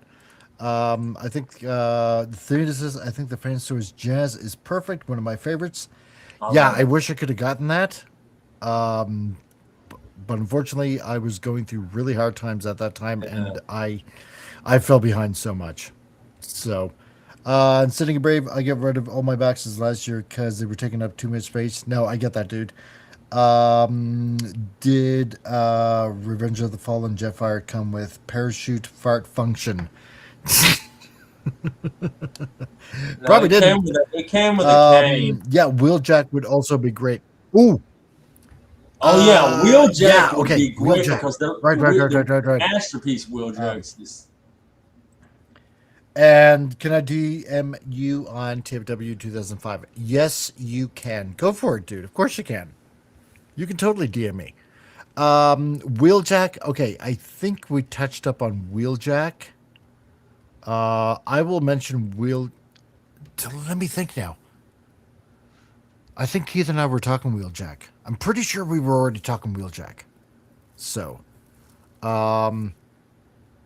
yes, I think Wheeljack is, yeah. I think we're gonna, yeah. Woodrave, yeah, needs an update because I know Keith likes his sports cars. So I'm pretty sure That Lancia Stratos is a gorgeous car. God, Wheeljack, that thing is. It's also, dude. You know that thing is. We'll do it. You know how the seats are inside that Stratos, man. It's crazy, and the way that that thing sits, man. It is. But that is. Oh God, I've got a picture. Let me show you this picture I got. Oh man. Well, I could. Okay. Let's see here. There we go. Check this out. Now we get to the huge circle part. Wait a minute. I might have to look better that way. No. Okay.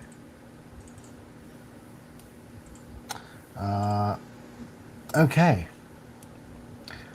And because my frame is right there, okay, so I'm going to have to do this.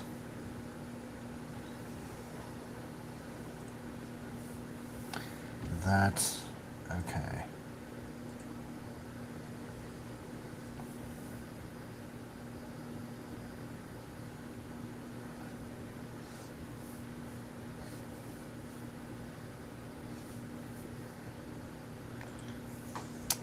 By Jove, I do think I'm getting better at this. Oh, you know what? Colehouse is probably gone. He's probably doing a stream as we speak right now. I am gonna have to go to my how long you gonna be streaming for a while longer? I may have to go to my. I believe so.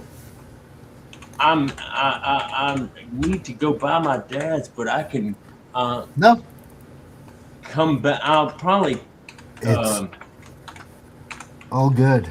yeah, but I was gonna say I could probably come back, man, and by Yep. the time I come back, if you're still, because I noticed last week you were streaming for a while, but I am a trooper that way. yes, you are, man. Legs and stuff, man. Oh, speaking of Wheeljack, check this out real when you get a chance, real quick, man. This is one of the most gorgeous automobiles I have that you've ever seen, man. Oh yeah, it is. It is. It is the Lancia Strat, and it's Oops. those things are. They look. Oh, they're gorgeous. It's like sort of like a Lamborghini, but they're small, man. It's like two people, like two little Japanese people, are like squeezed. I saw them like or Chinese, Asian dudes were like. They were like crammed, wedged into one of those cars, man. It was just like, and I mean, I think its seats were. Some of them had like staggered seats, like one in the front and then one in behind it or something like that, man, because they're small rally cars. Yeah. No, I think that car right there, the Wheeljack car, is in a museum in Japan. More than likely, it wouldn't surprise me. I think the Jazz Porsche is too. That Jazz is the 911 Turbo is one of the best looking cars ever, sports cars ever made, or supercars. And Jazz is like the precursor to that, but it has all those, with the rear fenders, how the flare for those super wide tires on it, man. It gave it, it made it even better looking, man. The thing was like, wow. Yeah. Sitting Brave, how would be cool too. Don't really like the MP as much. I don't mind the Masterpiece version. The face would have been better, I think. Wheeljack? But no, Hound.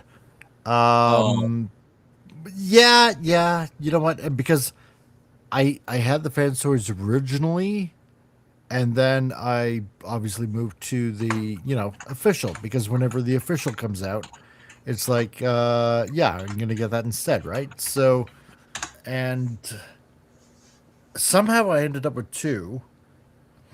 My original one didn't break. I don't think. It was pretty good. And then somehow, I don't know, somehow it ended up, somehow busted. I can't quite remember how. And then I ended up with another copy, with another one. Oh no, I won it off of a Facebook site. That's the way. That's how that should go.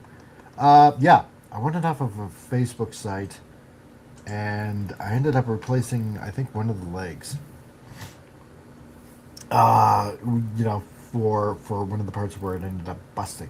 So, I'm fixing it up that way. And then a buddy of mine in the Facebook group, Transformer Masterpiece Addicts, he had a buddy of mine that needed some accessories. So I ended up I don't know, sending a bunch of accessories to his friend there, and I've had a few masterpiece hounds. So I don't mind it if you take care of it, and you don't do that fatalistic thing in the back of his leg, then you should be fine. But then again, but the plastic is just garbage. I wonder how that the It's Willis garbage. Dan's Toys Willis is. It always looked like it was okay. It was pretty good. It was pretty solid. I had no problems with it whatsoever. So, yeah, it was a really good figure. Really good figure. It's weird how they came up with some of those early figures just at random. It was almost like somebody had a roulette wheel with Transformers on it, and they just rolled a ball out there and landed on them. Yeah, pretty much. That's what I think. Although I'm telling you, man, you ought to run Shockwave by him. Like I know you said you're going to tell. I'm not saying. I repeat myself all the time because I'm like, oh, I am kind of brain damaged. No, I'll pitch it to him. So, okay. So now we're gonna. Wait, I'm going to run to my dad's, and I'll roll back by, man. When I get back, I'll see if you're still streaming. It probably won't take me too long. Yeah, no problem. All good. All right, dude. All right. I'll holler at you later, man. See yas. Have fun on your journey. Yes, sir. Do. All right. And that is the Diesel. Let's see. Hound's head loading is a distraction. Massive ball drop by Takara Tommy for the plastic. Yes. 100%. That plastic is so freaking flimsy. Plus, on top of that, they should never have brought it to a third party manufacturer, because that's also what I heard as well. So, I heard Make Toys did a decent Hound. Yeah, I heard that too. So, Diesel got about 3-hour time. Yes, he did. Yes, he did. God bless him, boy. He's got a lot to talk about. I tell you what. He's super excited to be on. No, I like Diesel. Okay, wait a minute. What was I drawing? See? There we go. Okay. Belt buckle. And I want to do that. I want to kind of like do that. I want to make this a little bit thicker on that side. And that. So, yeah. So, Al is, you know what? I should have actually originally kind of explained what was going on and why Al is not on today. So, because obviously, Al he's my yin to my yang. Al's a little bit under the weather, so that's why he is not with us today. So he's got a bit of a touch of the flu, as it were. So if you guys can keep him in your, as they say, thoughts and prayers and all that stuff, I'm sure he'd really appreciate it. So, yeah, no, he's just a little under the weather. So he's taking the day off, as it were. So that is what is going on with him today. Now, I want to be able to draw this correctly here, because the action is she's, sliding this way, she's sliding this way and going that way. So there needs to be a little bit of an indicator of speed or force. So what I got to do is I got to make sure that, first of all, I need to draw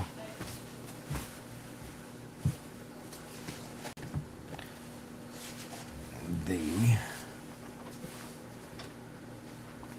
holster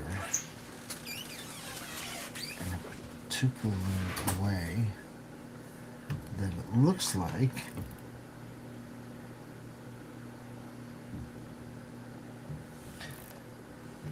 it's being pushed.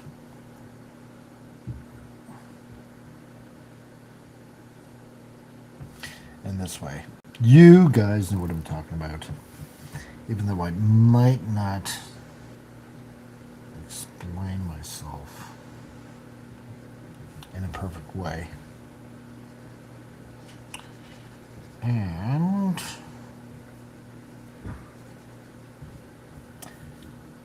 gonna fix that. Anyway, yeah. So Al is a little bit under the weather. He's got a little bit of a flu kind of cold thing going on. So today he's feeling a little schlumpy. So, obviously hoping that he gets better. And I know he'll get better too. So I don't have to worry so much about Al. He'll get better. He'll feel better. He'll drink some tea. He'll I was gonna say he'll listen to Oasis, but I don't want to tease him when he's not here. And yeah, that's right. Oh yes, I'll send him thoughts and prayers. Oh my god. Okay. I thought she was just lazy and lying down on the job. Well, yeah, it kind of makes him look like that. So, that's right. They're huge circles. I know what you're looking at. Let's see, to walk down to his dad and still catch the stream. Yeah, well, there you go. CRC, been missing with Midas, that came in the other day, and he is the best of the three and great figure in general. He's a winner. Nice. I didn't bother getting the Omnibots. I should have, but then again, they were never in the cartoon or in. You know what? They weren't even in the comic either. But no, I'm glad you like them. They are pretty neat. I will admit they do look like some nice, damn fine characters and figures. So, oh yeah, one of you guys. I forget exactly who it was. I know one of you guys asked. One of you guys asked about Insecticons, deluxe Insecticons. And I am happy to say that idea, I forget who it was. I know somebody here did, because they were asking about it. But whoever it was, just know that I asked or pitched it to Keith about deluxe Insecticons. So the earworm has been successfully infiltrated. And yes, just like that earworm in Star Trek in Wrath of Khan. Hopefully it burrows deep. So yeah. Because I mean, let's face it, if you guys are gonna get Omnibots,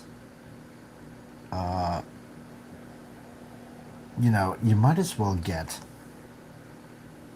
deluxe Insecticons. So, I mean, it's only fair, right? So, you know, trying to think what the other thing was. Oh, yes. Next, I will also pitch for you guys. Whirl and what was the other big bulky guy? He's, you know, usually part of the wreckers. The helicopter Whirl and the other big guy. He was like a Hummer Jeep type vehicle. I'm trying to remember what his name is, but right now the name escapes me. X-Transpot's FIO overdrive was a bit frustrating because the feet do not want to fold in their position. Okay. Well, that's a bit of a bummer. I know some of them are... Yeah, sorry. I know some of them are a bit frustrating when it comes to transforming. So, Stunning Brave. Yeah, okay, it was probably me. Think XTB is on the Weeboo. Yes. Roadbuster. That's who it is. Thank you. Roadbuster. That's who I mean. So, Whirl and Roadbuster, I will sink the earbud worm deep into his cranium, and yeah, and I'll make sure that that he hears about that. I will do that for you guys. So I don't know if any of you guys would like a masterpiece Roadbuster or Whirl. Probably, I'm guessing. Again, I wasn't really a big, you know, collector of those characters, but you know what? If you guys were, then all enough reason to, you know, to pitch it for you guys, right? So, and I mean, why not? Might as well. You know what? That reminds me. I think I asked Dawn what one of his favorite characters were, and I think he told me, but he doesn't really collect masterpiece figures, so it's kind of surprised me. You think he would?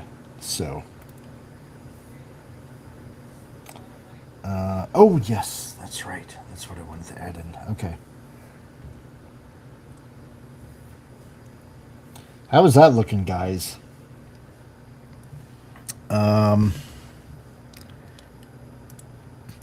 Buy a bombshell now and get a Cyclonus, maybe. I know what you did there. Yes. No, it's Thundercracker. Or whatever it was. Okay, so Sending a Brave says yes to all. Okay, super. Nice. McAdams 2, so I can make an oil house diorama for him and the wreckers. Oh, okay. Yeah. I know what you're talking about. The bar. Pitch the bar. Okay. Vince says, looks great. Thank you, Vince. Appreciate it.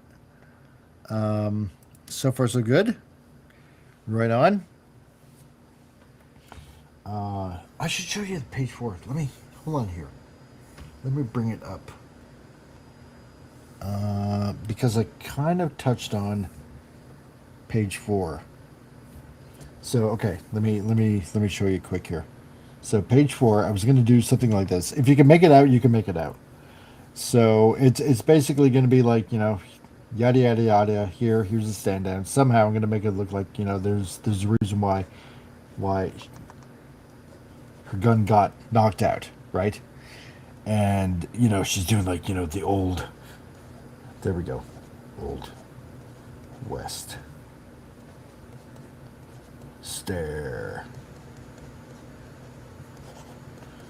So, you know, then of course you have the typical manga, you know, shuffling of the feet, whoosh, you know, and then you have the other El Chupacabra for the collector.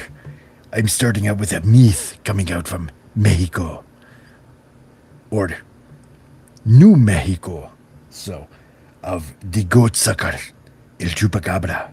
Anyway, so, then you got, because obviously you got one eye stare to another eye stare, right? And then, of course, instead of gunslinging, pew, pew, pew, because in this one, she lost her gun, she's got to try to make a run for it, which is like right here. So this is where you get the running here towards each other. And as El Chupacabra springs into action, going up, she will go low. And that's why I have, the action here, right? Of trying to grab for a gun, and then obviously it's gonna be the whole point and aim.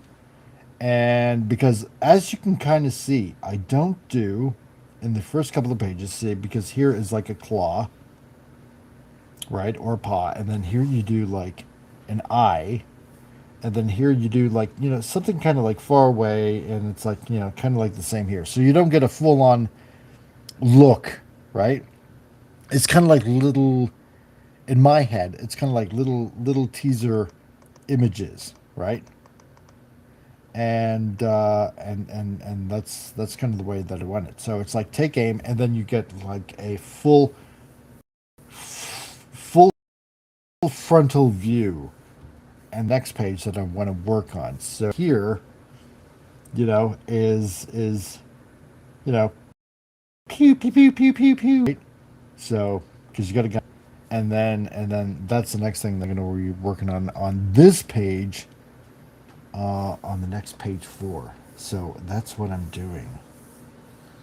So because if it don't say action, yes, Skywarp. That's you're right. It's one of the two, whatever. That's kind of what I'm working on right there. So the reason it says hold on, we're connecting to your channels. To activate chat, please enable channels here. Okay, weird. You should be enabled.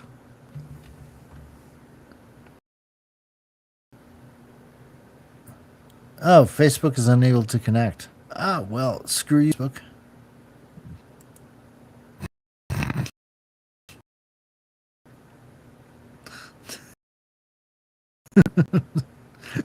Well, forget you, Facebook. I need you.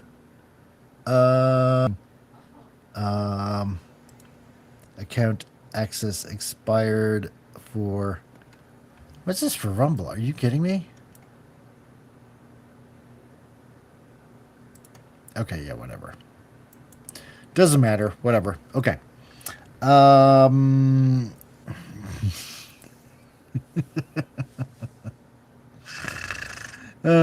man. You can really feel the gravity on those circles. Yes, you can. That is the point. I spent way too much time developing scenarios for the collection's future. I have too. I know exactly what you mean.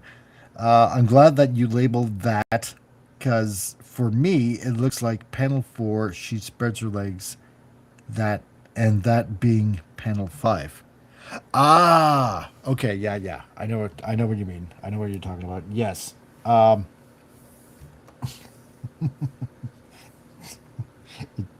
kind of does. But yeah, no. You can. It's like in Hollywood, when they say that sometimes I'm going to close that for now so I don't use up so much memory. How when they say that people that do what's the word I'm looking for? Their own storyboards, they can only understand their own doodles. So it's kind of like the same case here. So yeah, it's totally the same case here. I know what it is that I'm drawing, and only I will be able to understand what I'm drawing, unless I explain it out to you guys. So, but yeah, no. Hey, as long as you get that, as long as you understand, that is fine by me. Okay. So here, gonna have to put a boot. I'm gonna have to remember. Okay, so boot goes like so, and I'm just doing this roughly because obviously it will improve as I am going along. Let's make a little bit of stretch marks right here. So it looks more like pants.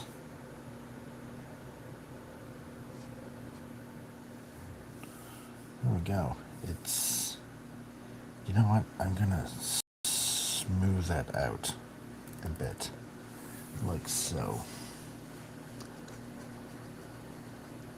And the reason is because I don't want to make it look like she received any kind of gender affirming care. So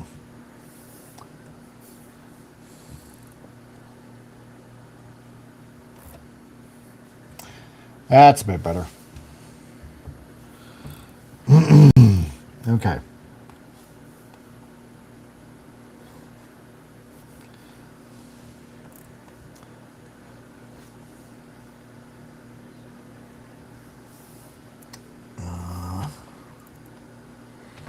Yeah.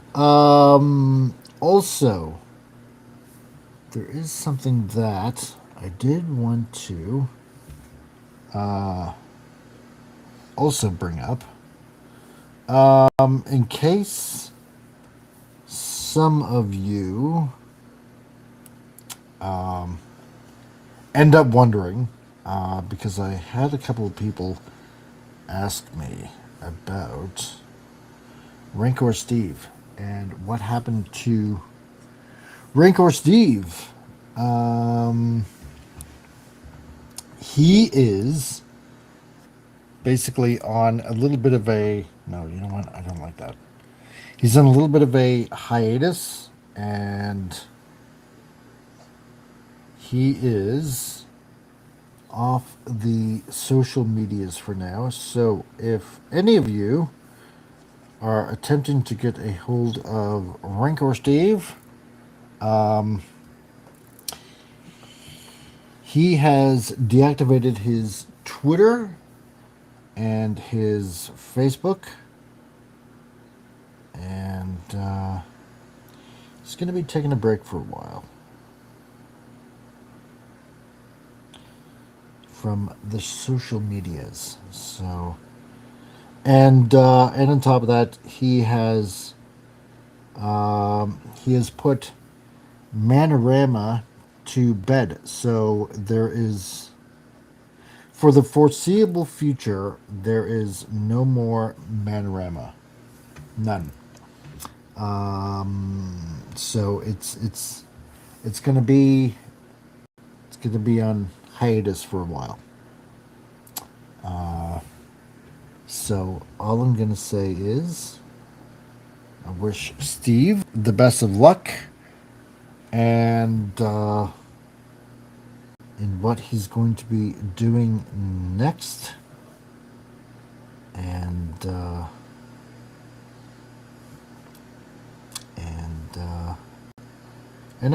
I really honestly hope everything works out for him. So he's also been very busy on with his new job as well. Laces go flying.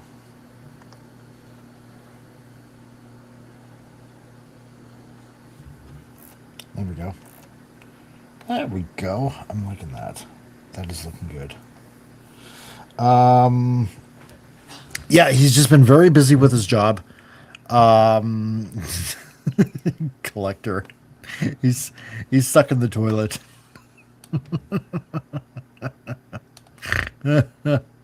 He might be. Yeah, hopefully nobody accidentally flushes. No, nobody's gonna accidentally flush. So let's see. Rumble sends messages only 4 hours later. Yeah, I know. I know. It's annoying with Rumble. Not gonna say it. Okay. Yeah, Rumble. Um. Yeah. No. He's he's going through a few things. Let's just put it that way, and it's personal. And I am, you know, I'm not going to mention what it is. So just know that's personal, and you need your prayers. And now who's going to teach me? Manorama values. Who's going to teach you? I'll teach you. Heaven forbid. So I will try my best. No, he wasn't. Well, anyway, he was. Yeah, no, he just wanted to take some time off, and you know, trying to do that with with Manorama, and a few other things. It's not turning out the way I wanted. No, just he's taking time off. Simple as that. So.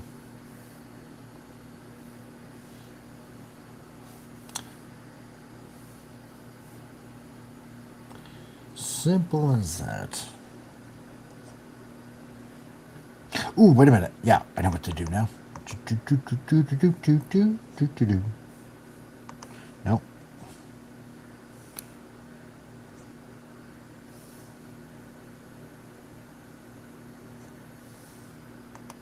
No, something. I'm missing something.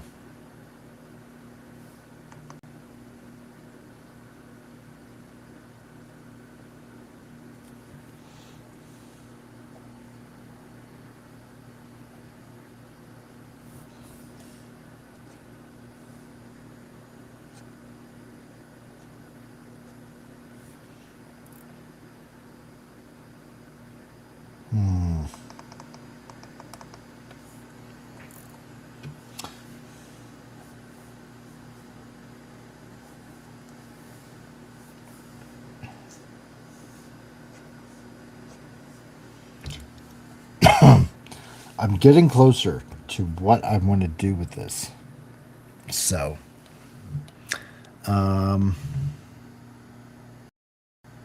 yeah, no, thanks, Collector. Yeah, no, just pray for him. It's as simple as that.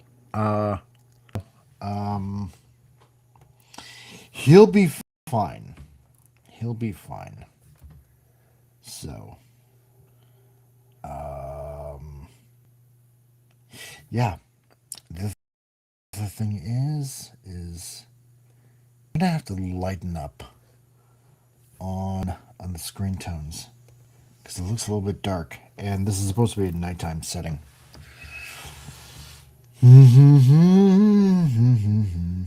Okay. Now this thing. These things.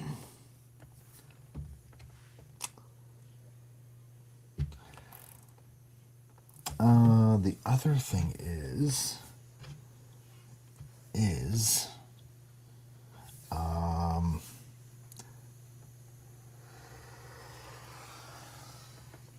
soon I'm going to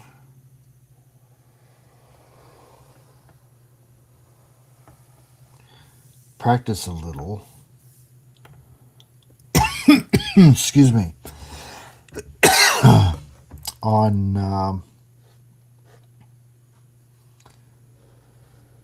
animation.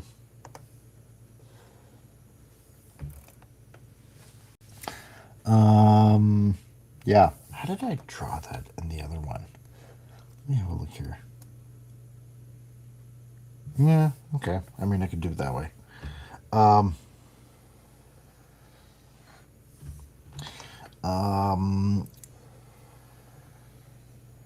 When I put this out, eventually, if you've ever perused through, the thing is totally an I, yes. It better be. It's odd when. Okay, well, first of all, I'm going to finish this. Okay, one thought and then the other.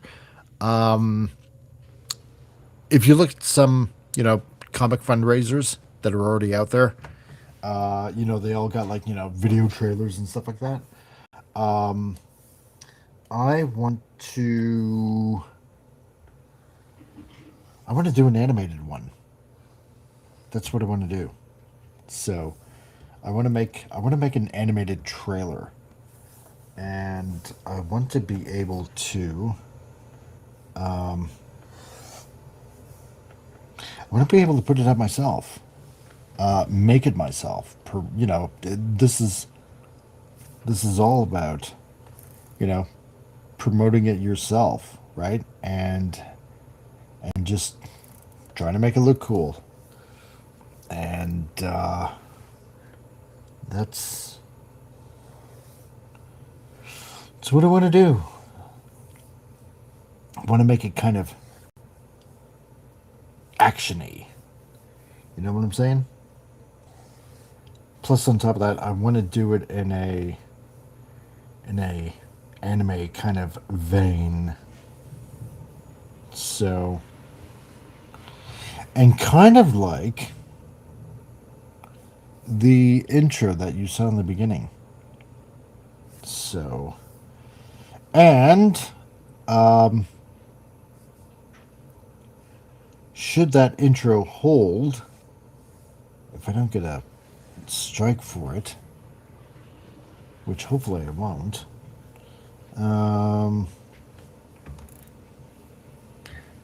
then it'll be a mainstay. That'll be the intro for the show, because I am doing this in a manga type of vein, and that's the plan. That is the plan for for how I want to do this book, how I want to do this manga, this comic. So, dang it. This program always...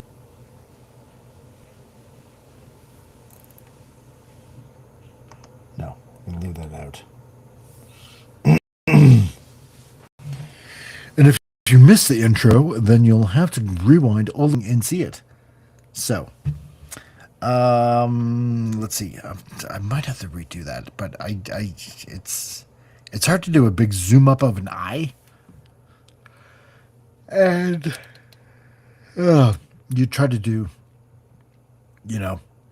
muscle and skin folds and stuff like that. So why did I add that? Yes, there makes me sound like Beast Wars Megatron. Yes. Let's see. Joe uses AI to animate his drawings. He might be using Grok, but I'm not sure. Oh, as in Joe's Atmosphere? Yeah. Because this is something that I want to check out.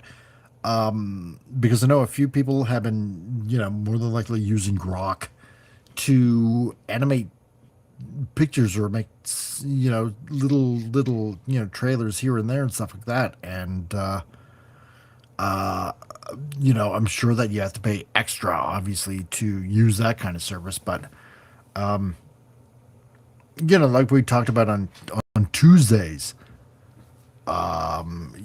drawing hand drawn animation is it's a lost art, and I know I just kind of want to do it by hand. and make my own instead of asking a computer to do it for me, right? So I think you should expand and add more clips of huge circles, or someone might think it's false advertising. So, okay, yes, and Joe's atmosphere. Okay. I'll ask Joe about it. I'll do that. I'll ask Joe about it and see what he says. So, yeah, maybe he can hook up a bro, man. So, there we go. There we go. See, now I know what I'm doing. Now I know what I'm doing. Okay.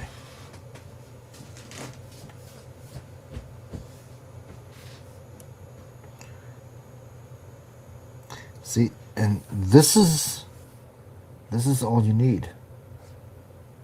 Is you just add a few little extra lines here and there, and you end up giving it a little bit more depth. So I don't want to add too much.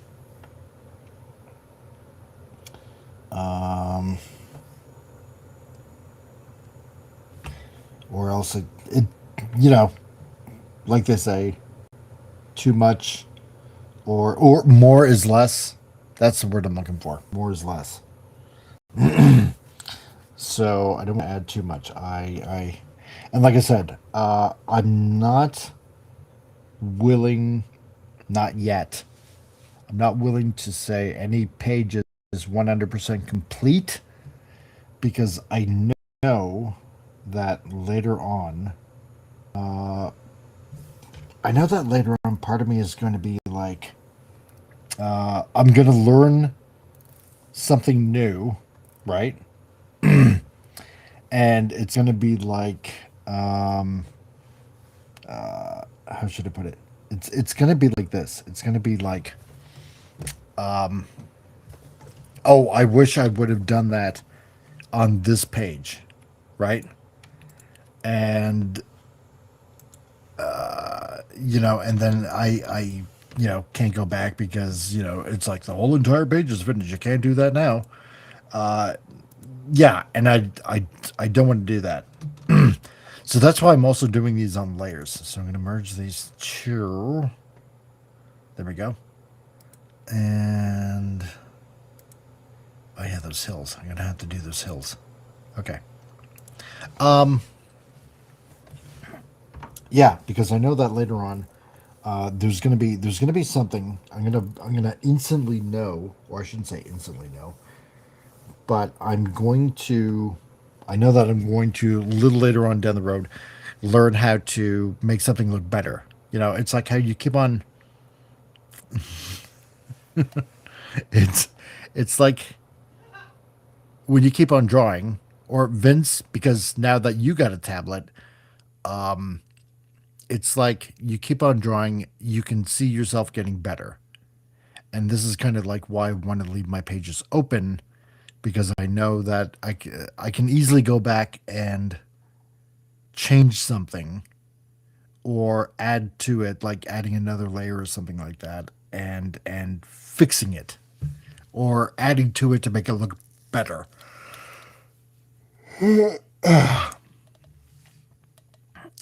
I'm biting my lips here. It's hard not to comment.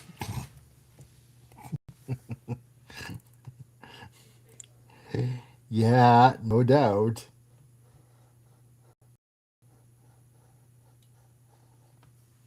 Okay, wait a minute. Yeah, there is a certain line weight. That's the other thing. And also the line weight that I'm doing some of these on. It gives it a little bit of, I don't know, dimensionality, I suppose you can kind of say. It makes it end up standing out a little bit. And I don't want it to look too smooth. But I don't want to make it look like it's super jagged, you know, like they're sharp.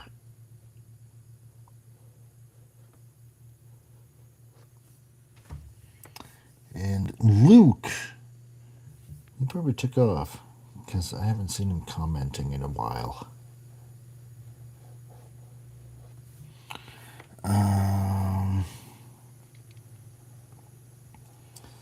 So he can probably attest to what I'm saying. Anyway, yeah, don't want to make it look too jaggy, and I don't want to make it look too soft, because rocks are never always super jagged, nor are they always rounded. And if you've ever been to the mountains,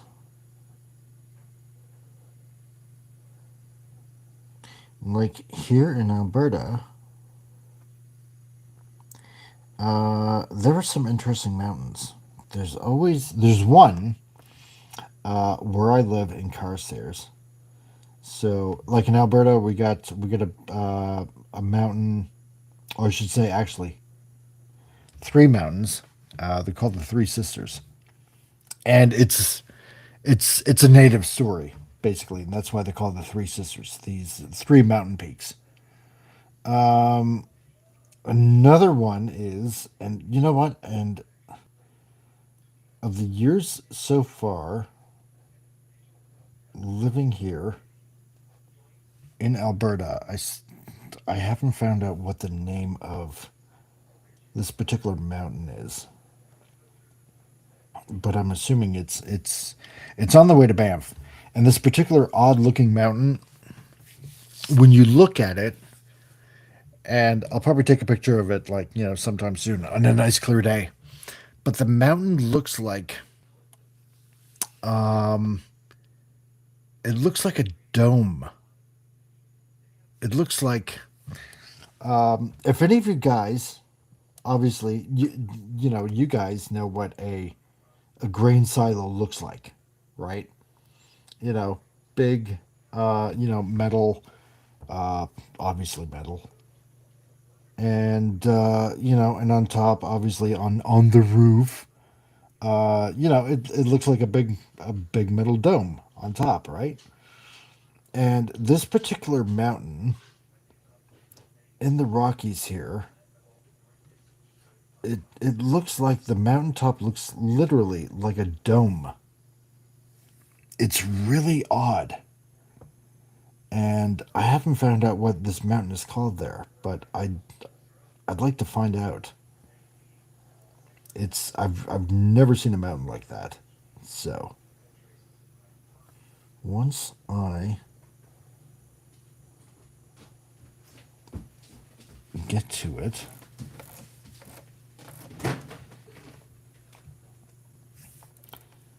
see, that's the effect I was looking for. If you can kind of see that. I know it might be a little hard to see that, but you see, it makes the mountain range stand out with the finer lines on the inside, which is kind of like what you want to do in comics, right? It's kind of like a thick outline, thin inline, basically. Yeah. That should look peachy keen. I like that. Collector says, yeah, thank you, will do. Okay. I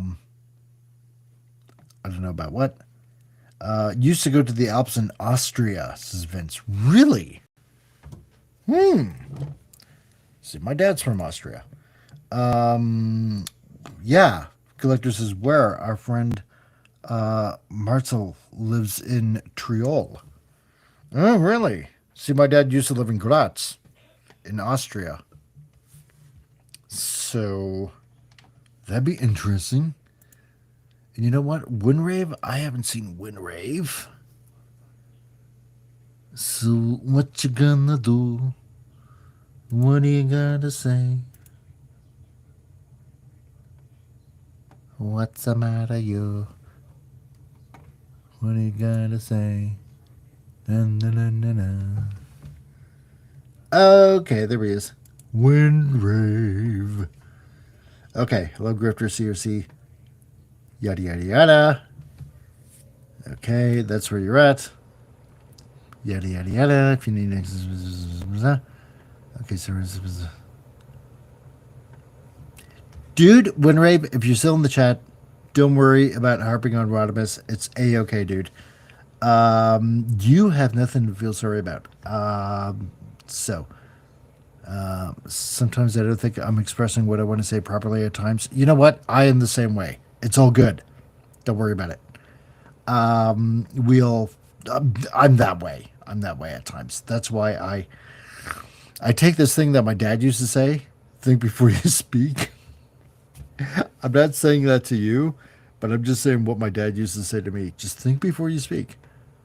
So the shoulder thing had a digibus by Shellixers, and the BG turn and showed how they did it.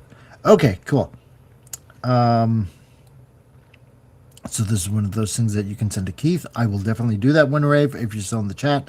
As for payment for Grapple, yes. PayPal, yes. Okay, dude, I will totally get back to you on that. Okay, so still here. Thanks for that. Yeah, not a problem. All good, all good. Let's see. Okay, I fought in Graz, fraternity fencing. Really? Look at you, collector. Fencing. Greenlodge Mannschaft. Virtual Graz. Got me a nice 14 stitches. Unforgettable. Wow. Dude. Ouch. Dang. You got skills, man. 14 stitches. Chicks like stitches. I'm kidding.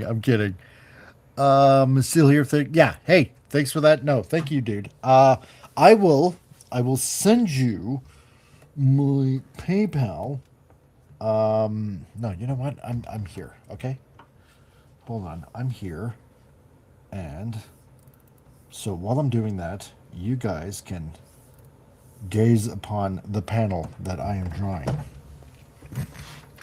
while I share. See, when I type, it's short and sweet, but I am typing out my PayPal. Is my okay.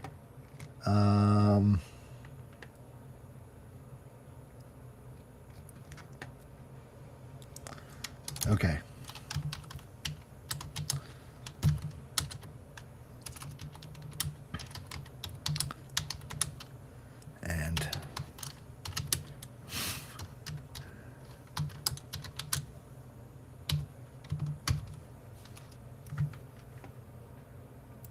And Woodbrave sent.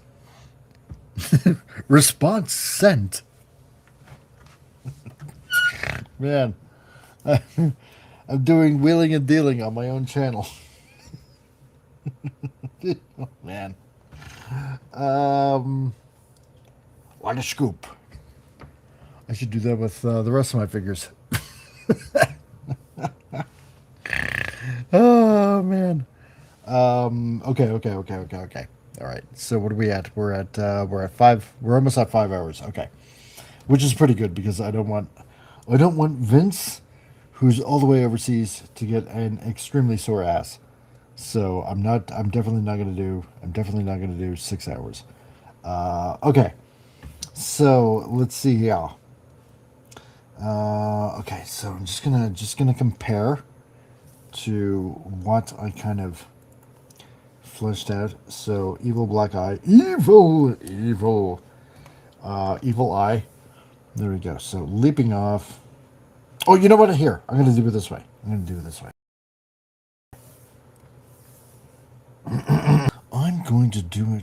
way. Let's bring up. So you guys. So you guys can kind of see the progression. Let's do this. Come on, load. And then let's do this. Okay. And then we'll do that there. And then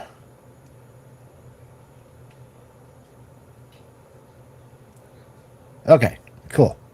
So this is how we got it, okay? We're gonna do it this way, okay? So this is obviously page 2, page 3, 4, 5. Oh yeah, maybe I should include that in. Okay. So I'm so happy because I'm a gummy bear. Gummy bear. Ah, what the fuck? okay.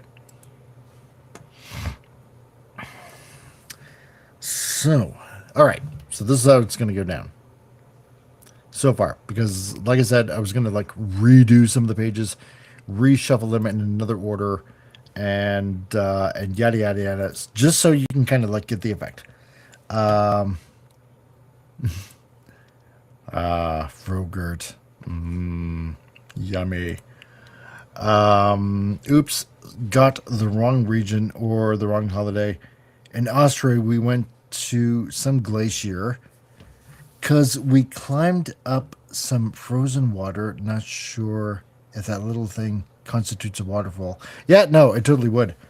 Frogurt, a new hero in the new Lord of the Rings, a Frodo Gertrude combo. No thanks. No, exactly. No, it totally constitutes for a waterfall. Okay.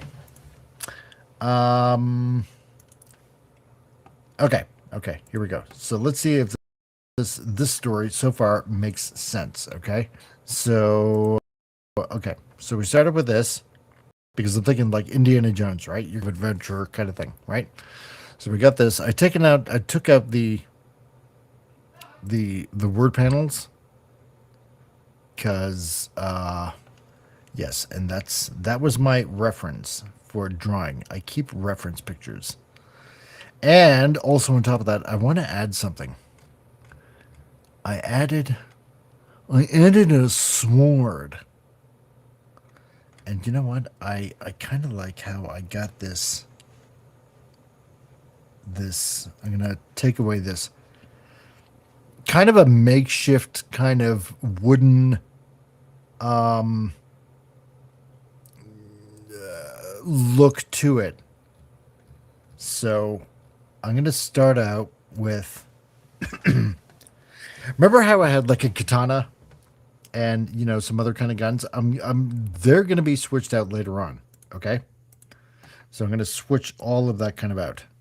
It's kind of like, well, I'll explain it to you a little later on, okay? So we started with this, right? Kind of like in the middle of an adventure, and it's nighttime, and you're taking on a kind of a defensive stance, right? So, and in the distance you see it's a creature because it's like this, monster kind of alien kind of hand thing, right? And it's by a gun that's on the ground. So, you're it's kind of like the whole stress out. It's like, I'm going to think of a way to get this, right? And so, you prep up for the charge. You're shuffling your feet. You're moving it. And then all of a sudden, your opposition is staring back at you. So you leap into action. you're running towards each other, and then you do, you're sliding into home plate, trying to grab the gun, right? And then this is what I'm going to work on later on, or during the week. So it's at this point it's taking aim, and then this is where you see your monster, right? El Chupacabra. And then this is where I cut of how the story ends up starting out. It's like I'm kind of learning this from a manga course out of Japan, right? Sometimes you can start at the very beginning, but you have 3 to 4 pages to grab your audience. And if you can't do that, then more than likely they're going to end up putting the book down. So that's kind of why I want to start off like this, So if you get where I'm coming from, then it's kind of like how I'm thinking it. So, bungee jumping, paragliding, and some more lazy stuff. Well, the only glacier they have. Okay. Cool. So that's what I'm thinking of having to start this out. So it's with this though, I'm gonna have to add some rip and tears. So to the story. So because obviously you wanna insinuate that a fight has already been taking place. So that's the plan also with this, right? So that's what I want to do. It's what the plan is. But I think so far so good. I think it's turning out peachy keen. So we shall. I'm going to work on this one a little bit more. I'm going to add a little bit more stuff to it. I'm going to add a few rips and tears to the whole costume thing while doing that. So, and this I'm going to work on a little bit more here and there, but it's looking good. It's looking good so far. So, Collector has a question. Boys, I have a question. One of my sources in this minute offered me a full functional Batman analog TV set with remote control in bat shape for 50 quits. Shall I do that? Please help. And there's some Batman Nintendo 64 controller with it as well. Ooh.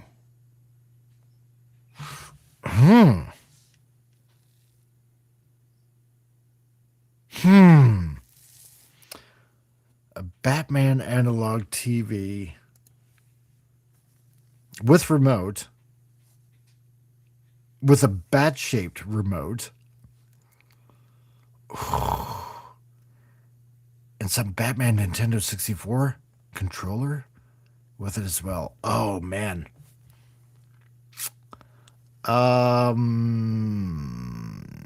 I would have to. This is what I would do. Yeah, exactly. Can you afford it? If yes, why not? I could if it's worth it. Okay. Collector, this is what I would do. First of all, see if it works. All right. By the brief description of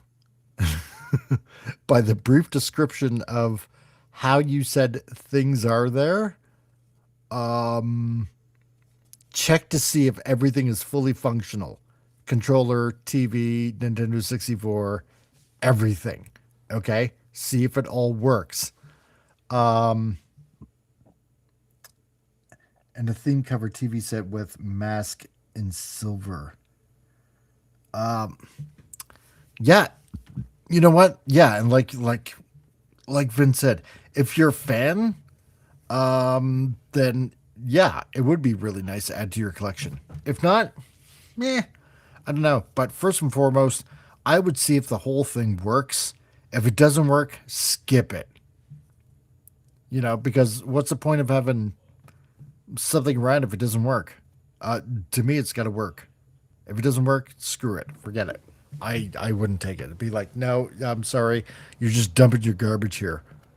So, because if it doesn't work, that's essentially what it is. It's pretty much like garbage. Okay. It works and the source is reliable. And if not, I know where his house lives and Germans only visit one time.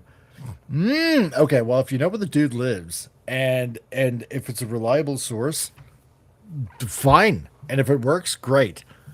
And yeah, okay. And if you're a Batman fan, then sure, dude. So, and I would use it for my NES. That's all. Okay, well, see, then even better. Even better. If you got it for your NES, then hey, not a problem. Then you're laughing, dude. So yeah, go for it. Okay. As for me, I'm going to save this. First of all, I'm going to change the resolution on this to 300 for posting. And I know I kind of like already posted this. Kind of. Excuse me for yawning.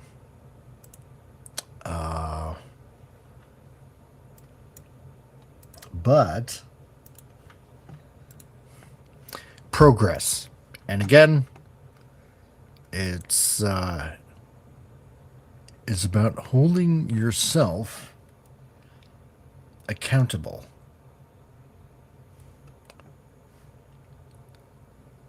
And again, you know what? And I know I don't say it enough. I really got to thank Vince for everybody. I'm gonna say this. No, I'm not. I'm gonna reiterate, and I'm gonna say this. I would like it if everybody can thank Vince, including myself, because if it wasn't for him, over 23 weeks ago. Wow, that's almost like half a year. Been doing this for 56 weeks in a year. And we're already like, pretty much like halfway there. Okay. So here's the thing. Yeah, I've been doing this for like half a year. And Vince 23, maybe 24 weeks ago said, you know what? You haven't done a draw stream in a long time. You should do a draw stream. So, you know what? Pretty much half a year's gone by. And Vince, thank you. If you hadn't brought that up ever, you know what? Then this actually wouldn't be a show. So, there you go. Everybody thank Vince for this show. Yeah. So, if it wasn't for him, I wouldn't be drawing right now. I'd be kind of lazy, and not doing anything. So Vince, yeah, the TV should work. The electronics and control can be easily replaced. All TV parts are hard to find. That is true. Collector, I really would like to share some of this stuff with you. Is there a platform you come together at where you could tolerate me and dish your stuff like this? Yeah. Or okay, skip the tolerance part. We've used Gilded, but then came to Roblox? Really? What? Yes, blame it all on me. My God. No, what happened to Discord? Here's the weird thing. Something's going on with my Discord. I can't even get into Discord. For some odd reason, my Discord doesn't go to my old account, which is really weird. So I'm gonna have to find out what's going on with my Discord. Yes, blame it all on Vince. That's once in a lifetime chance not to be the guilty one. Yes, precisely.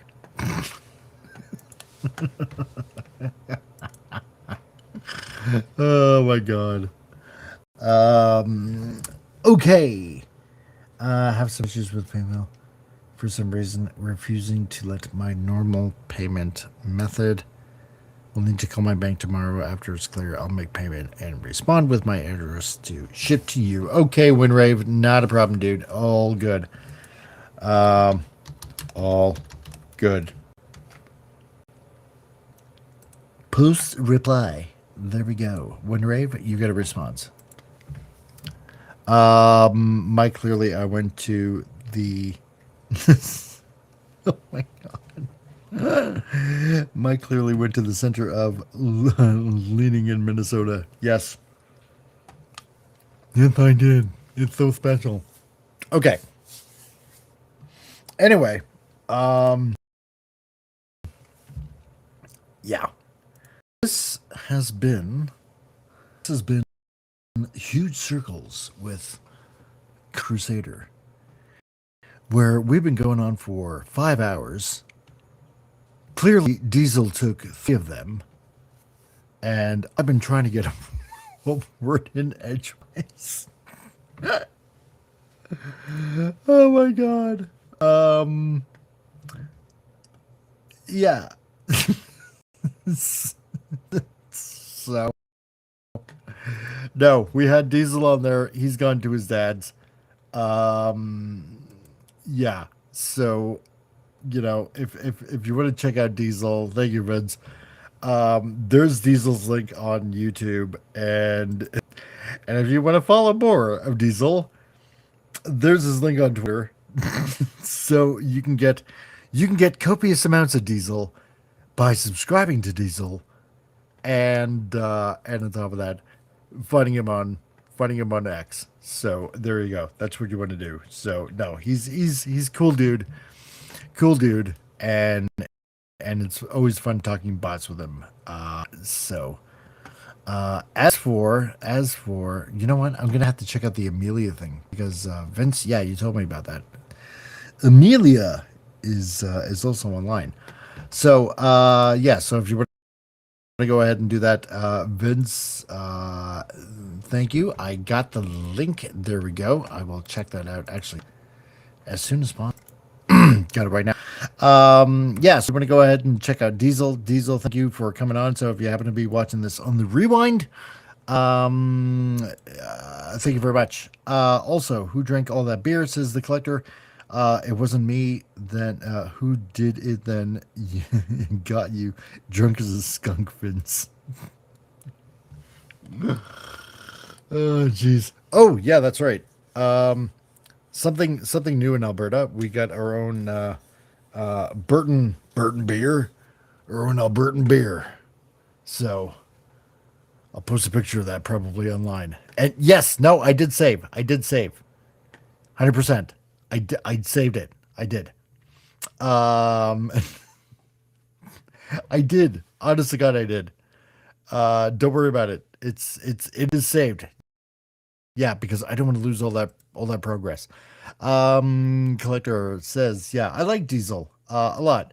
But whenever he's here, I can't help but to diss him with being a very young Padawan. Yeah, right.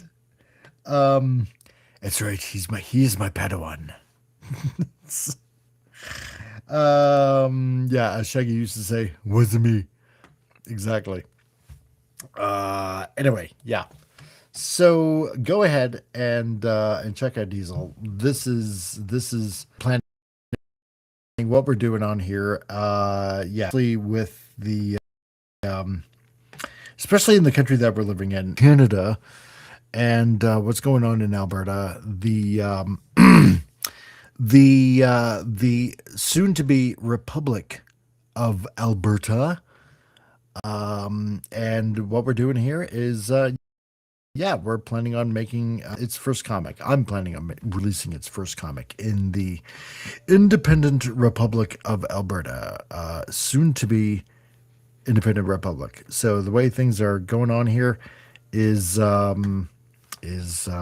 where we've just had enough of the government and had enough of unfair taxation without representation and the unfair laws of what's been going on in this country, of possibly being persecuted because, well, we just happen to say believe in Jesus, for example, and that could get us in trouble because somebody might think that whatever it is that we're saying is hate speech, or worse yet, we don't have bodily autonomy for anything that we probably have done or will do, or against certain pathogens that certain governments want to push. I should have bodily autonomy.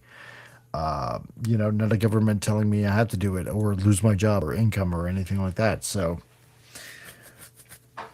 this province has had enough, and there's going to be a lot of firsts once we become our own independent country.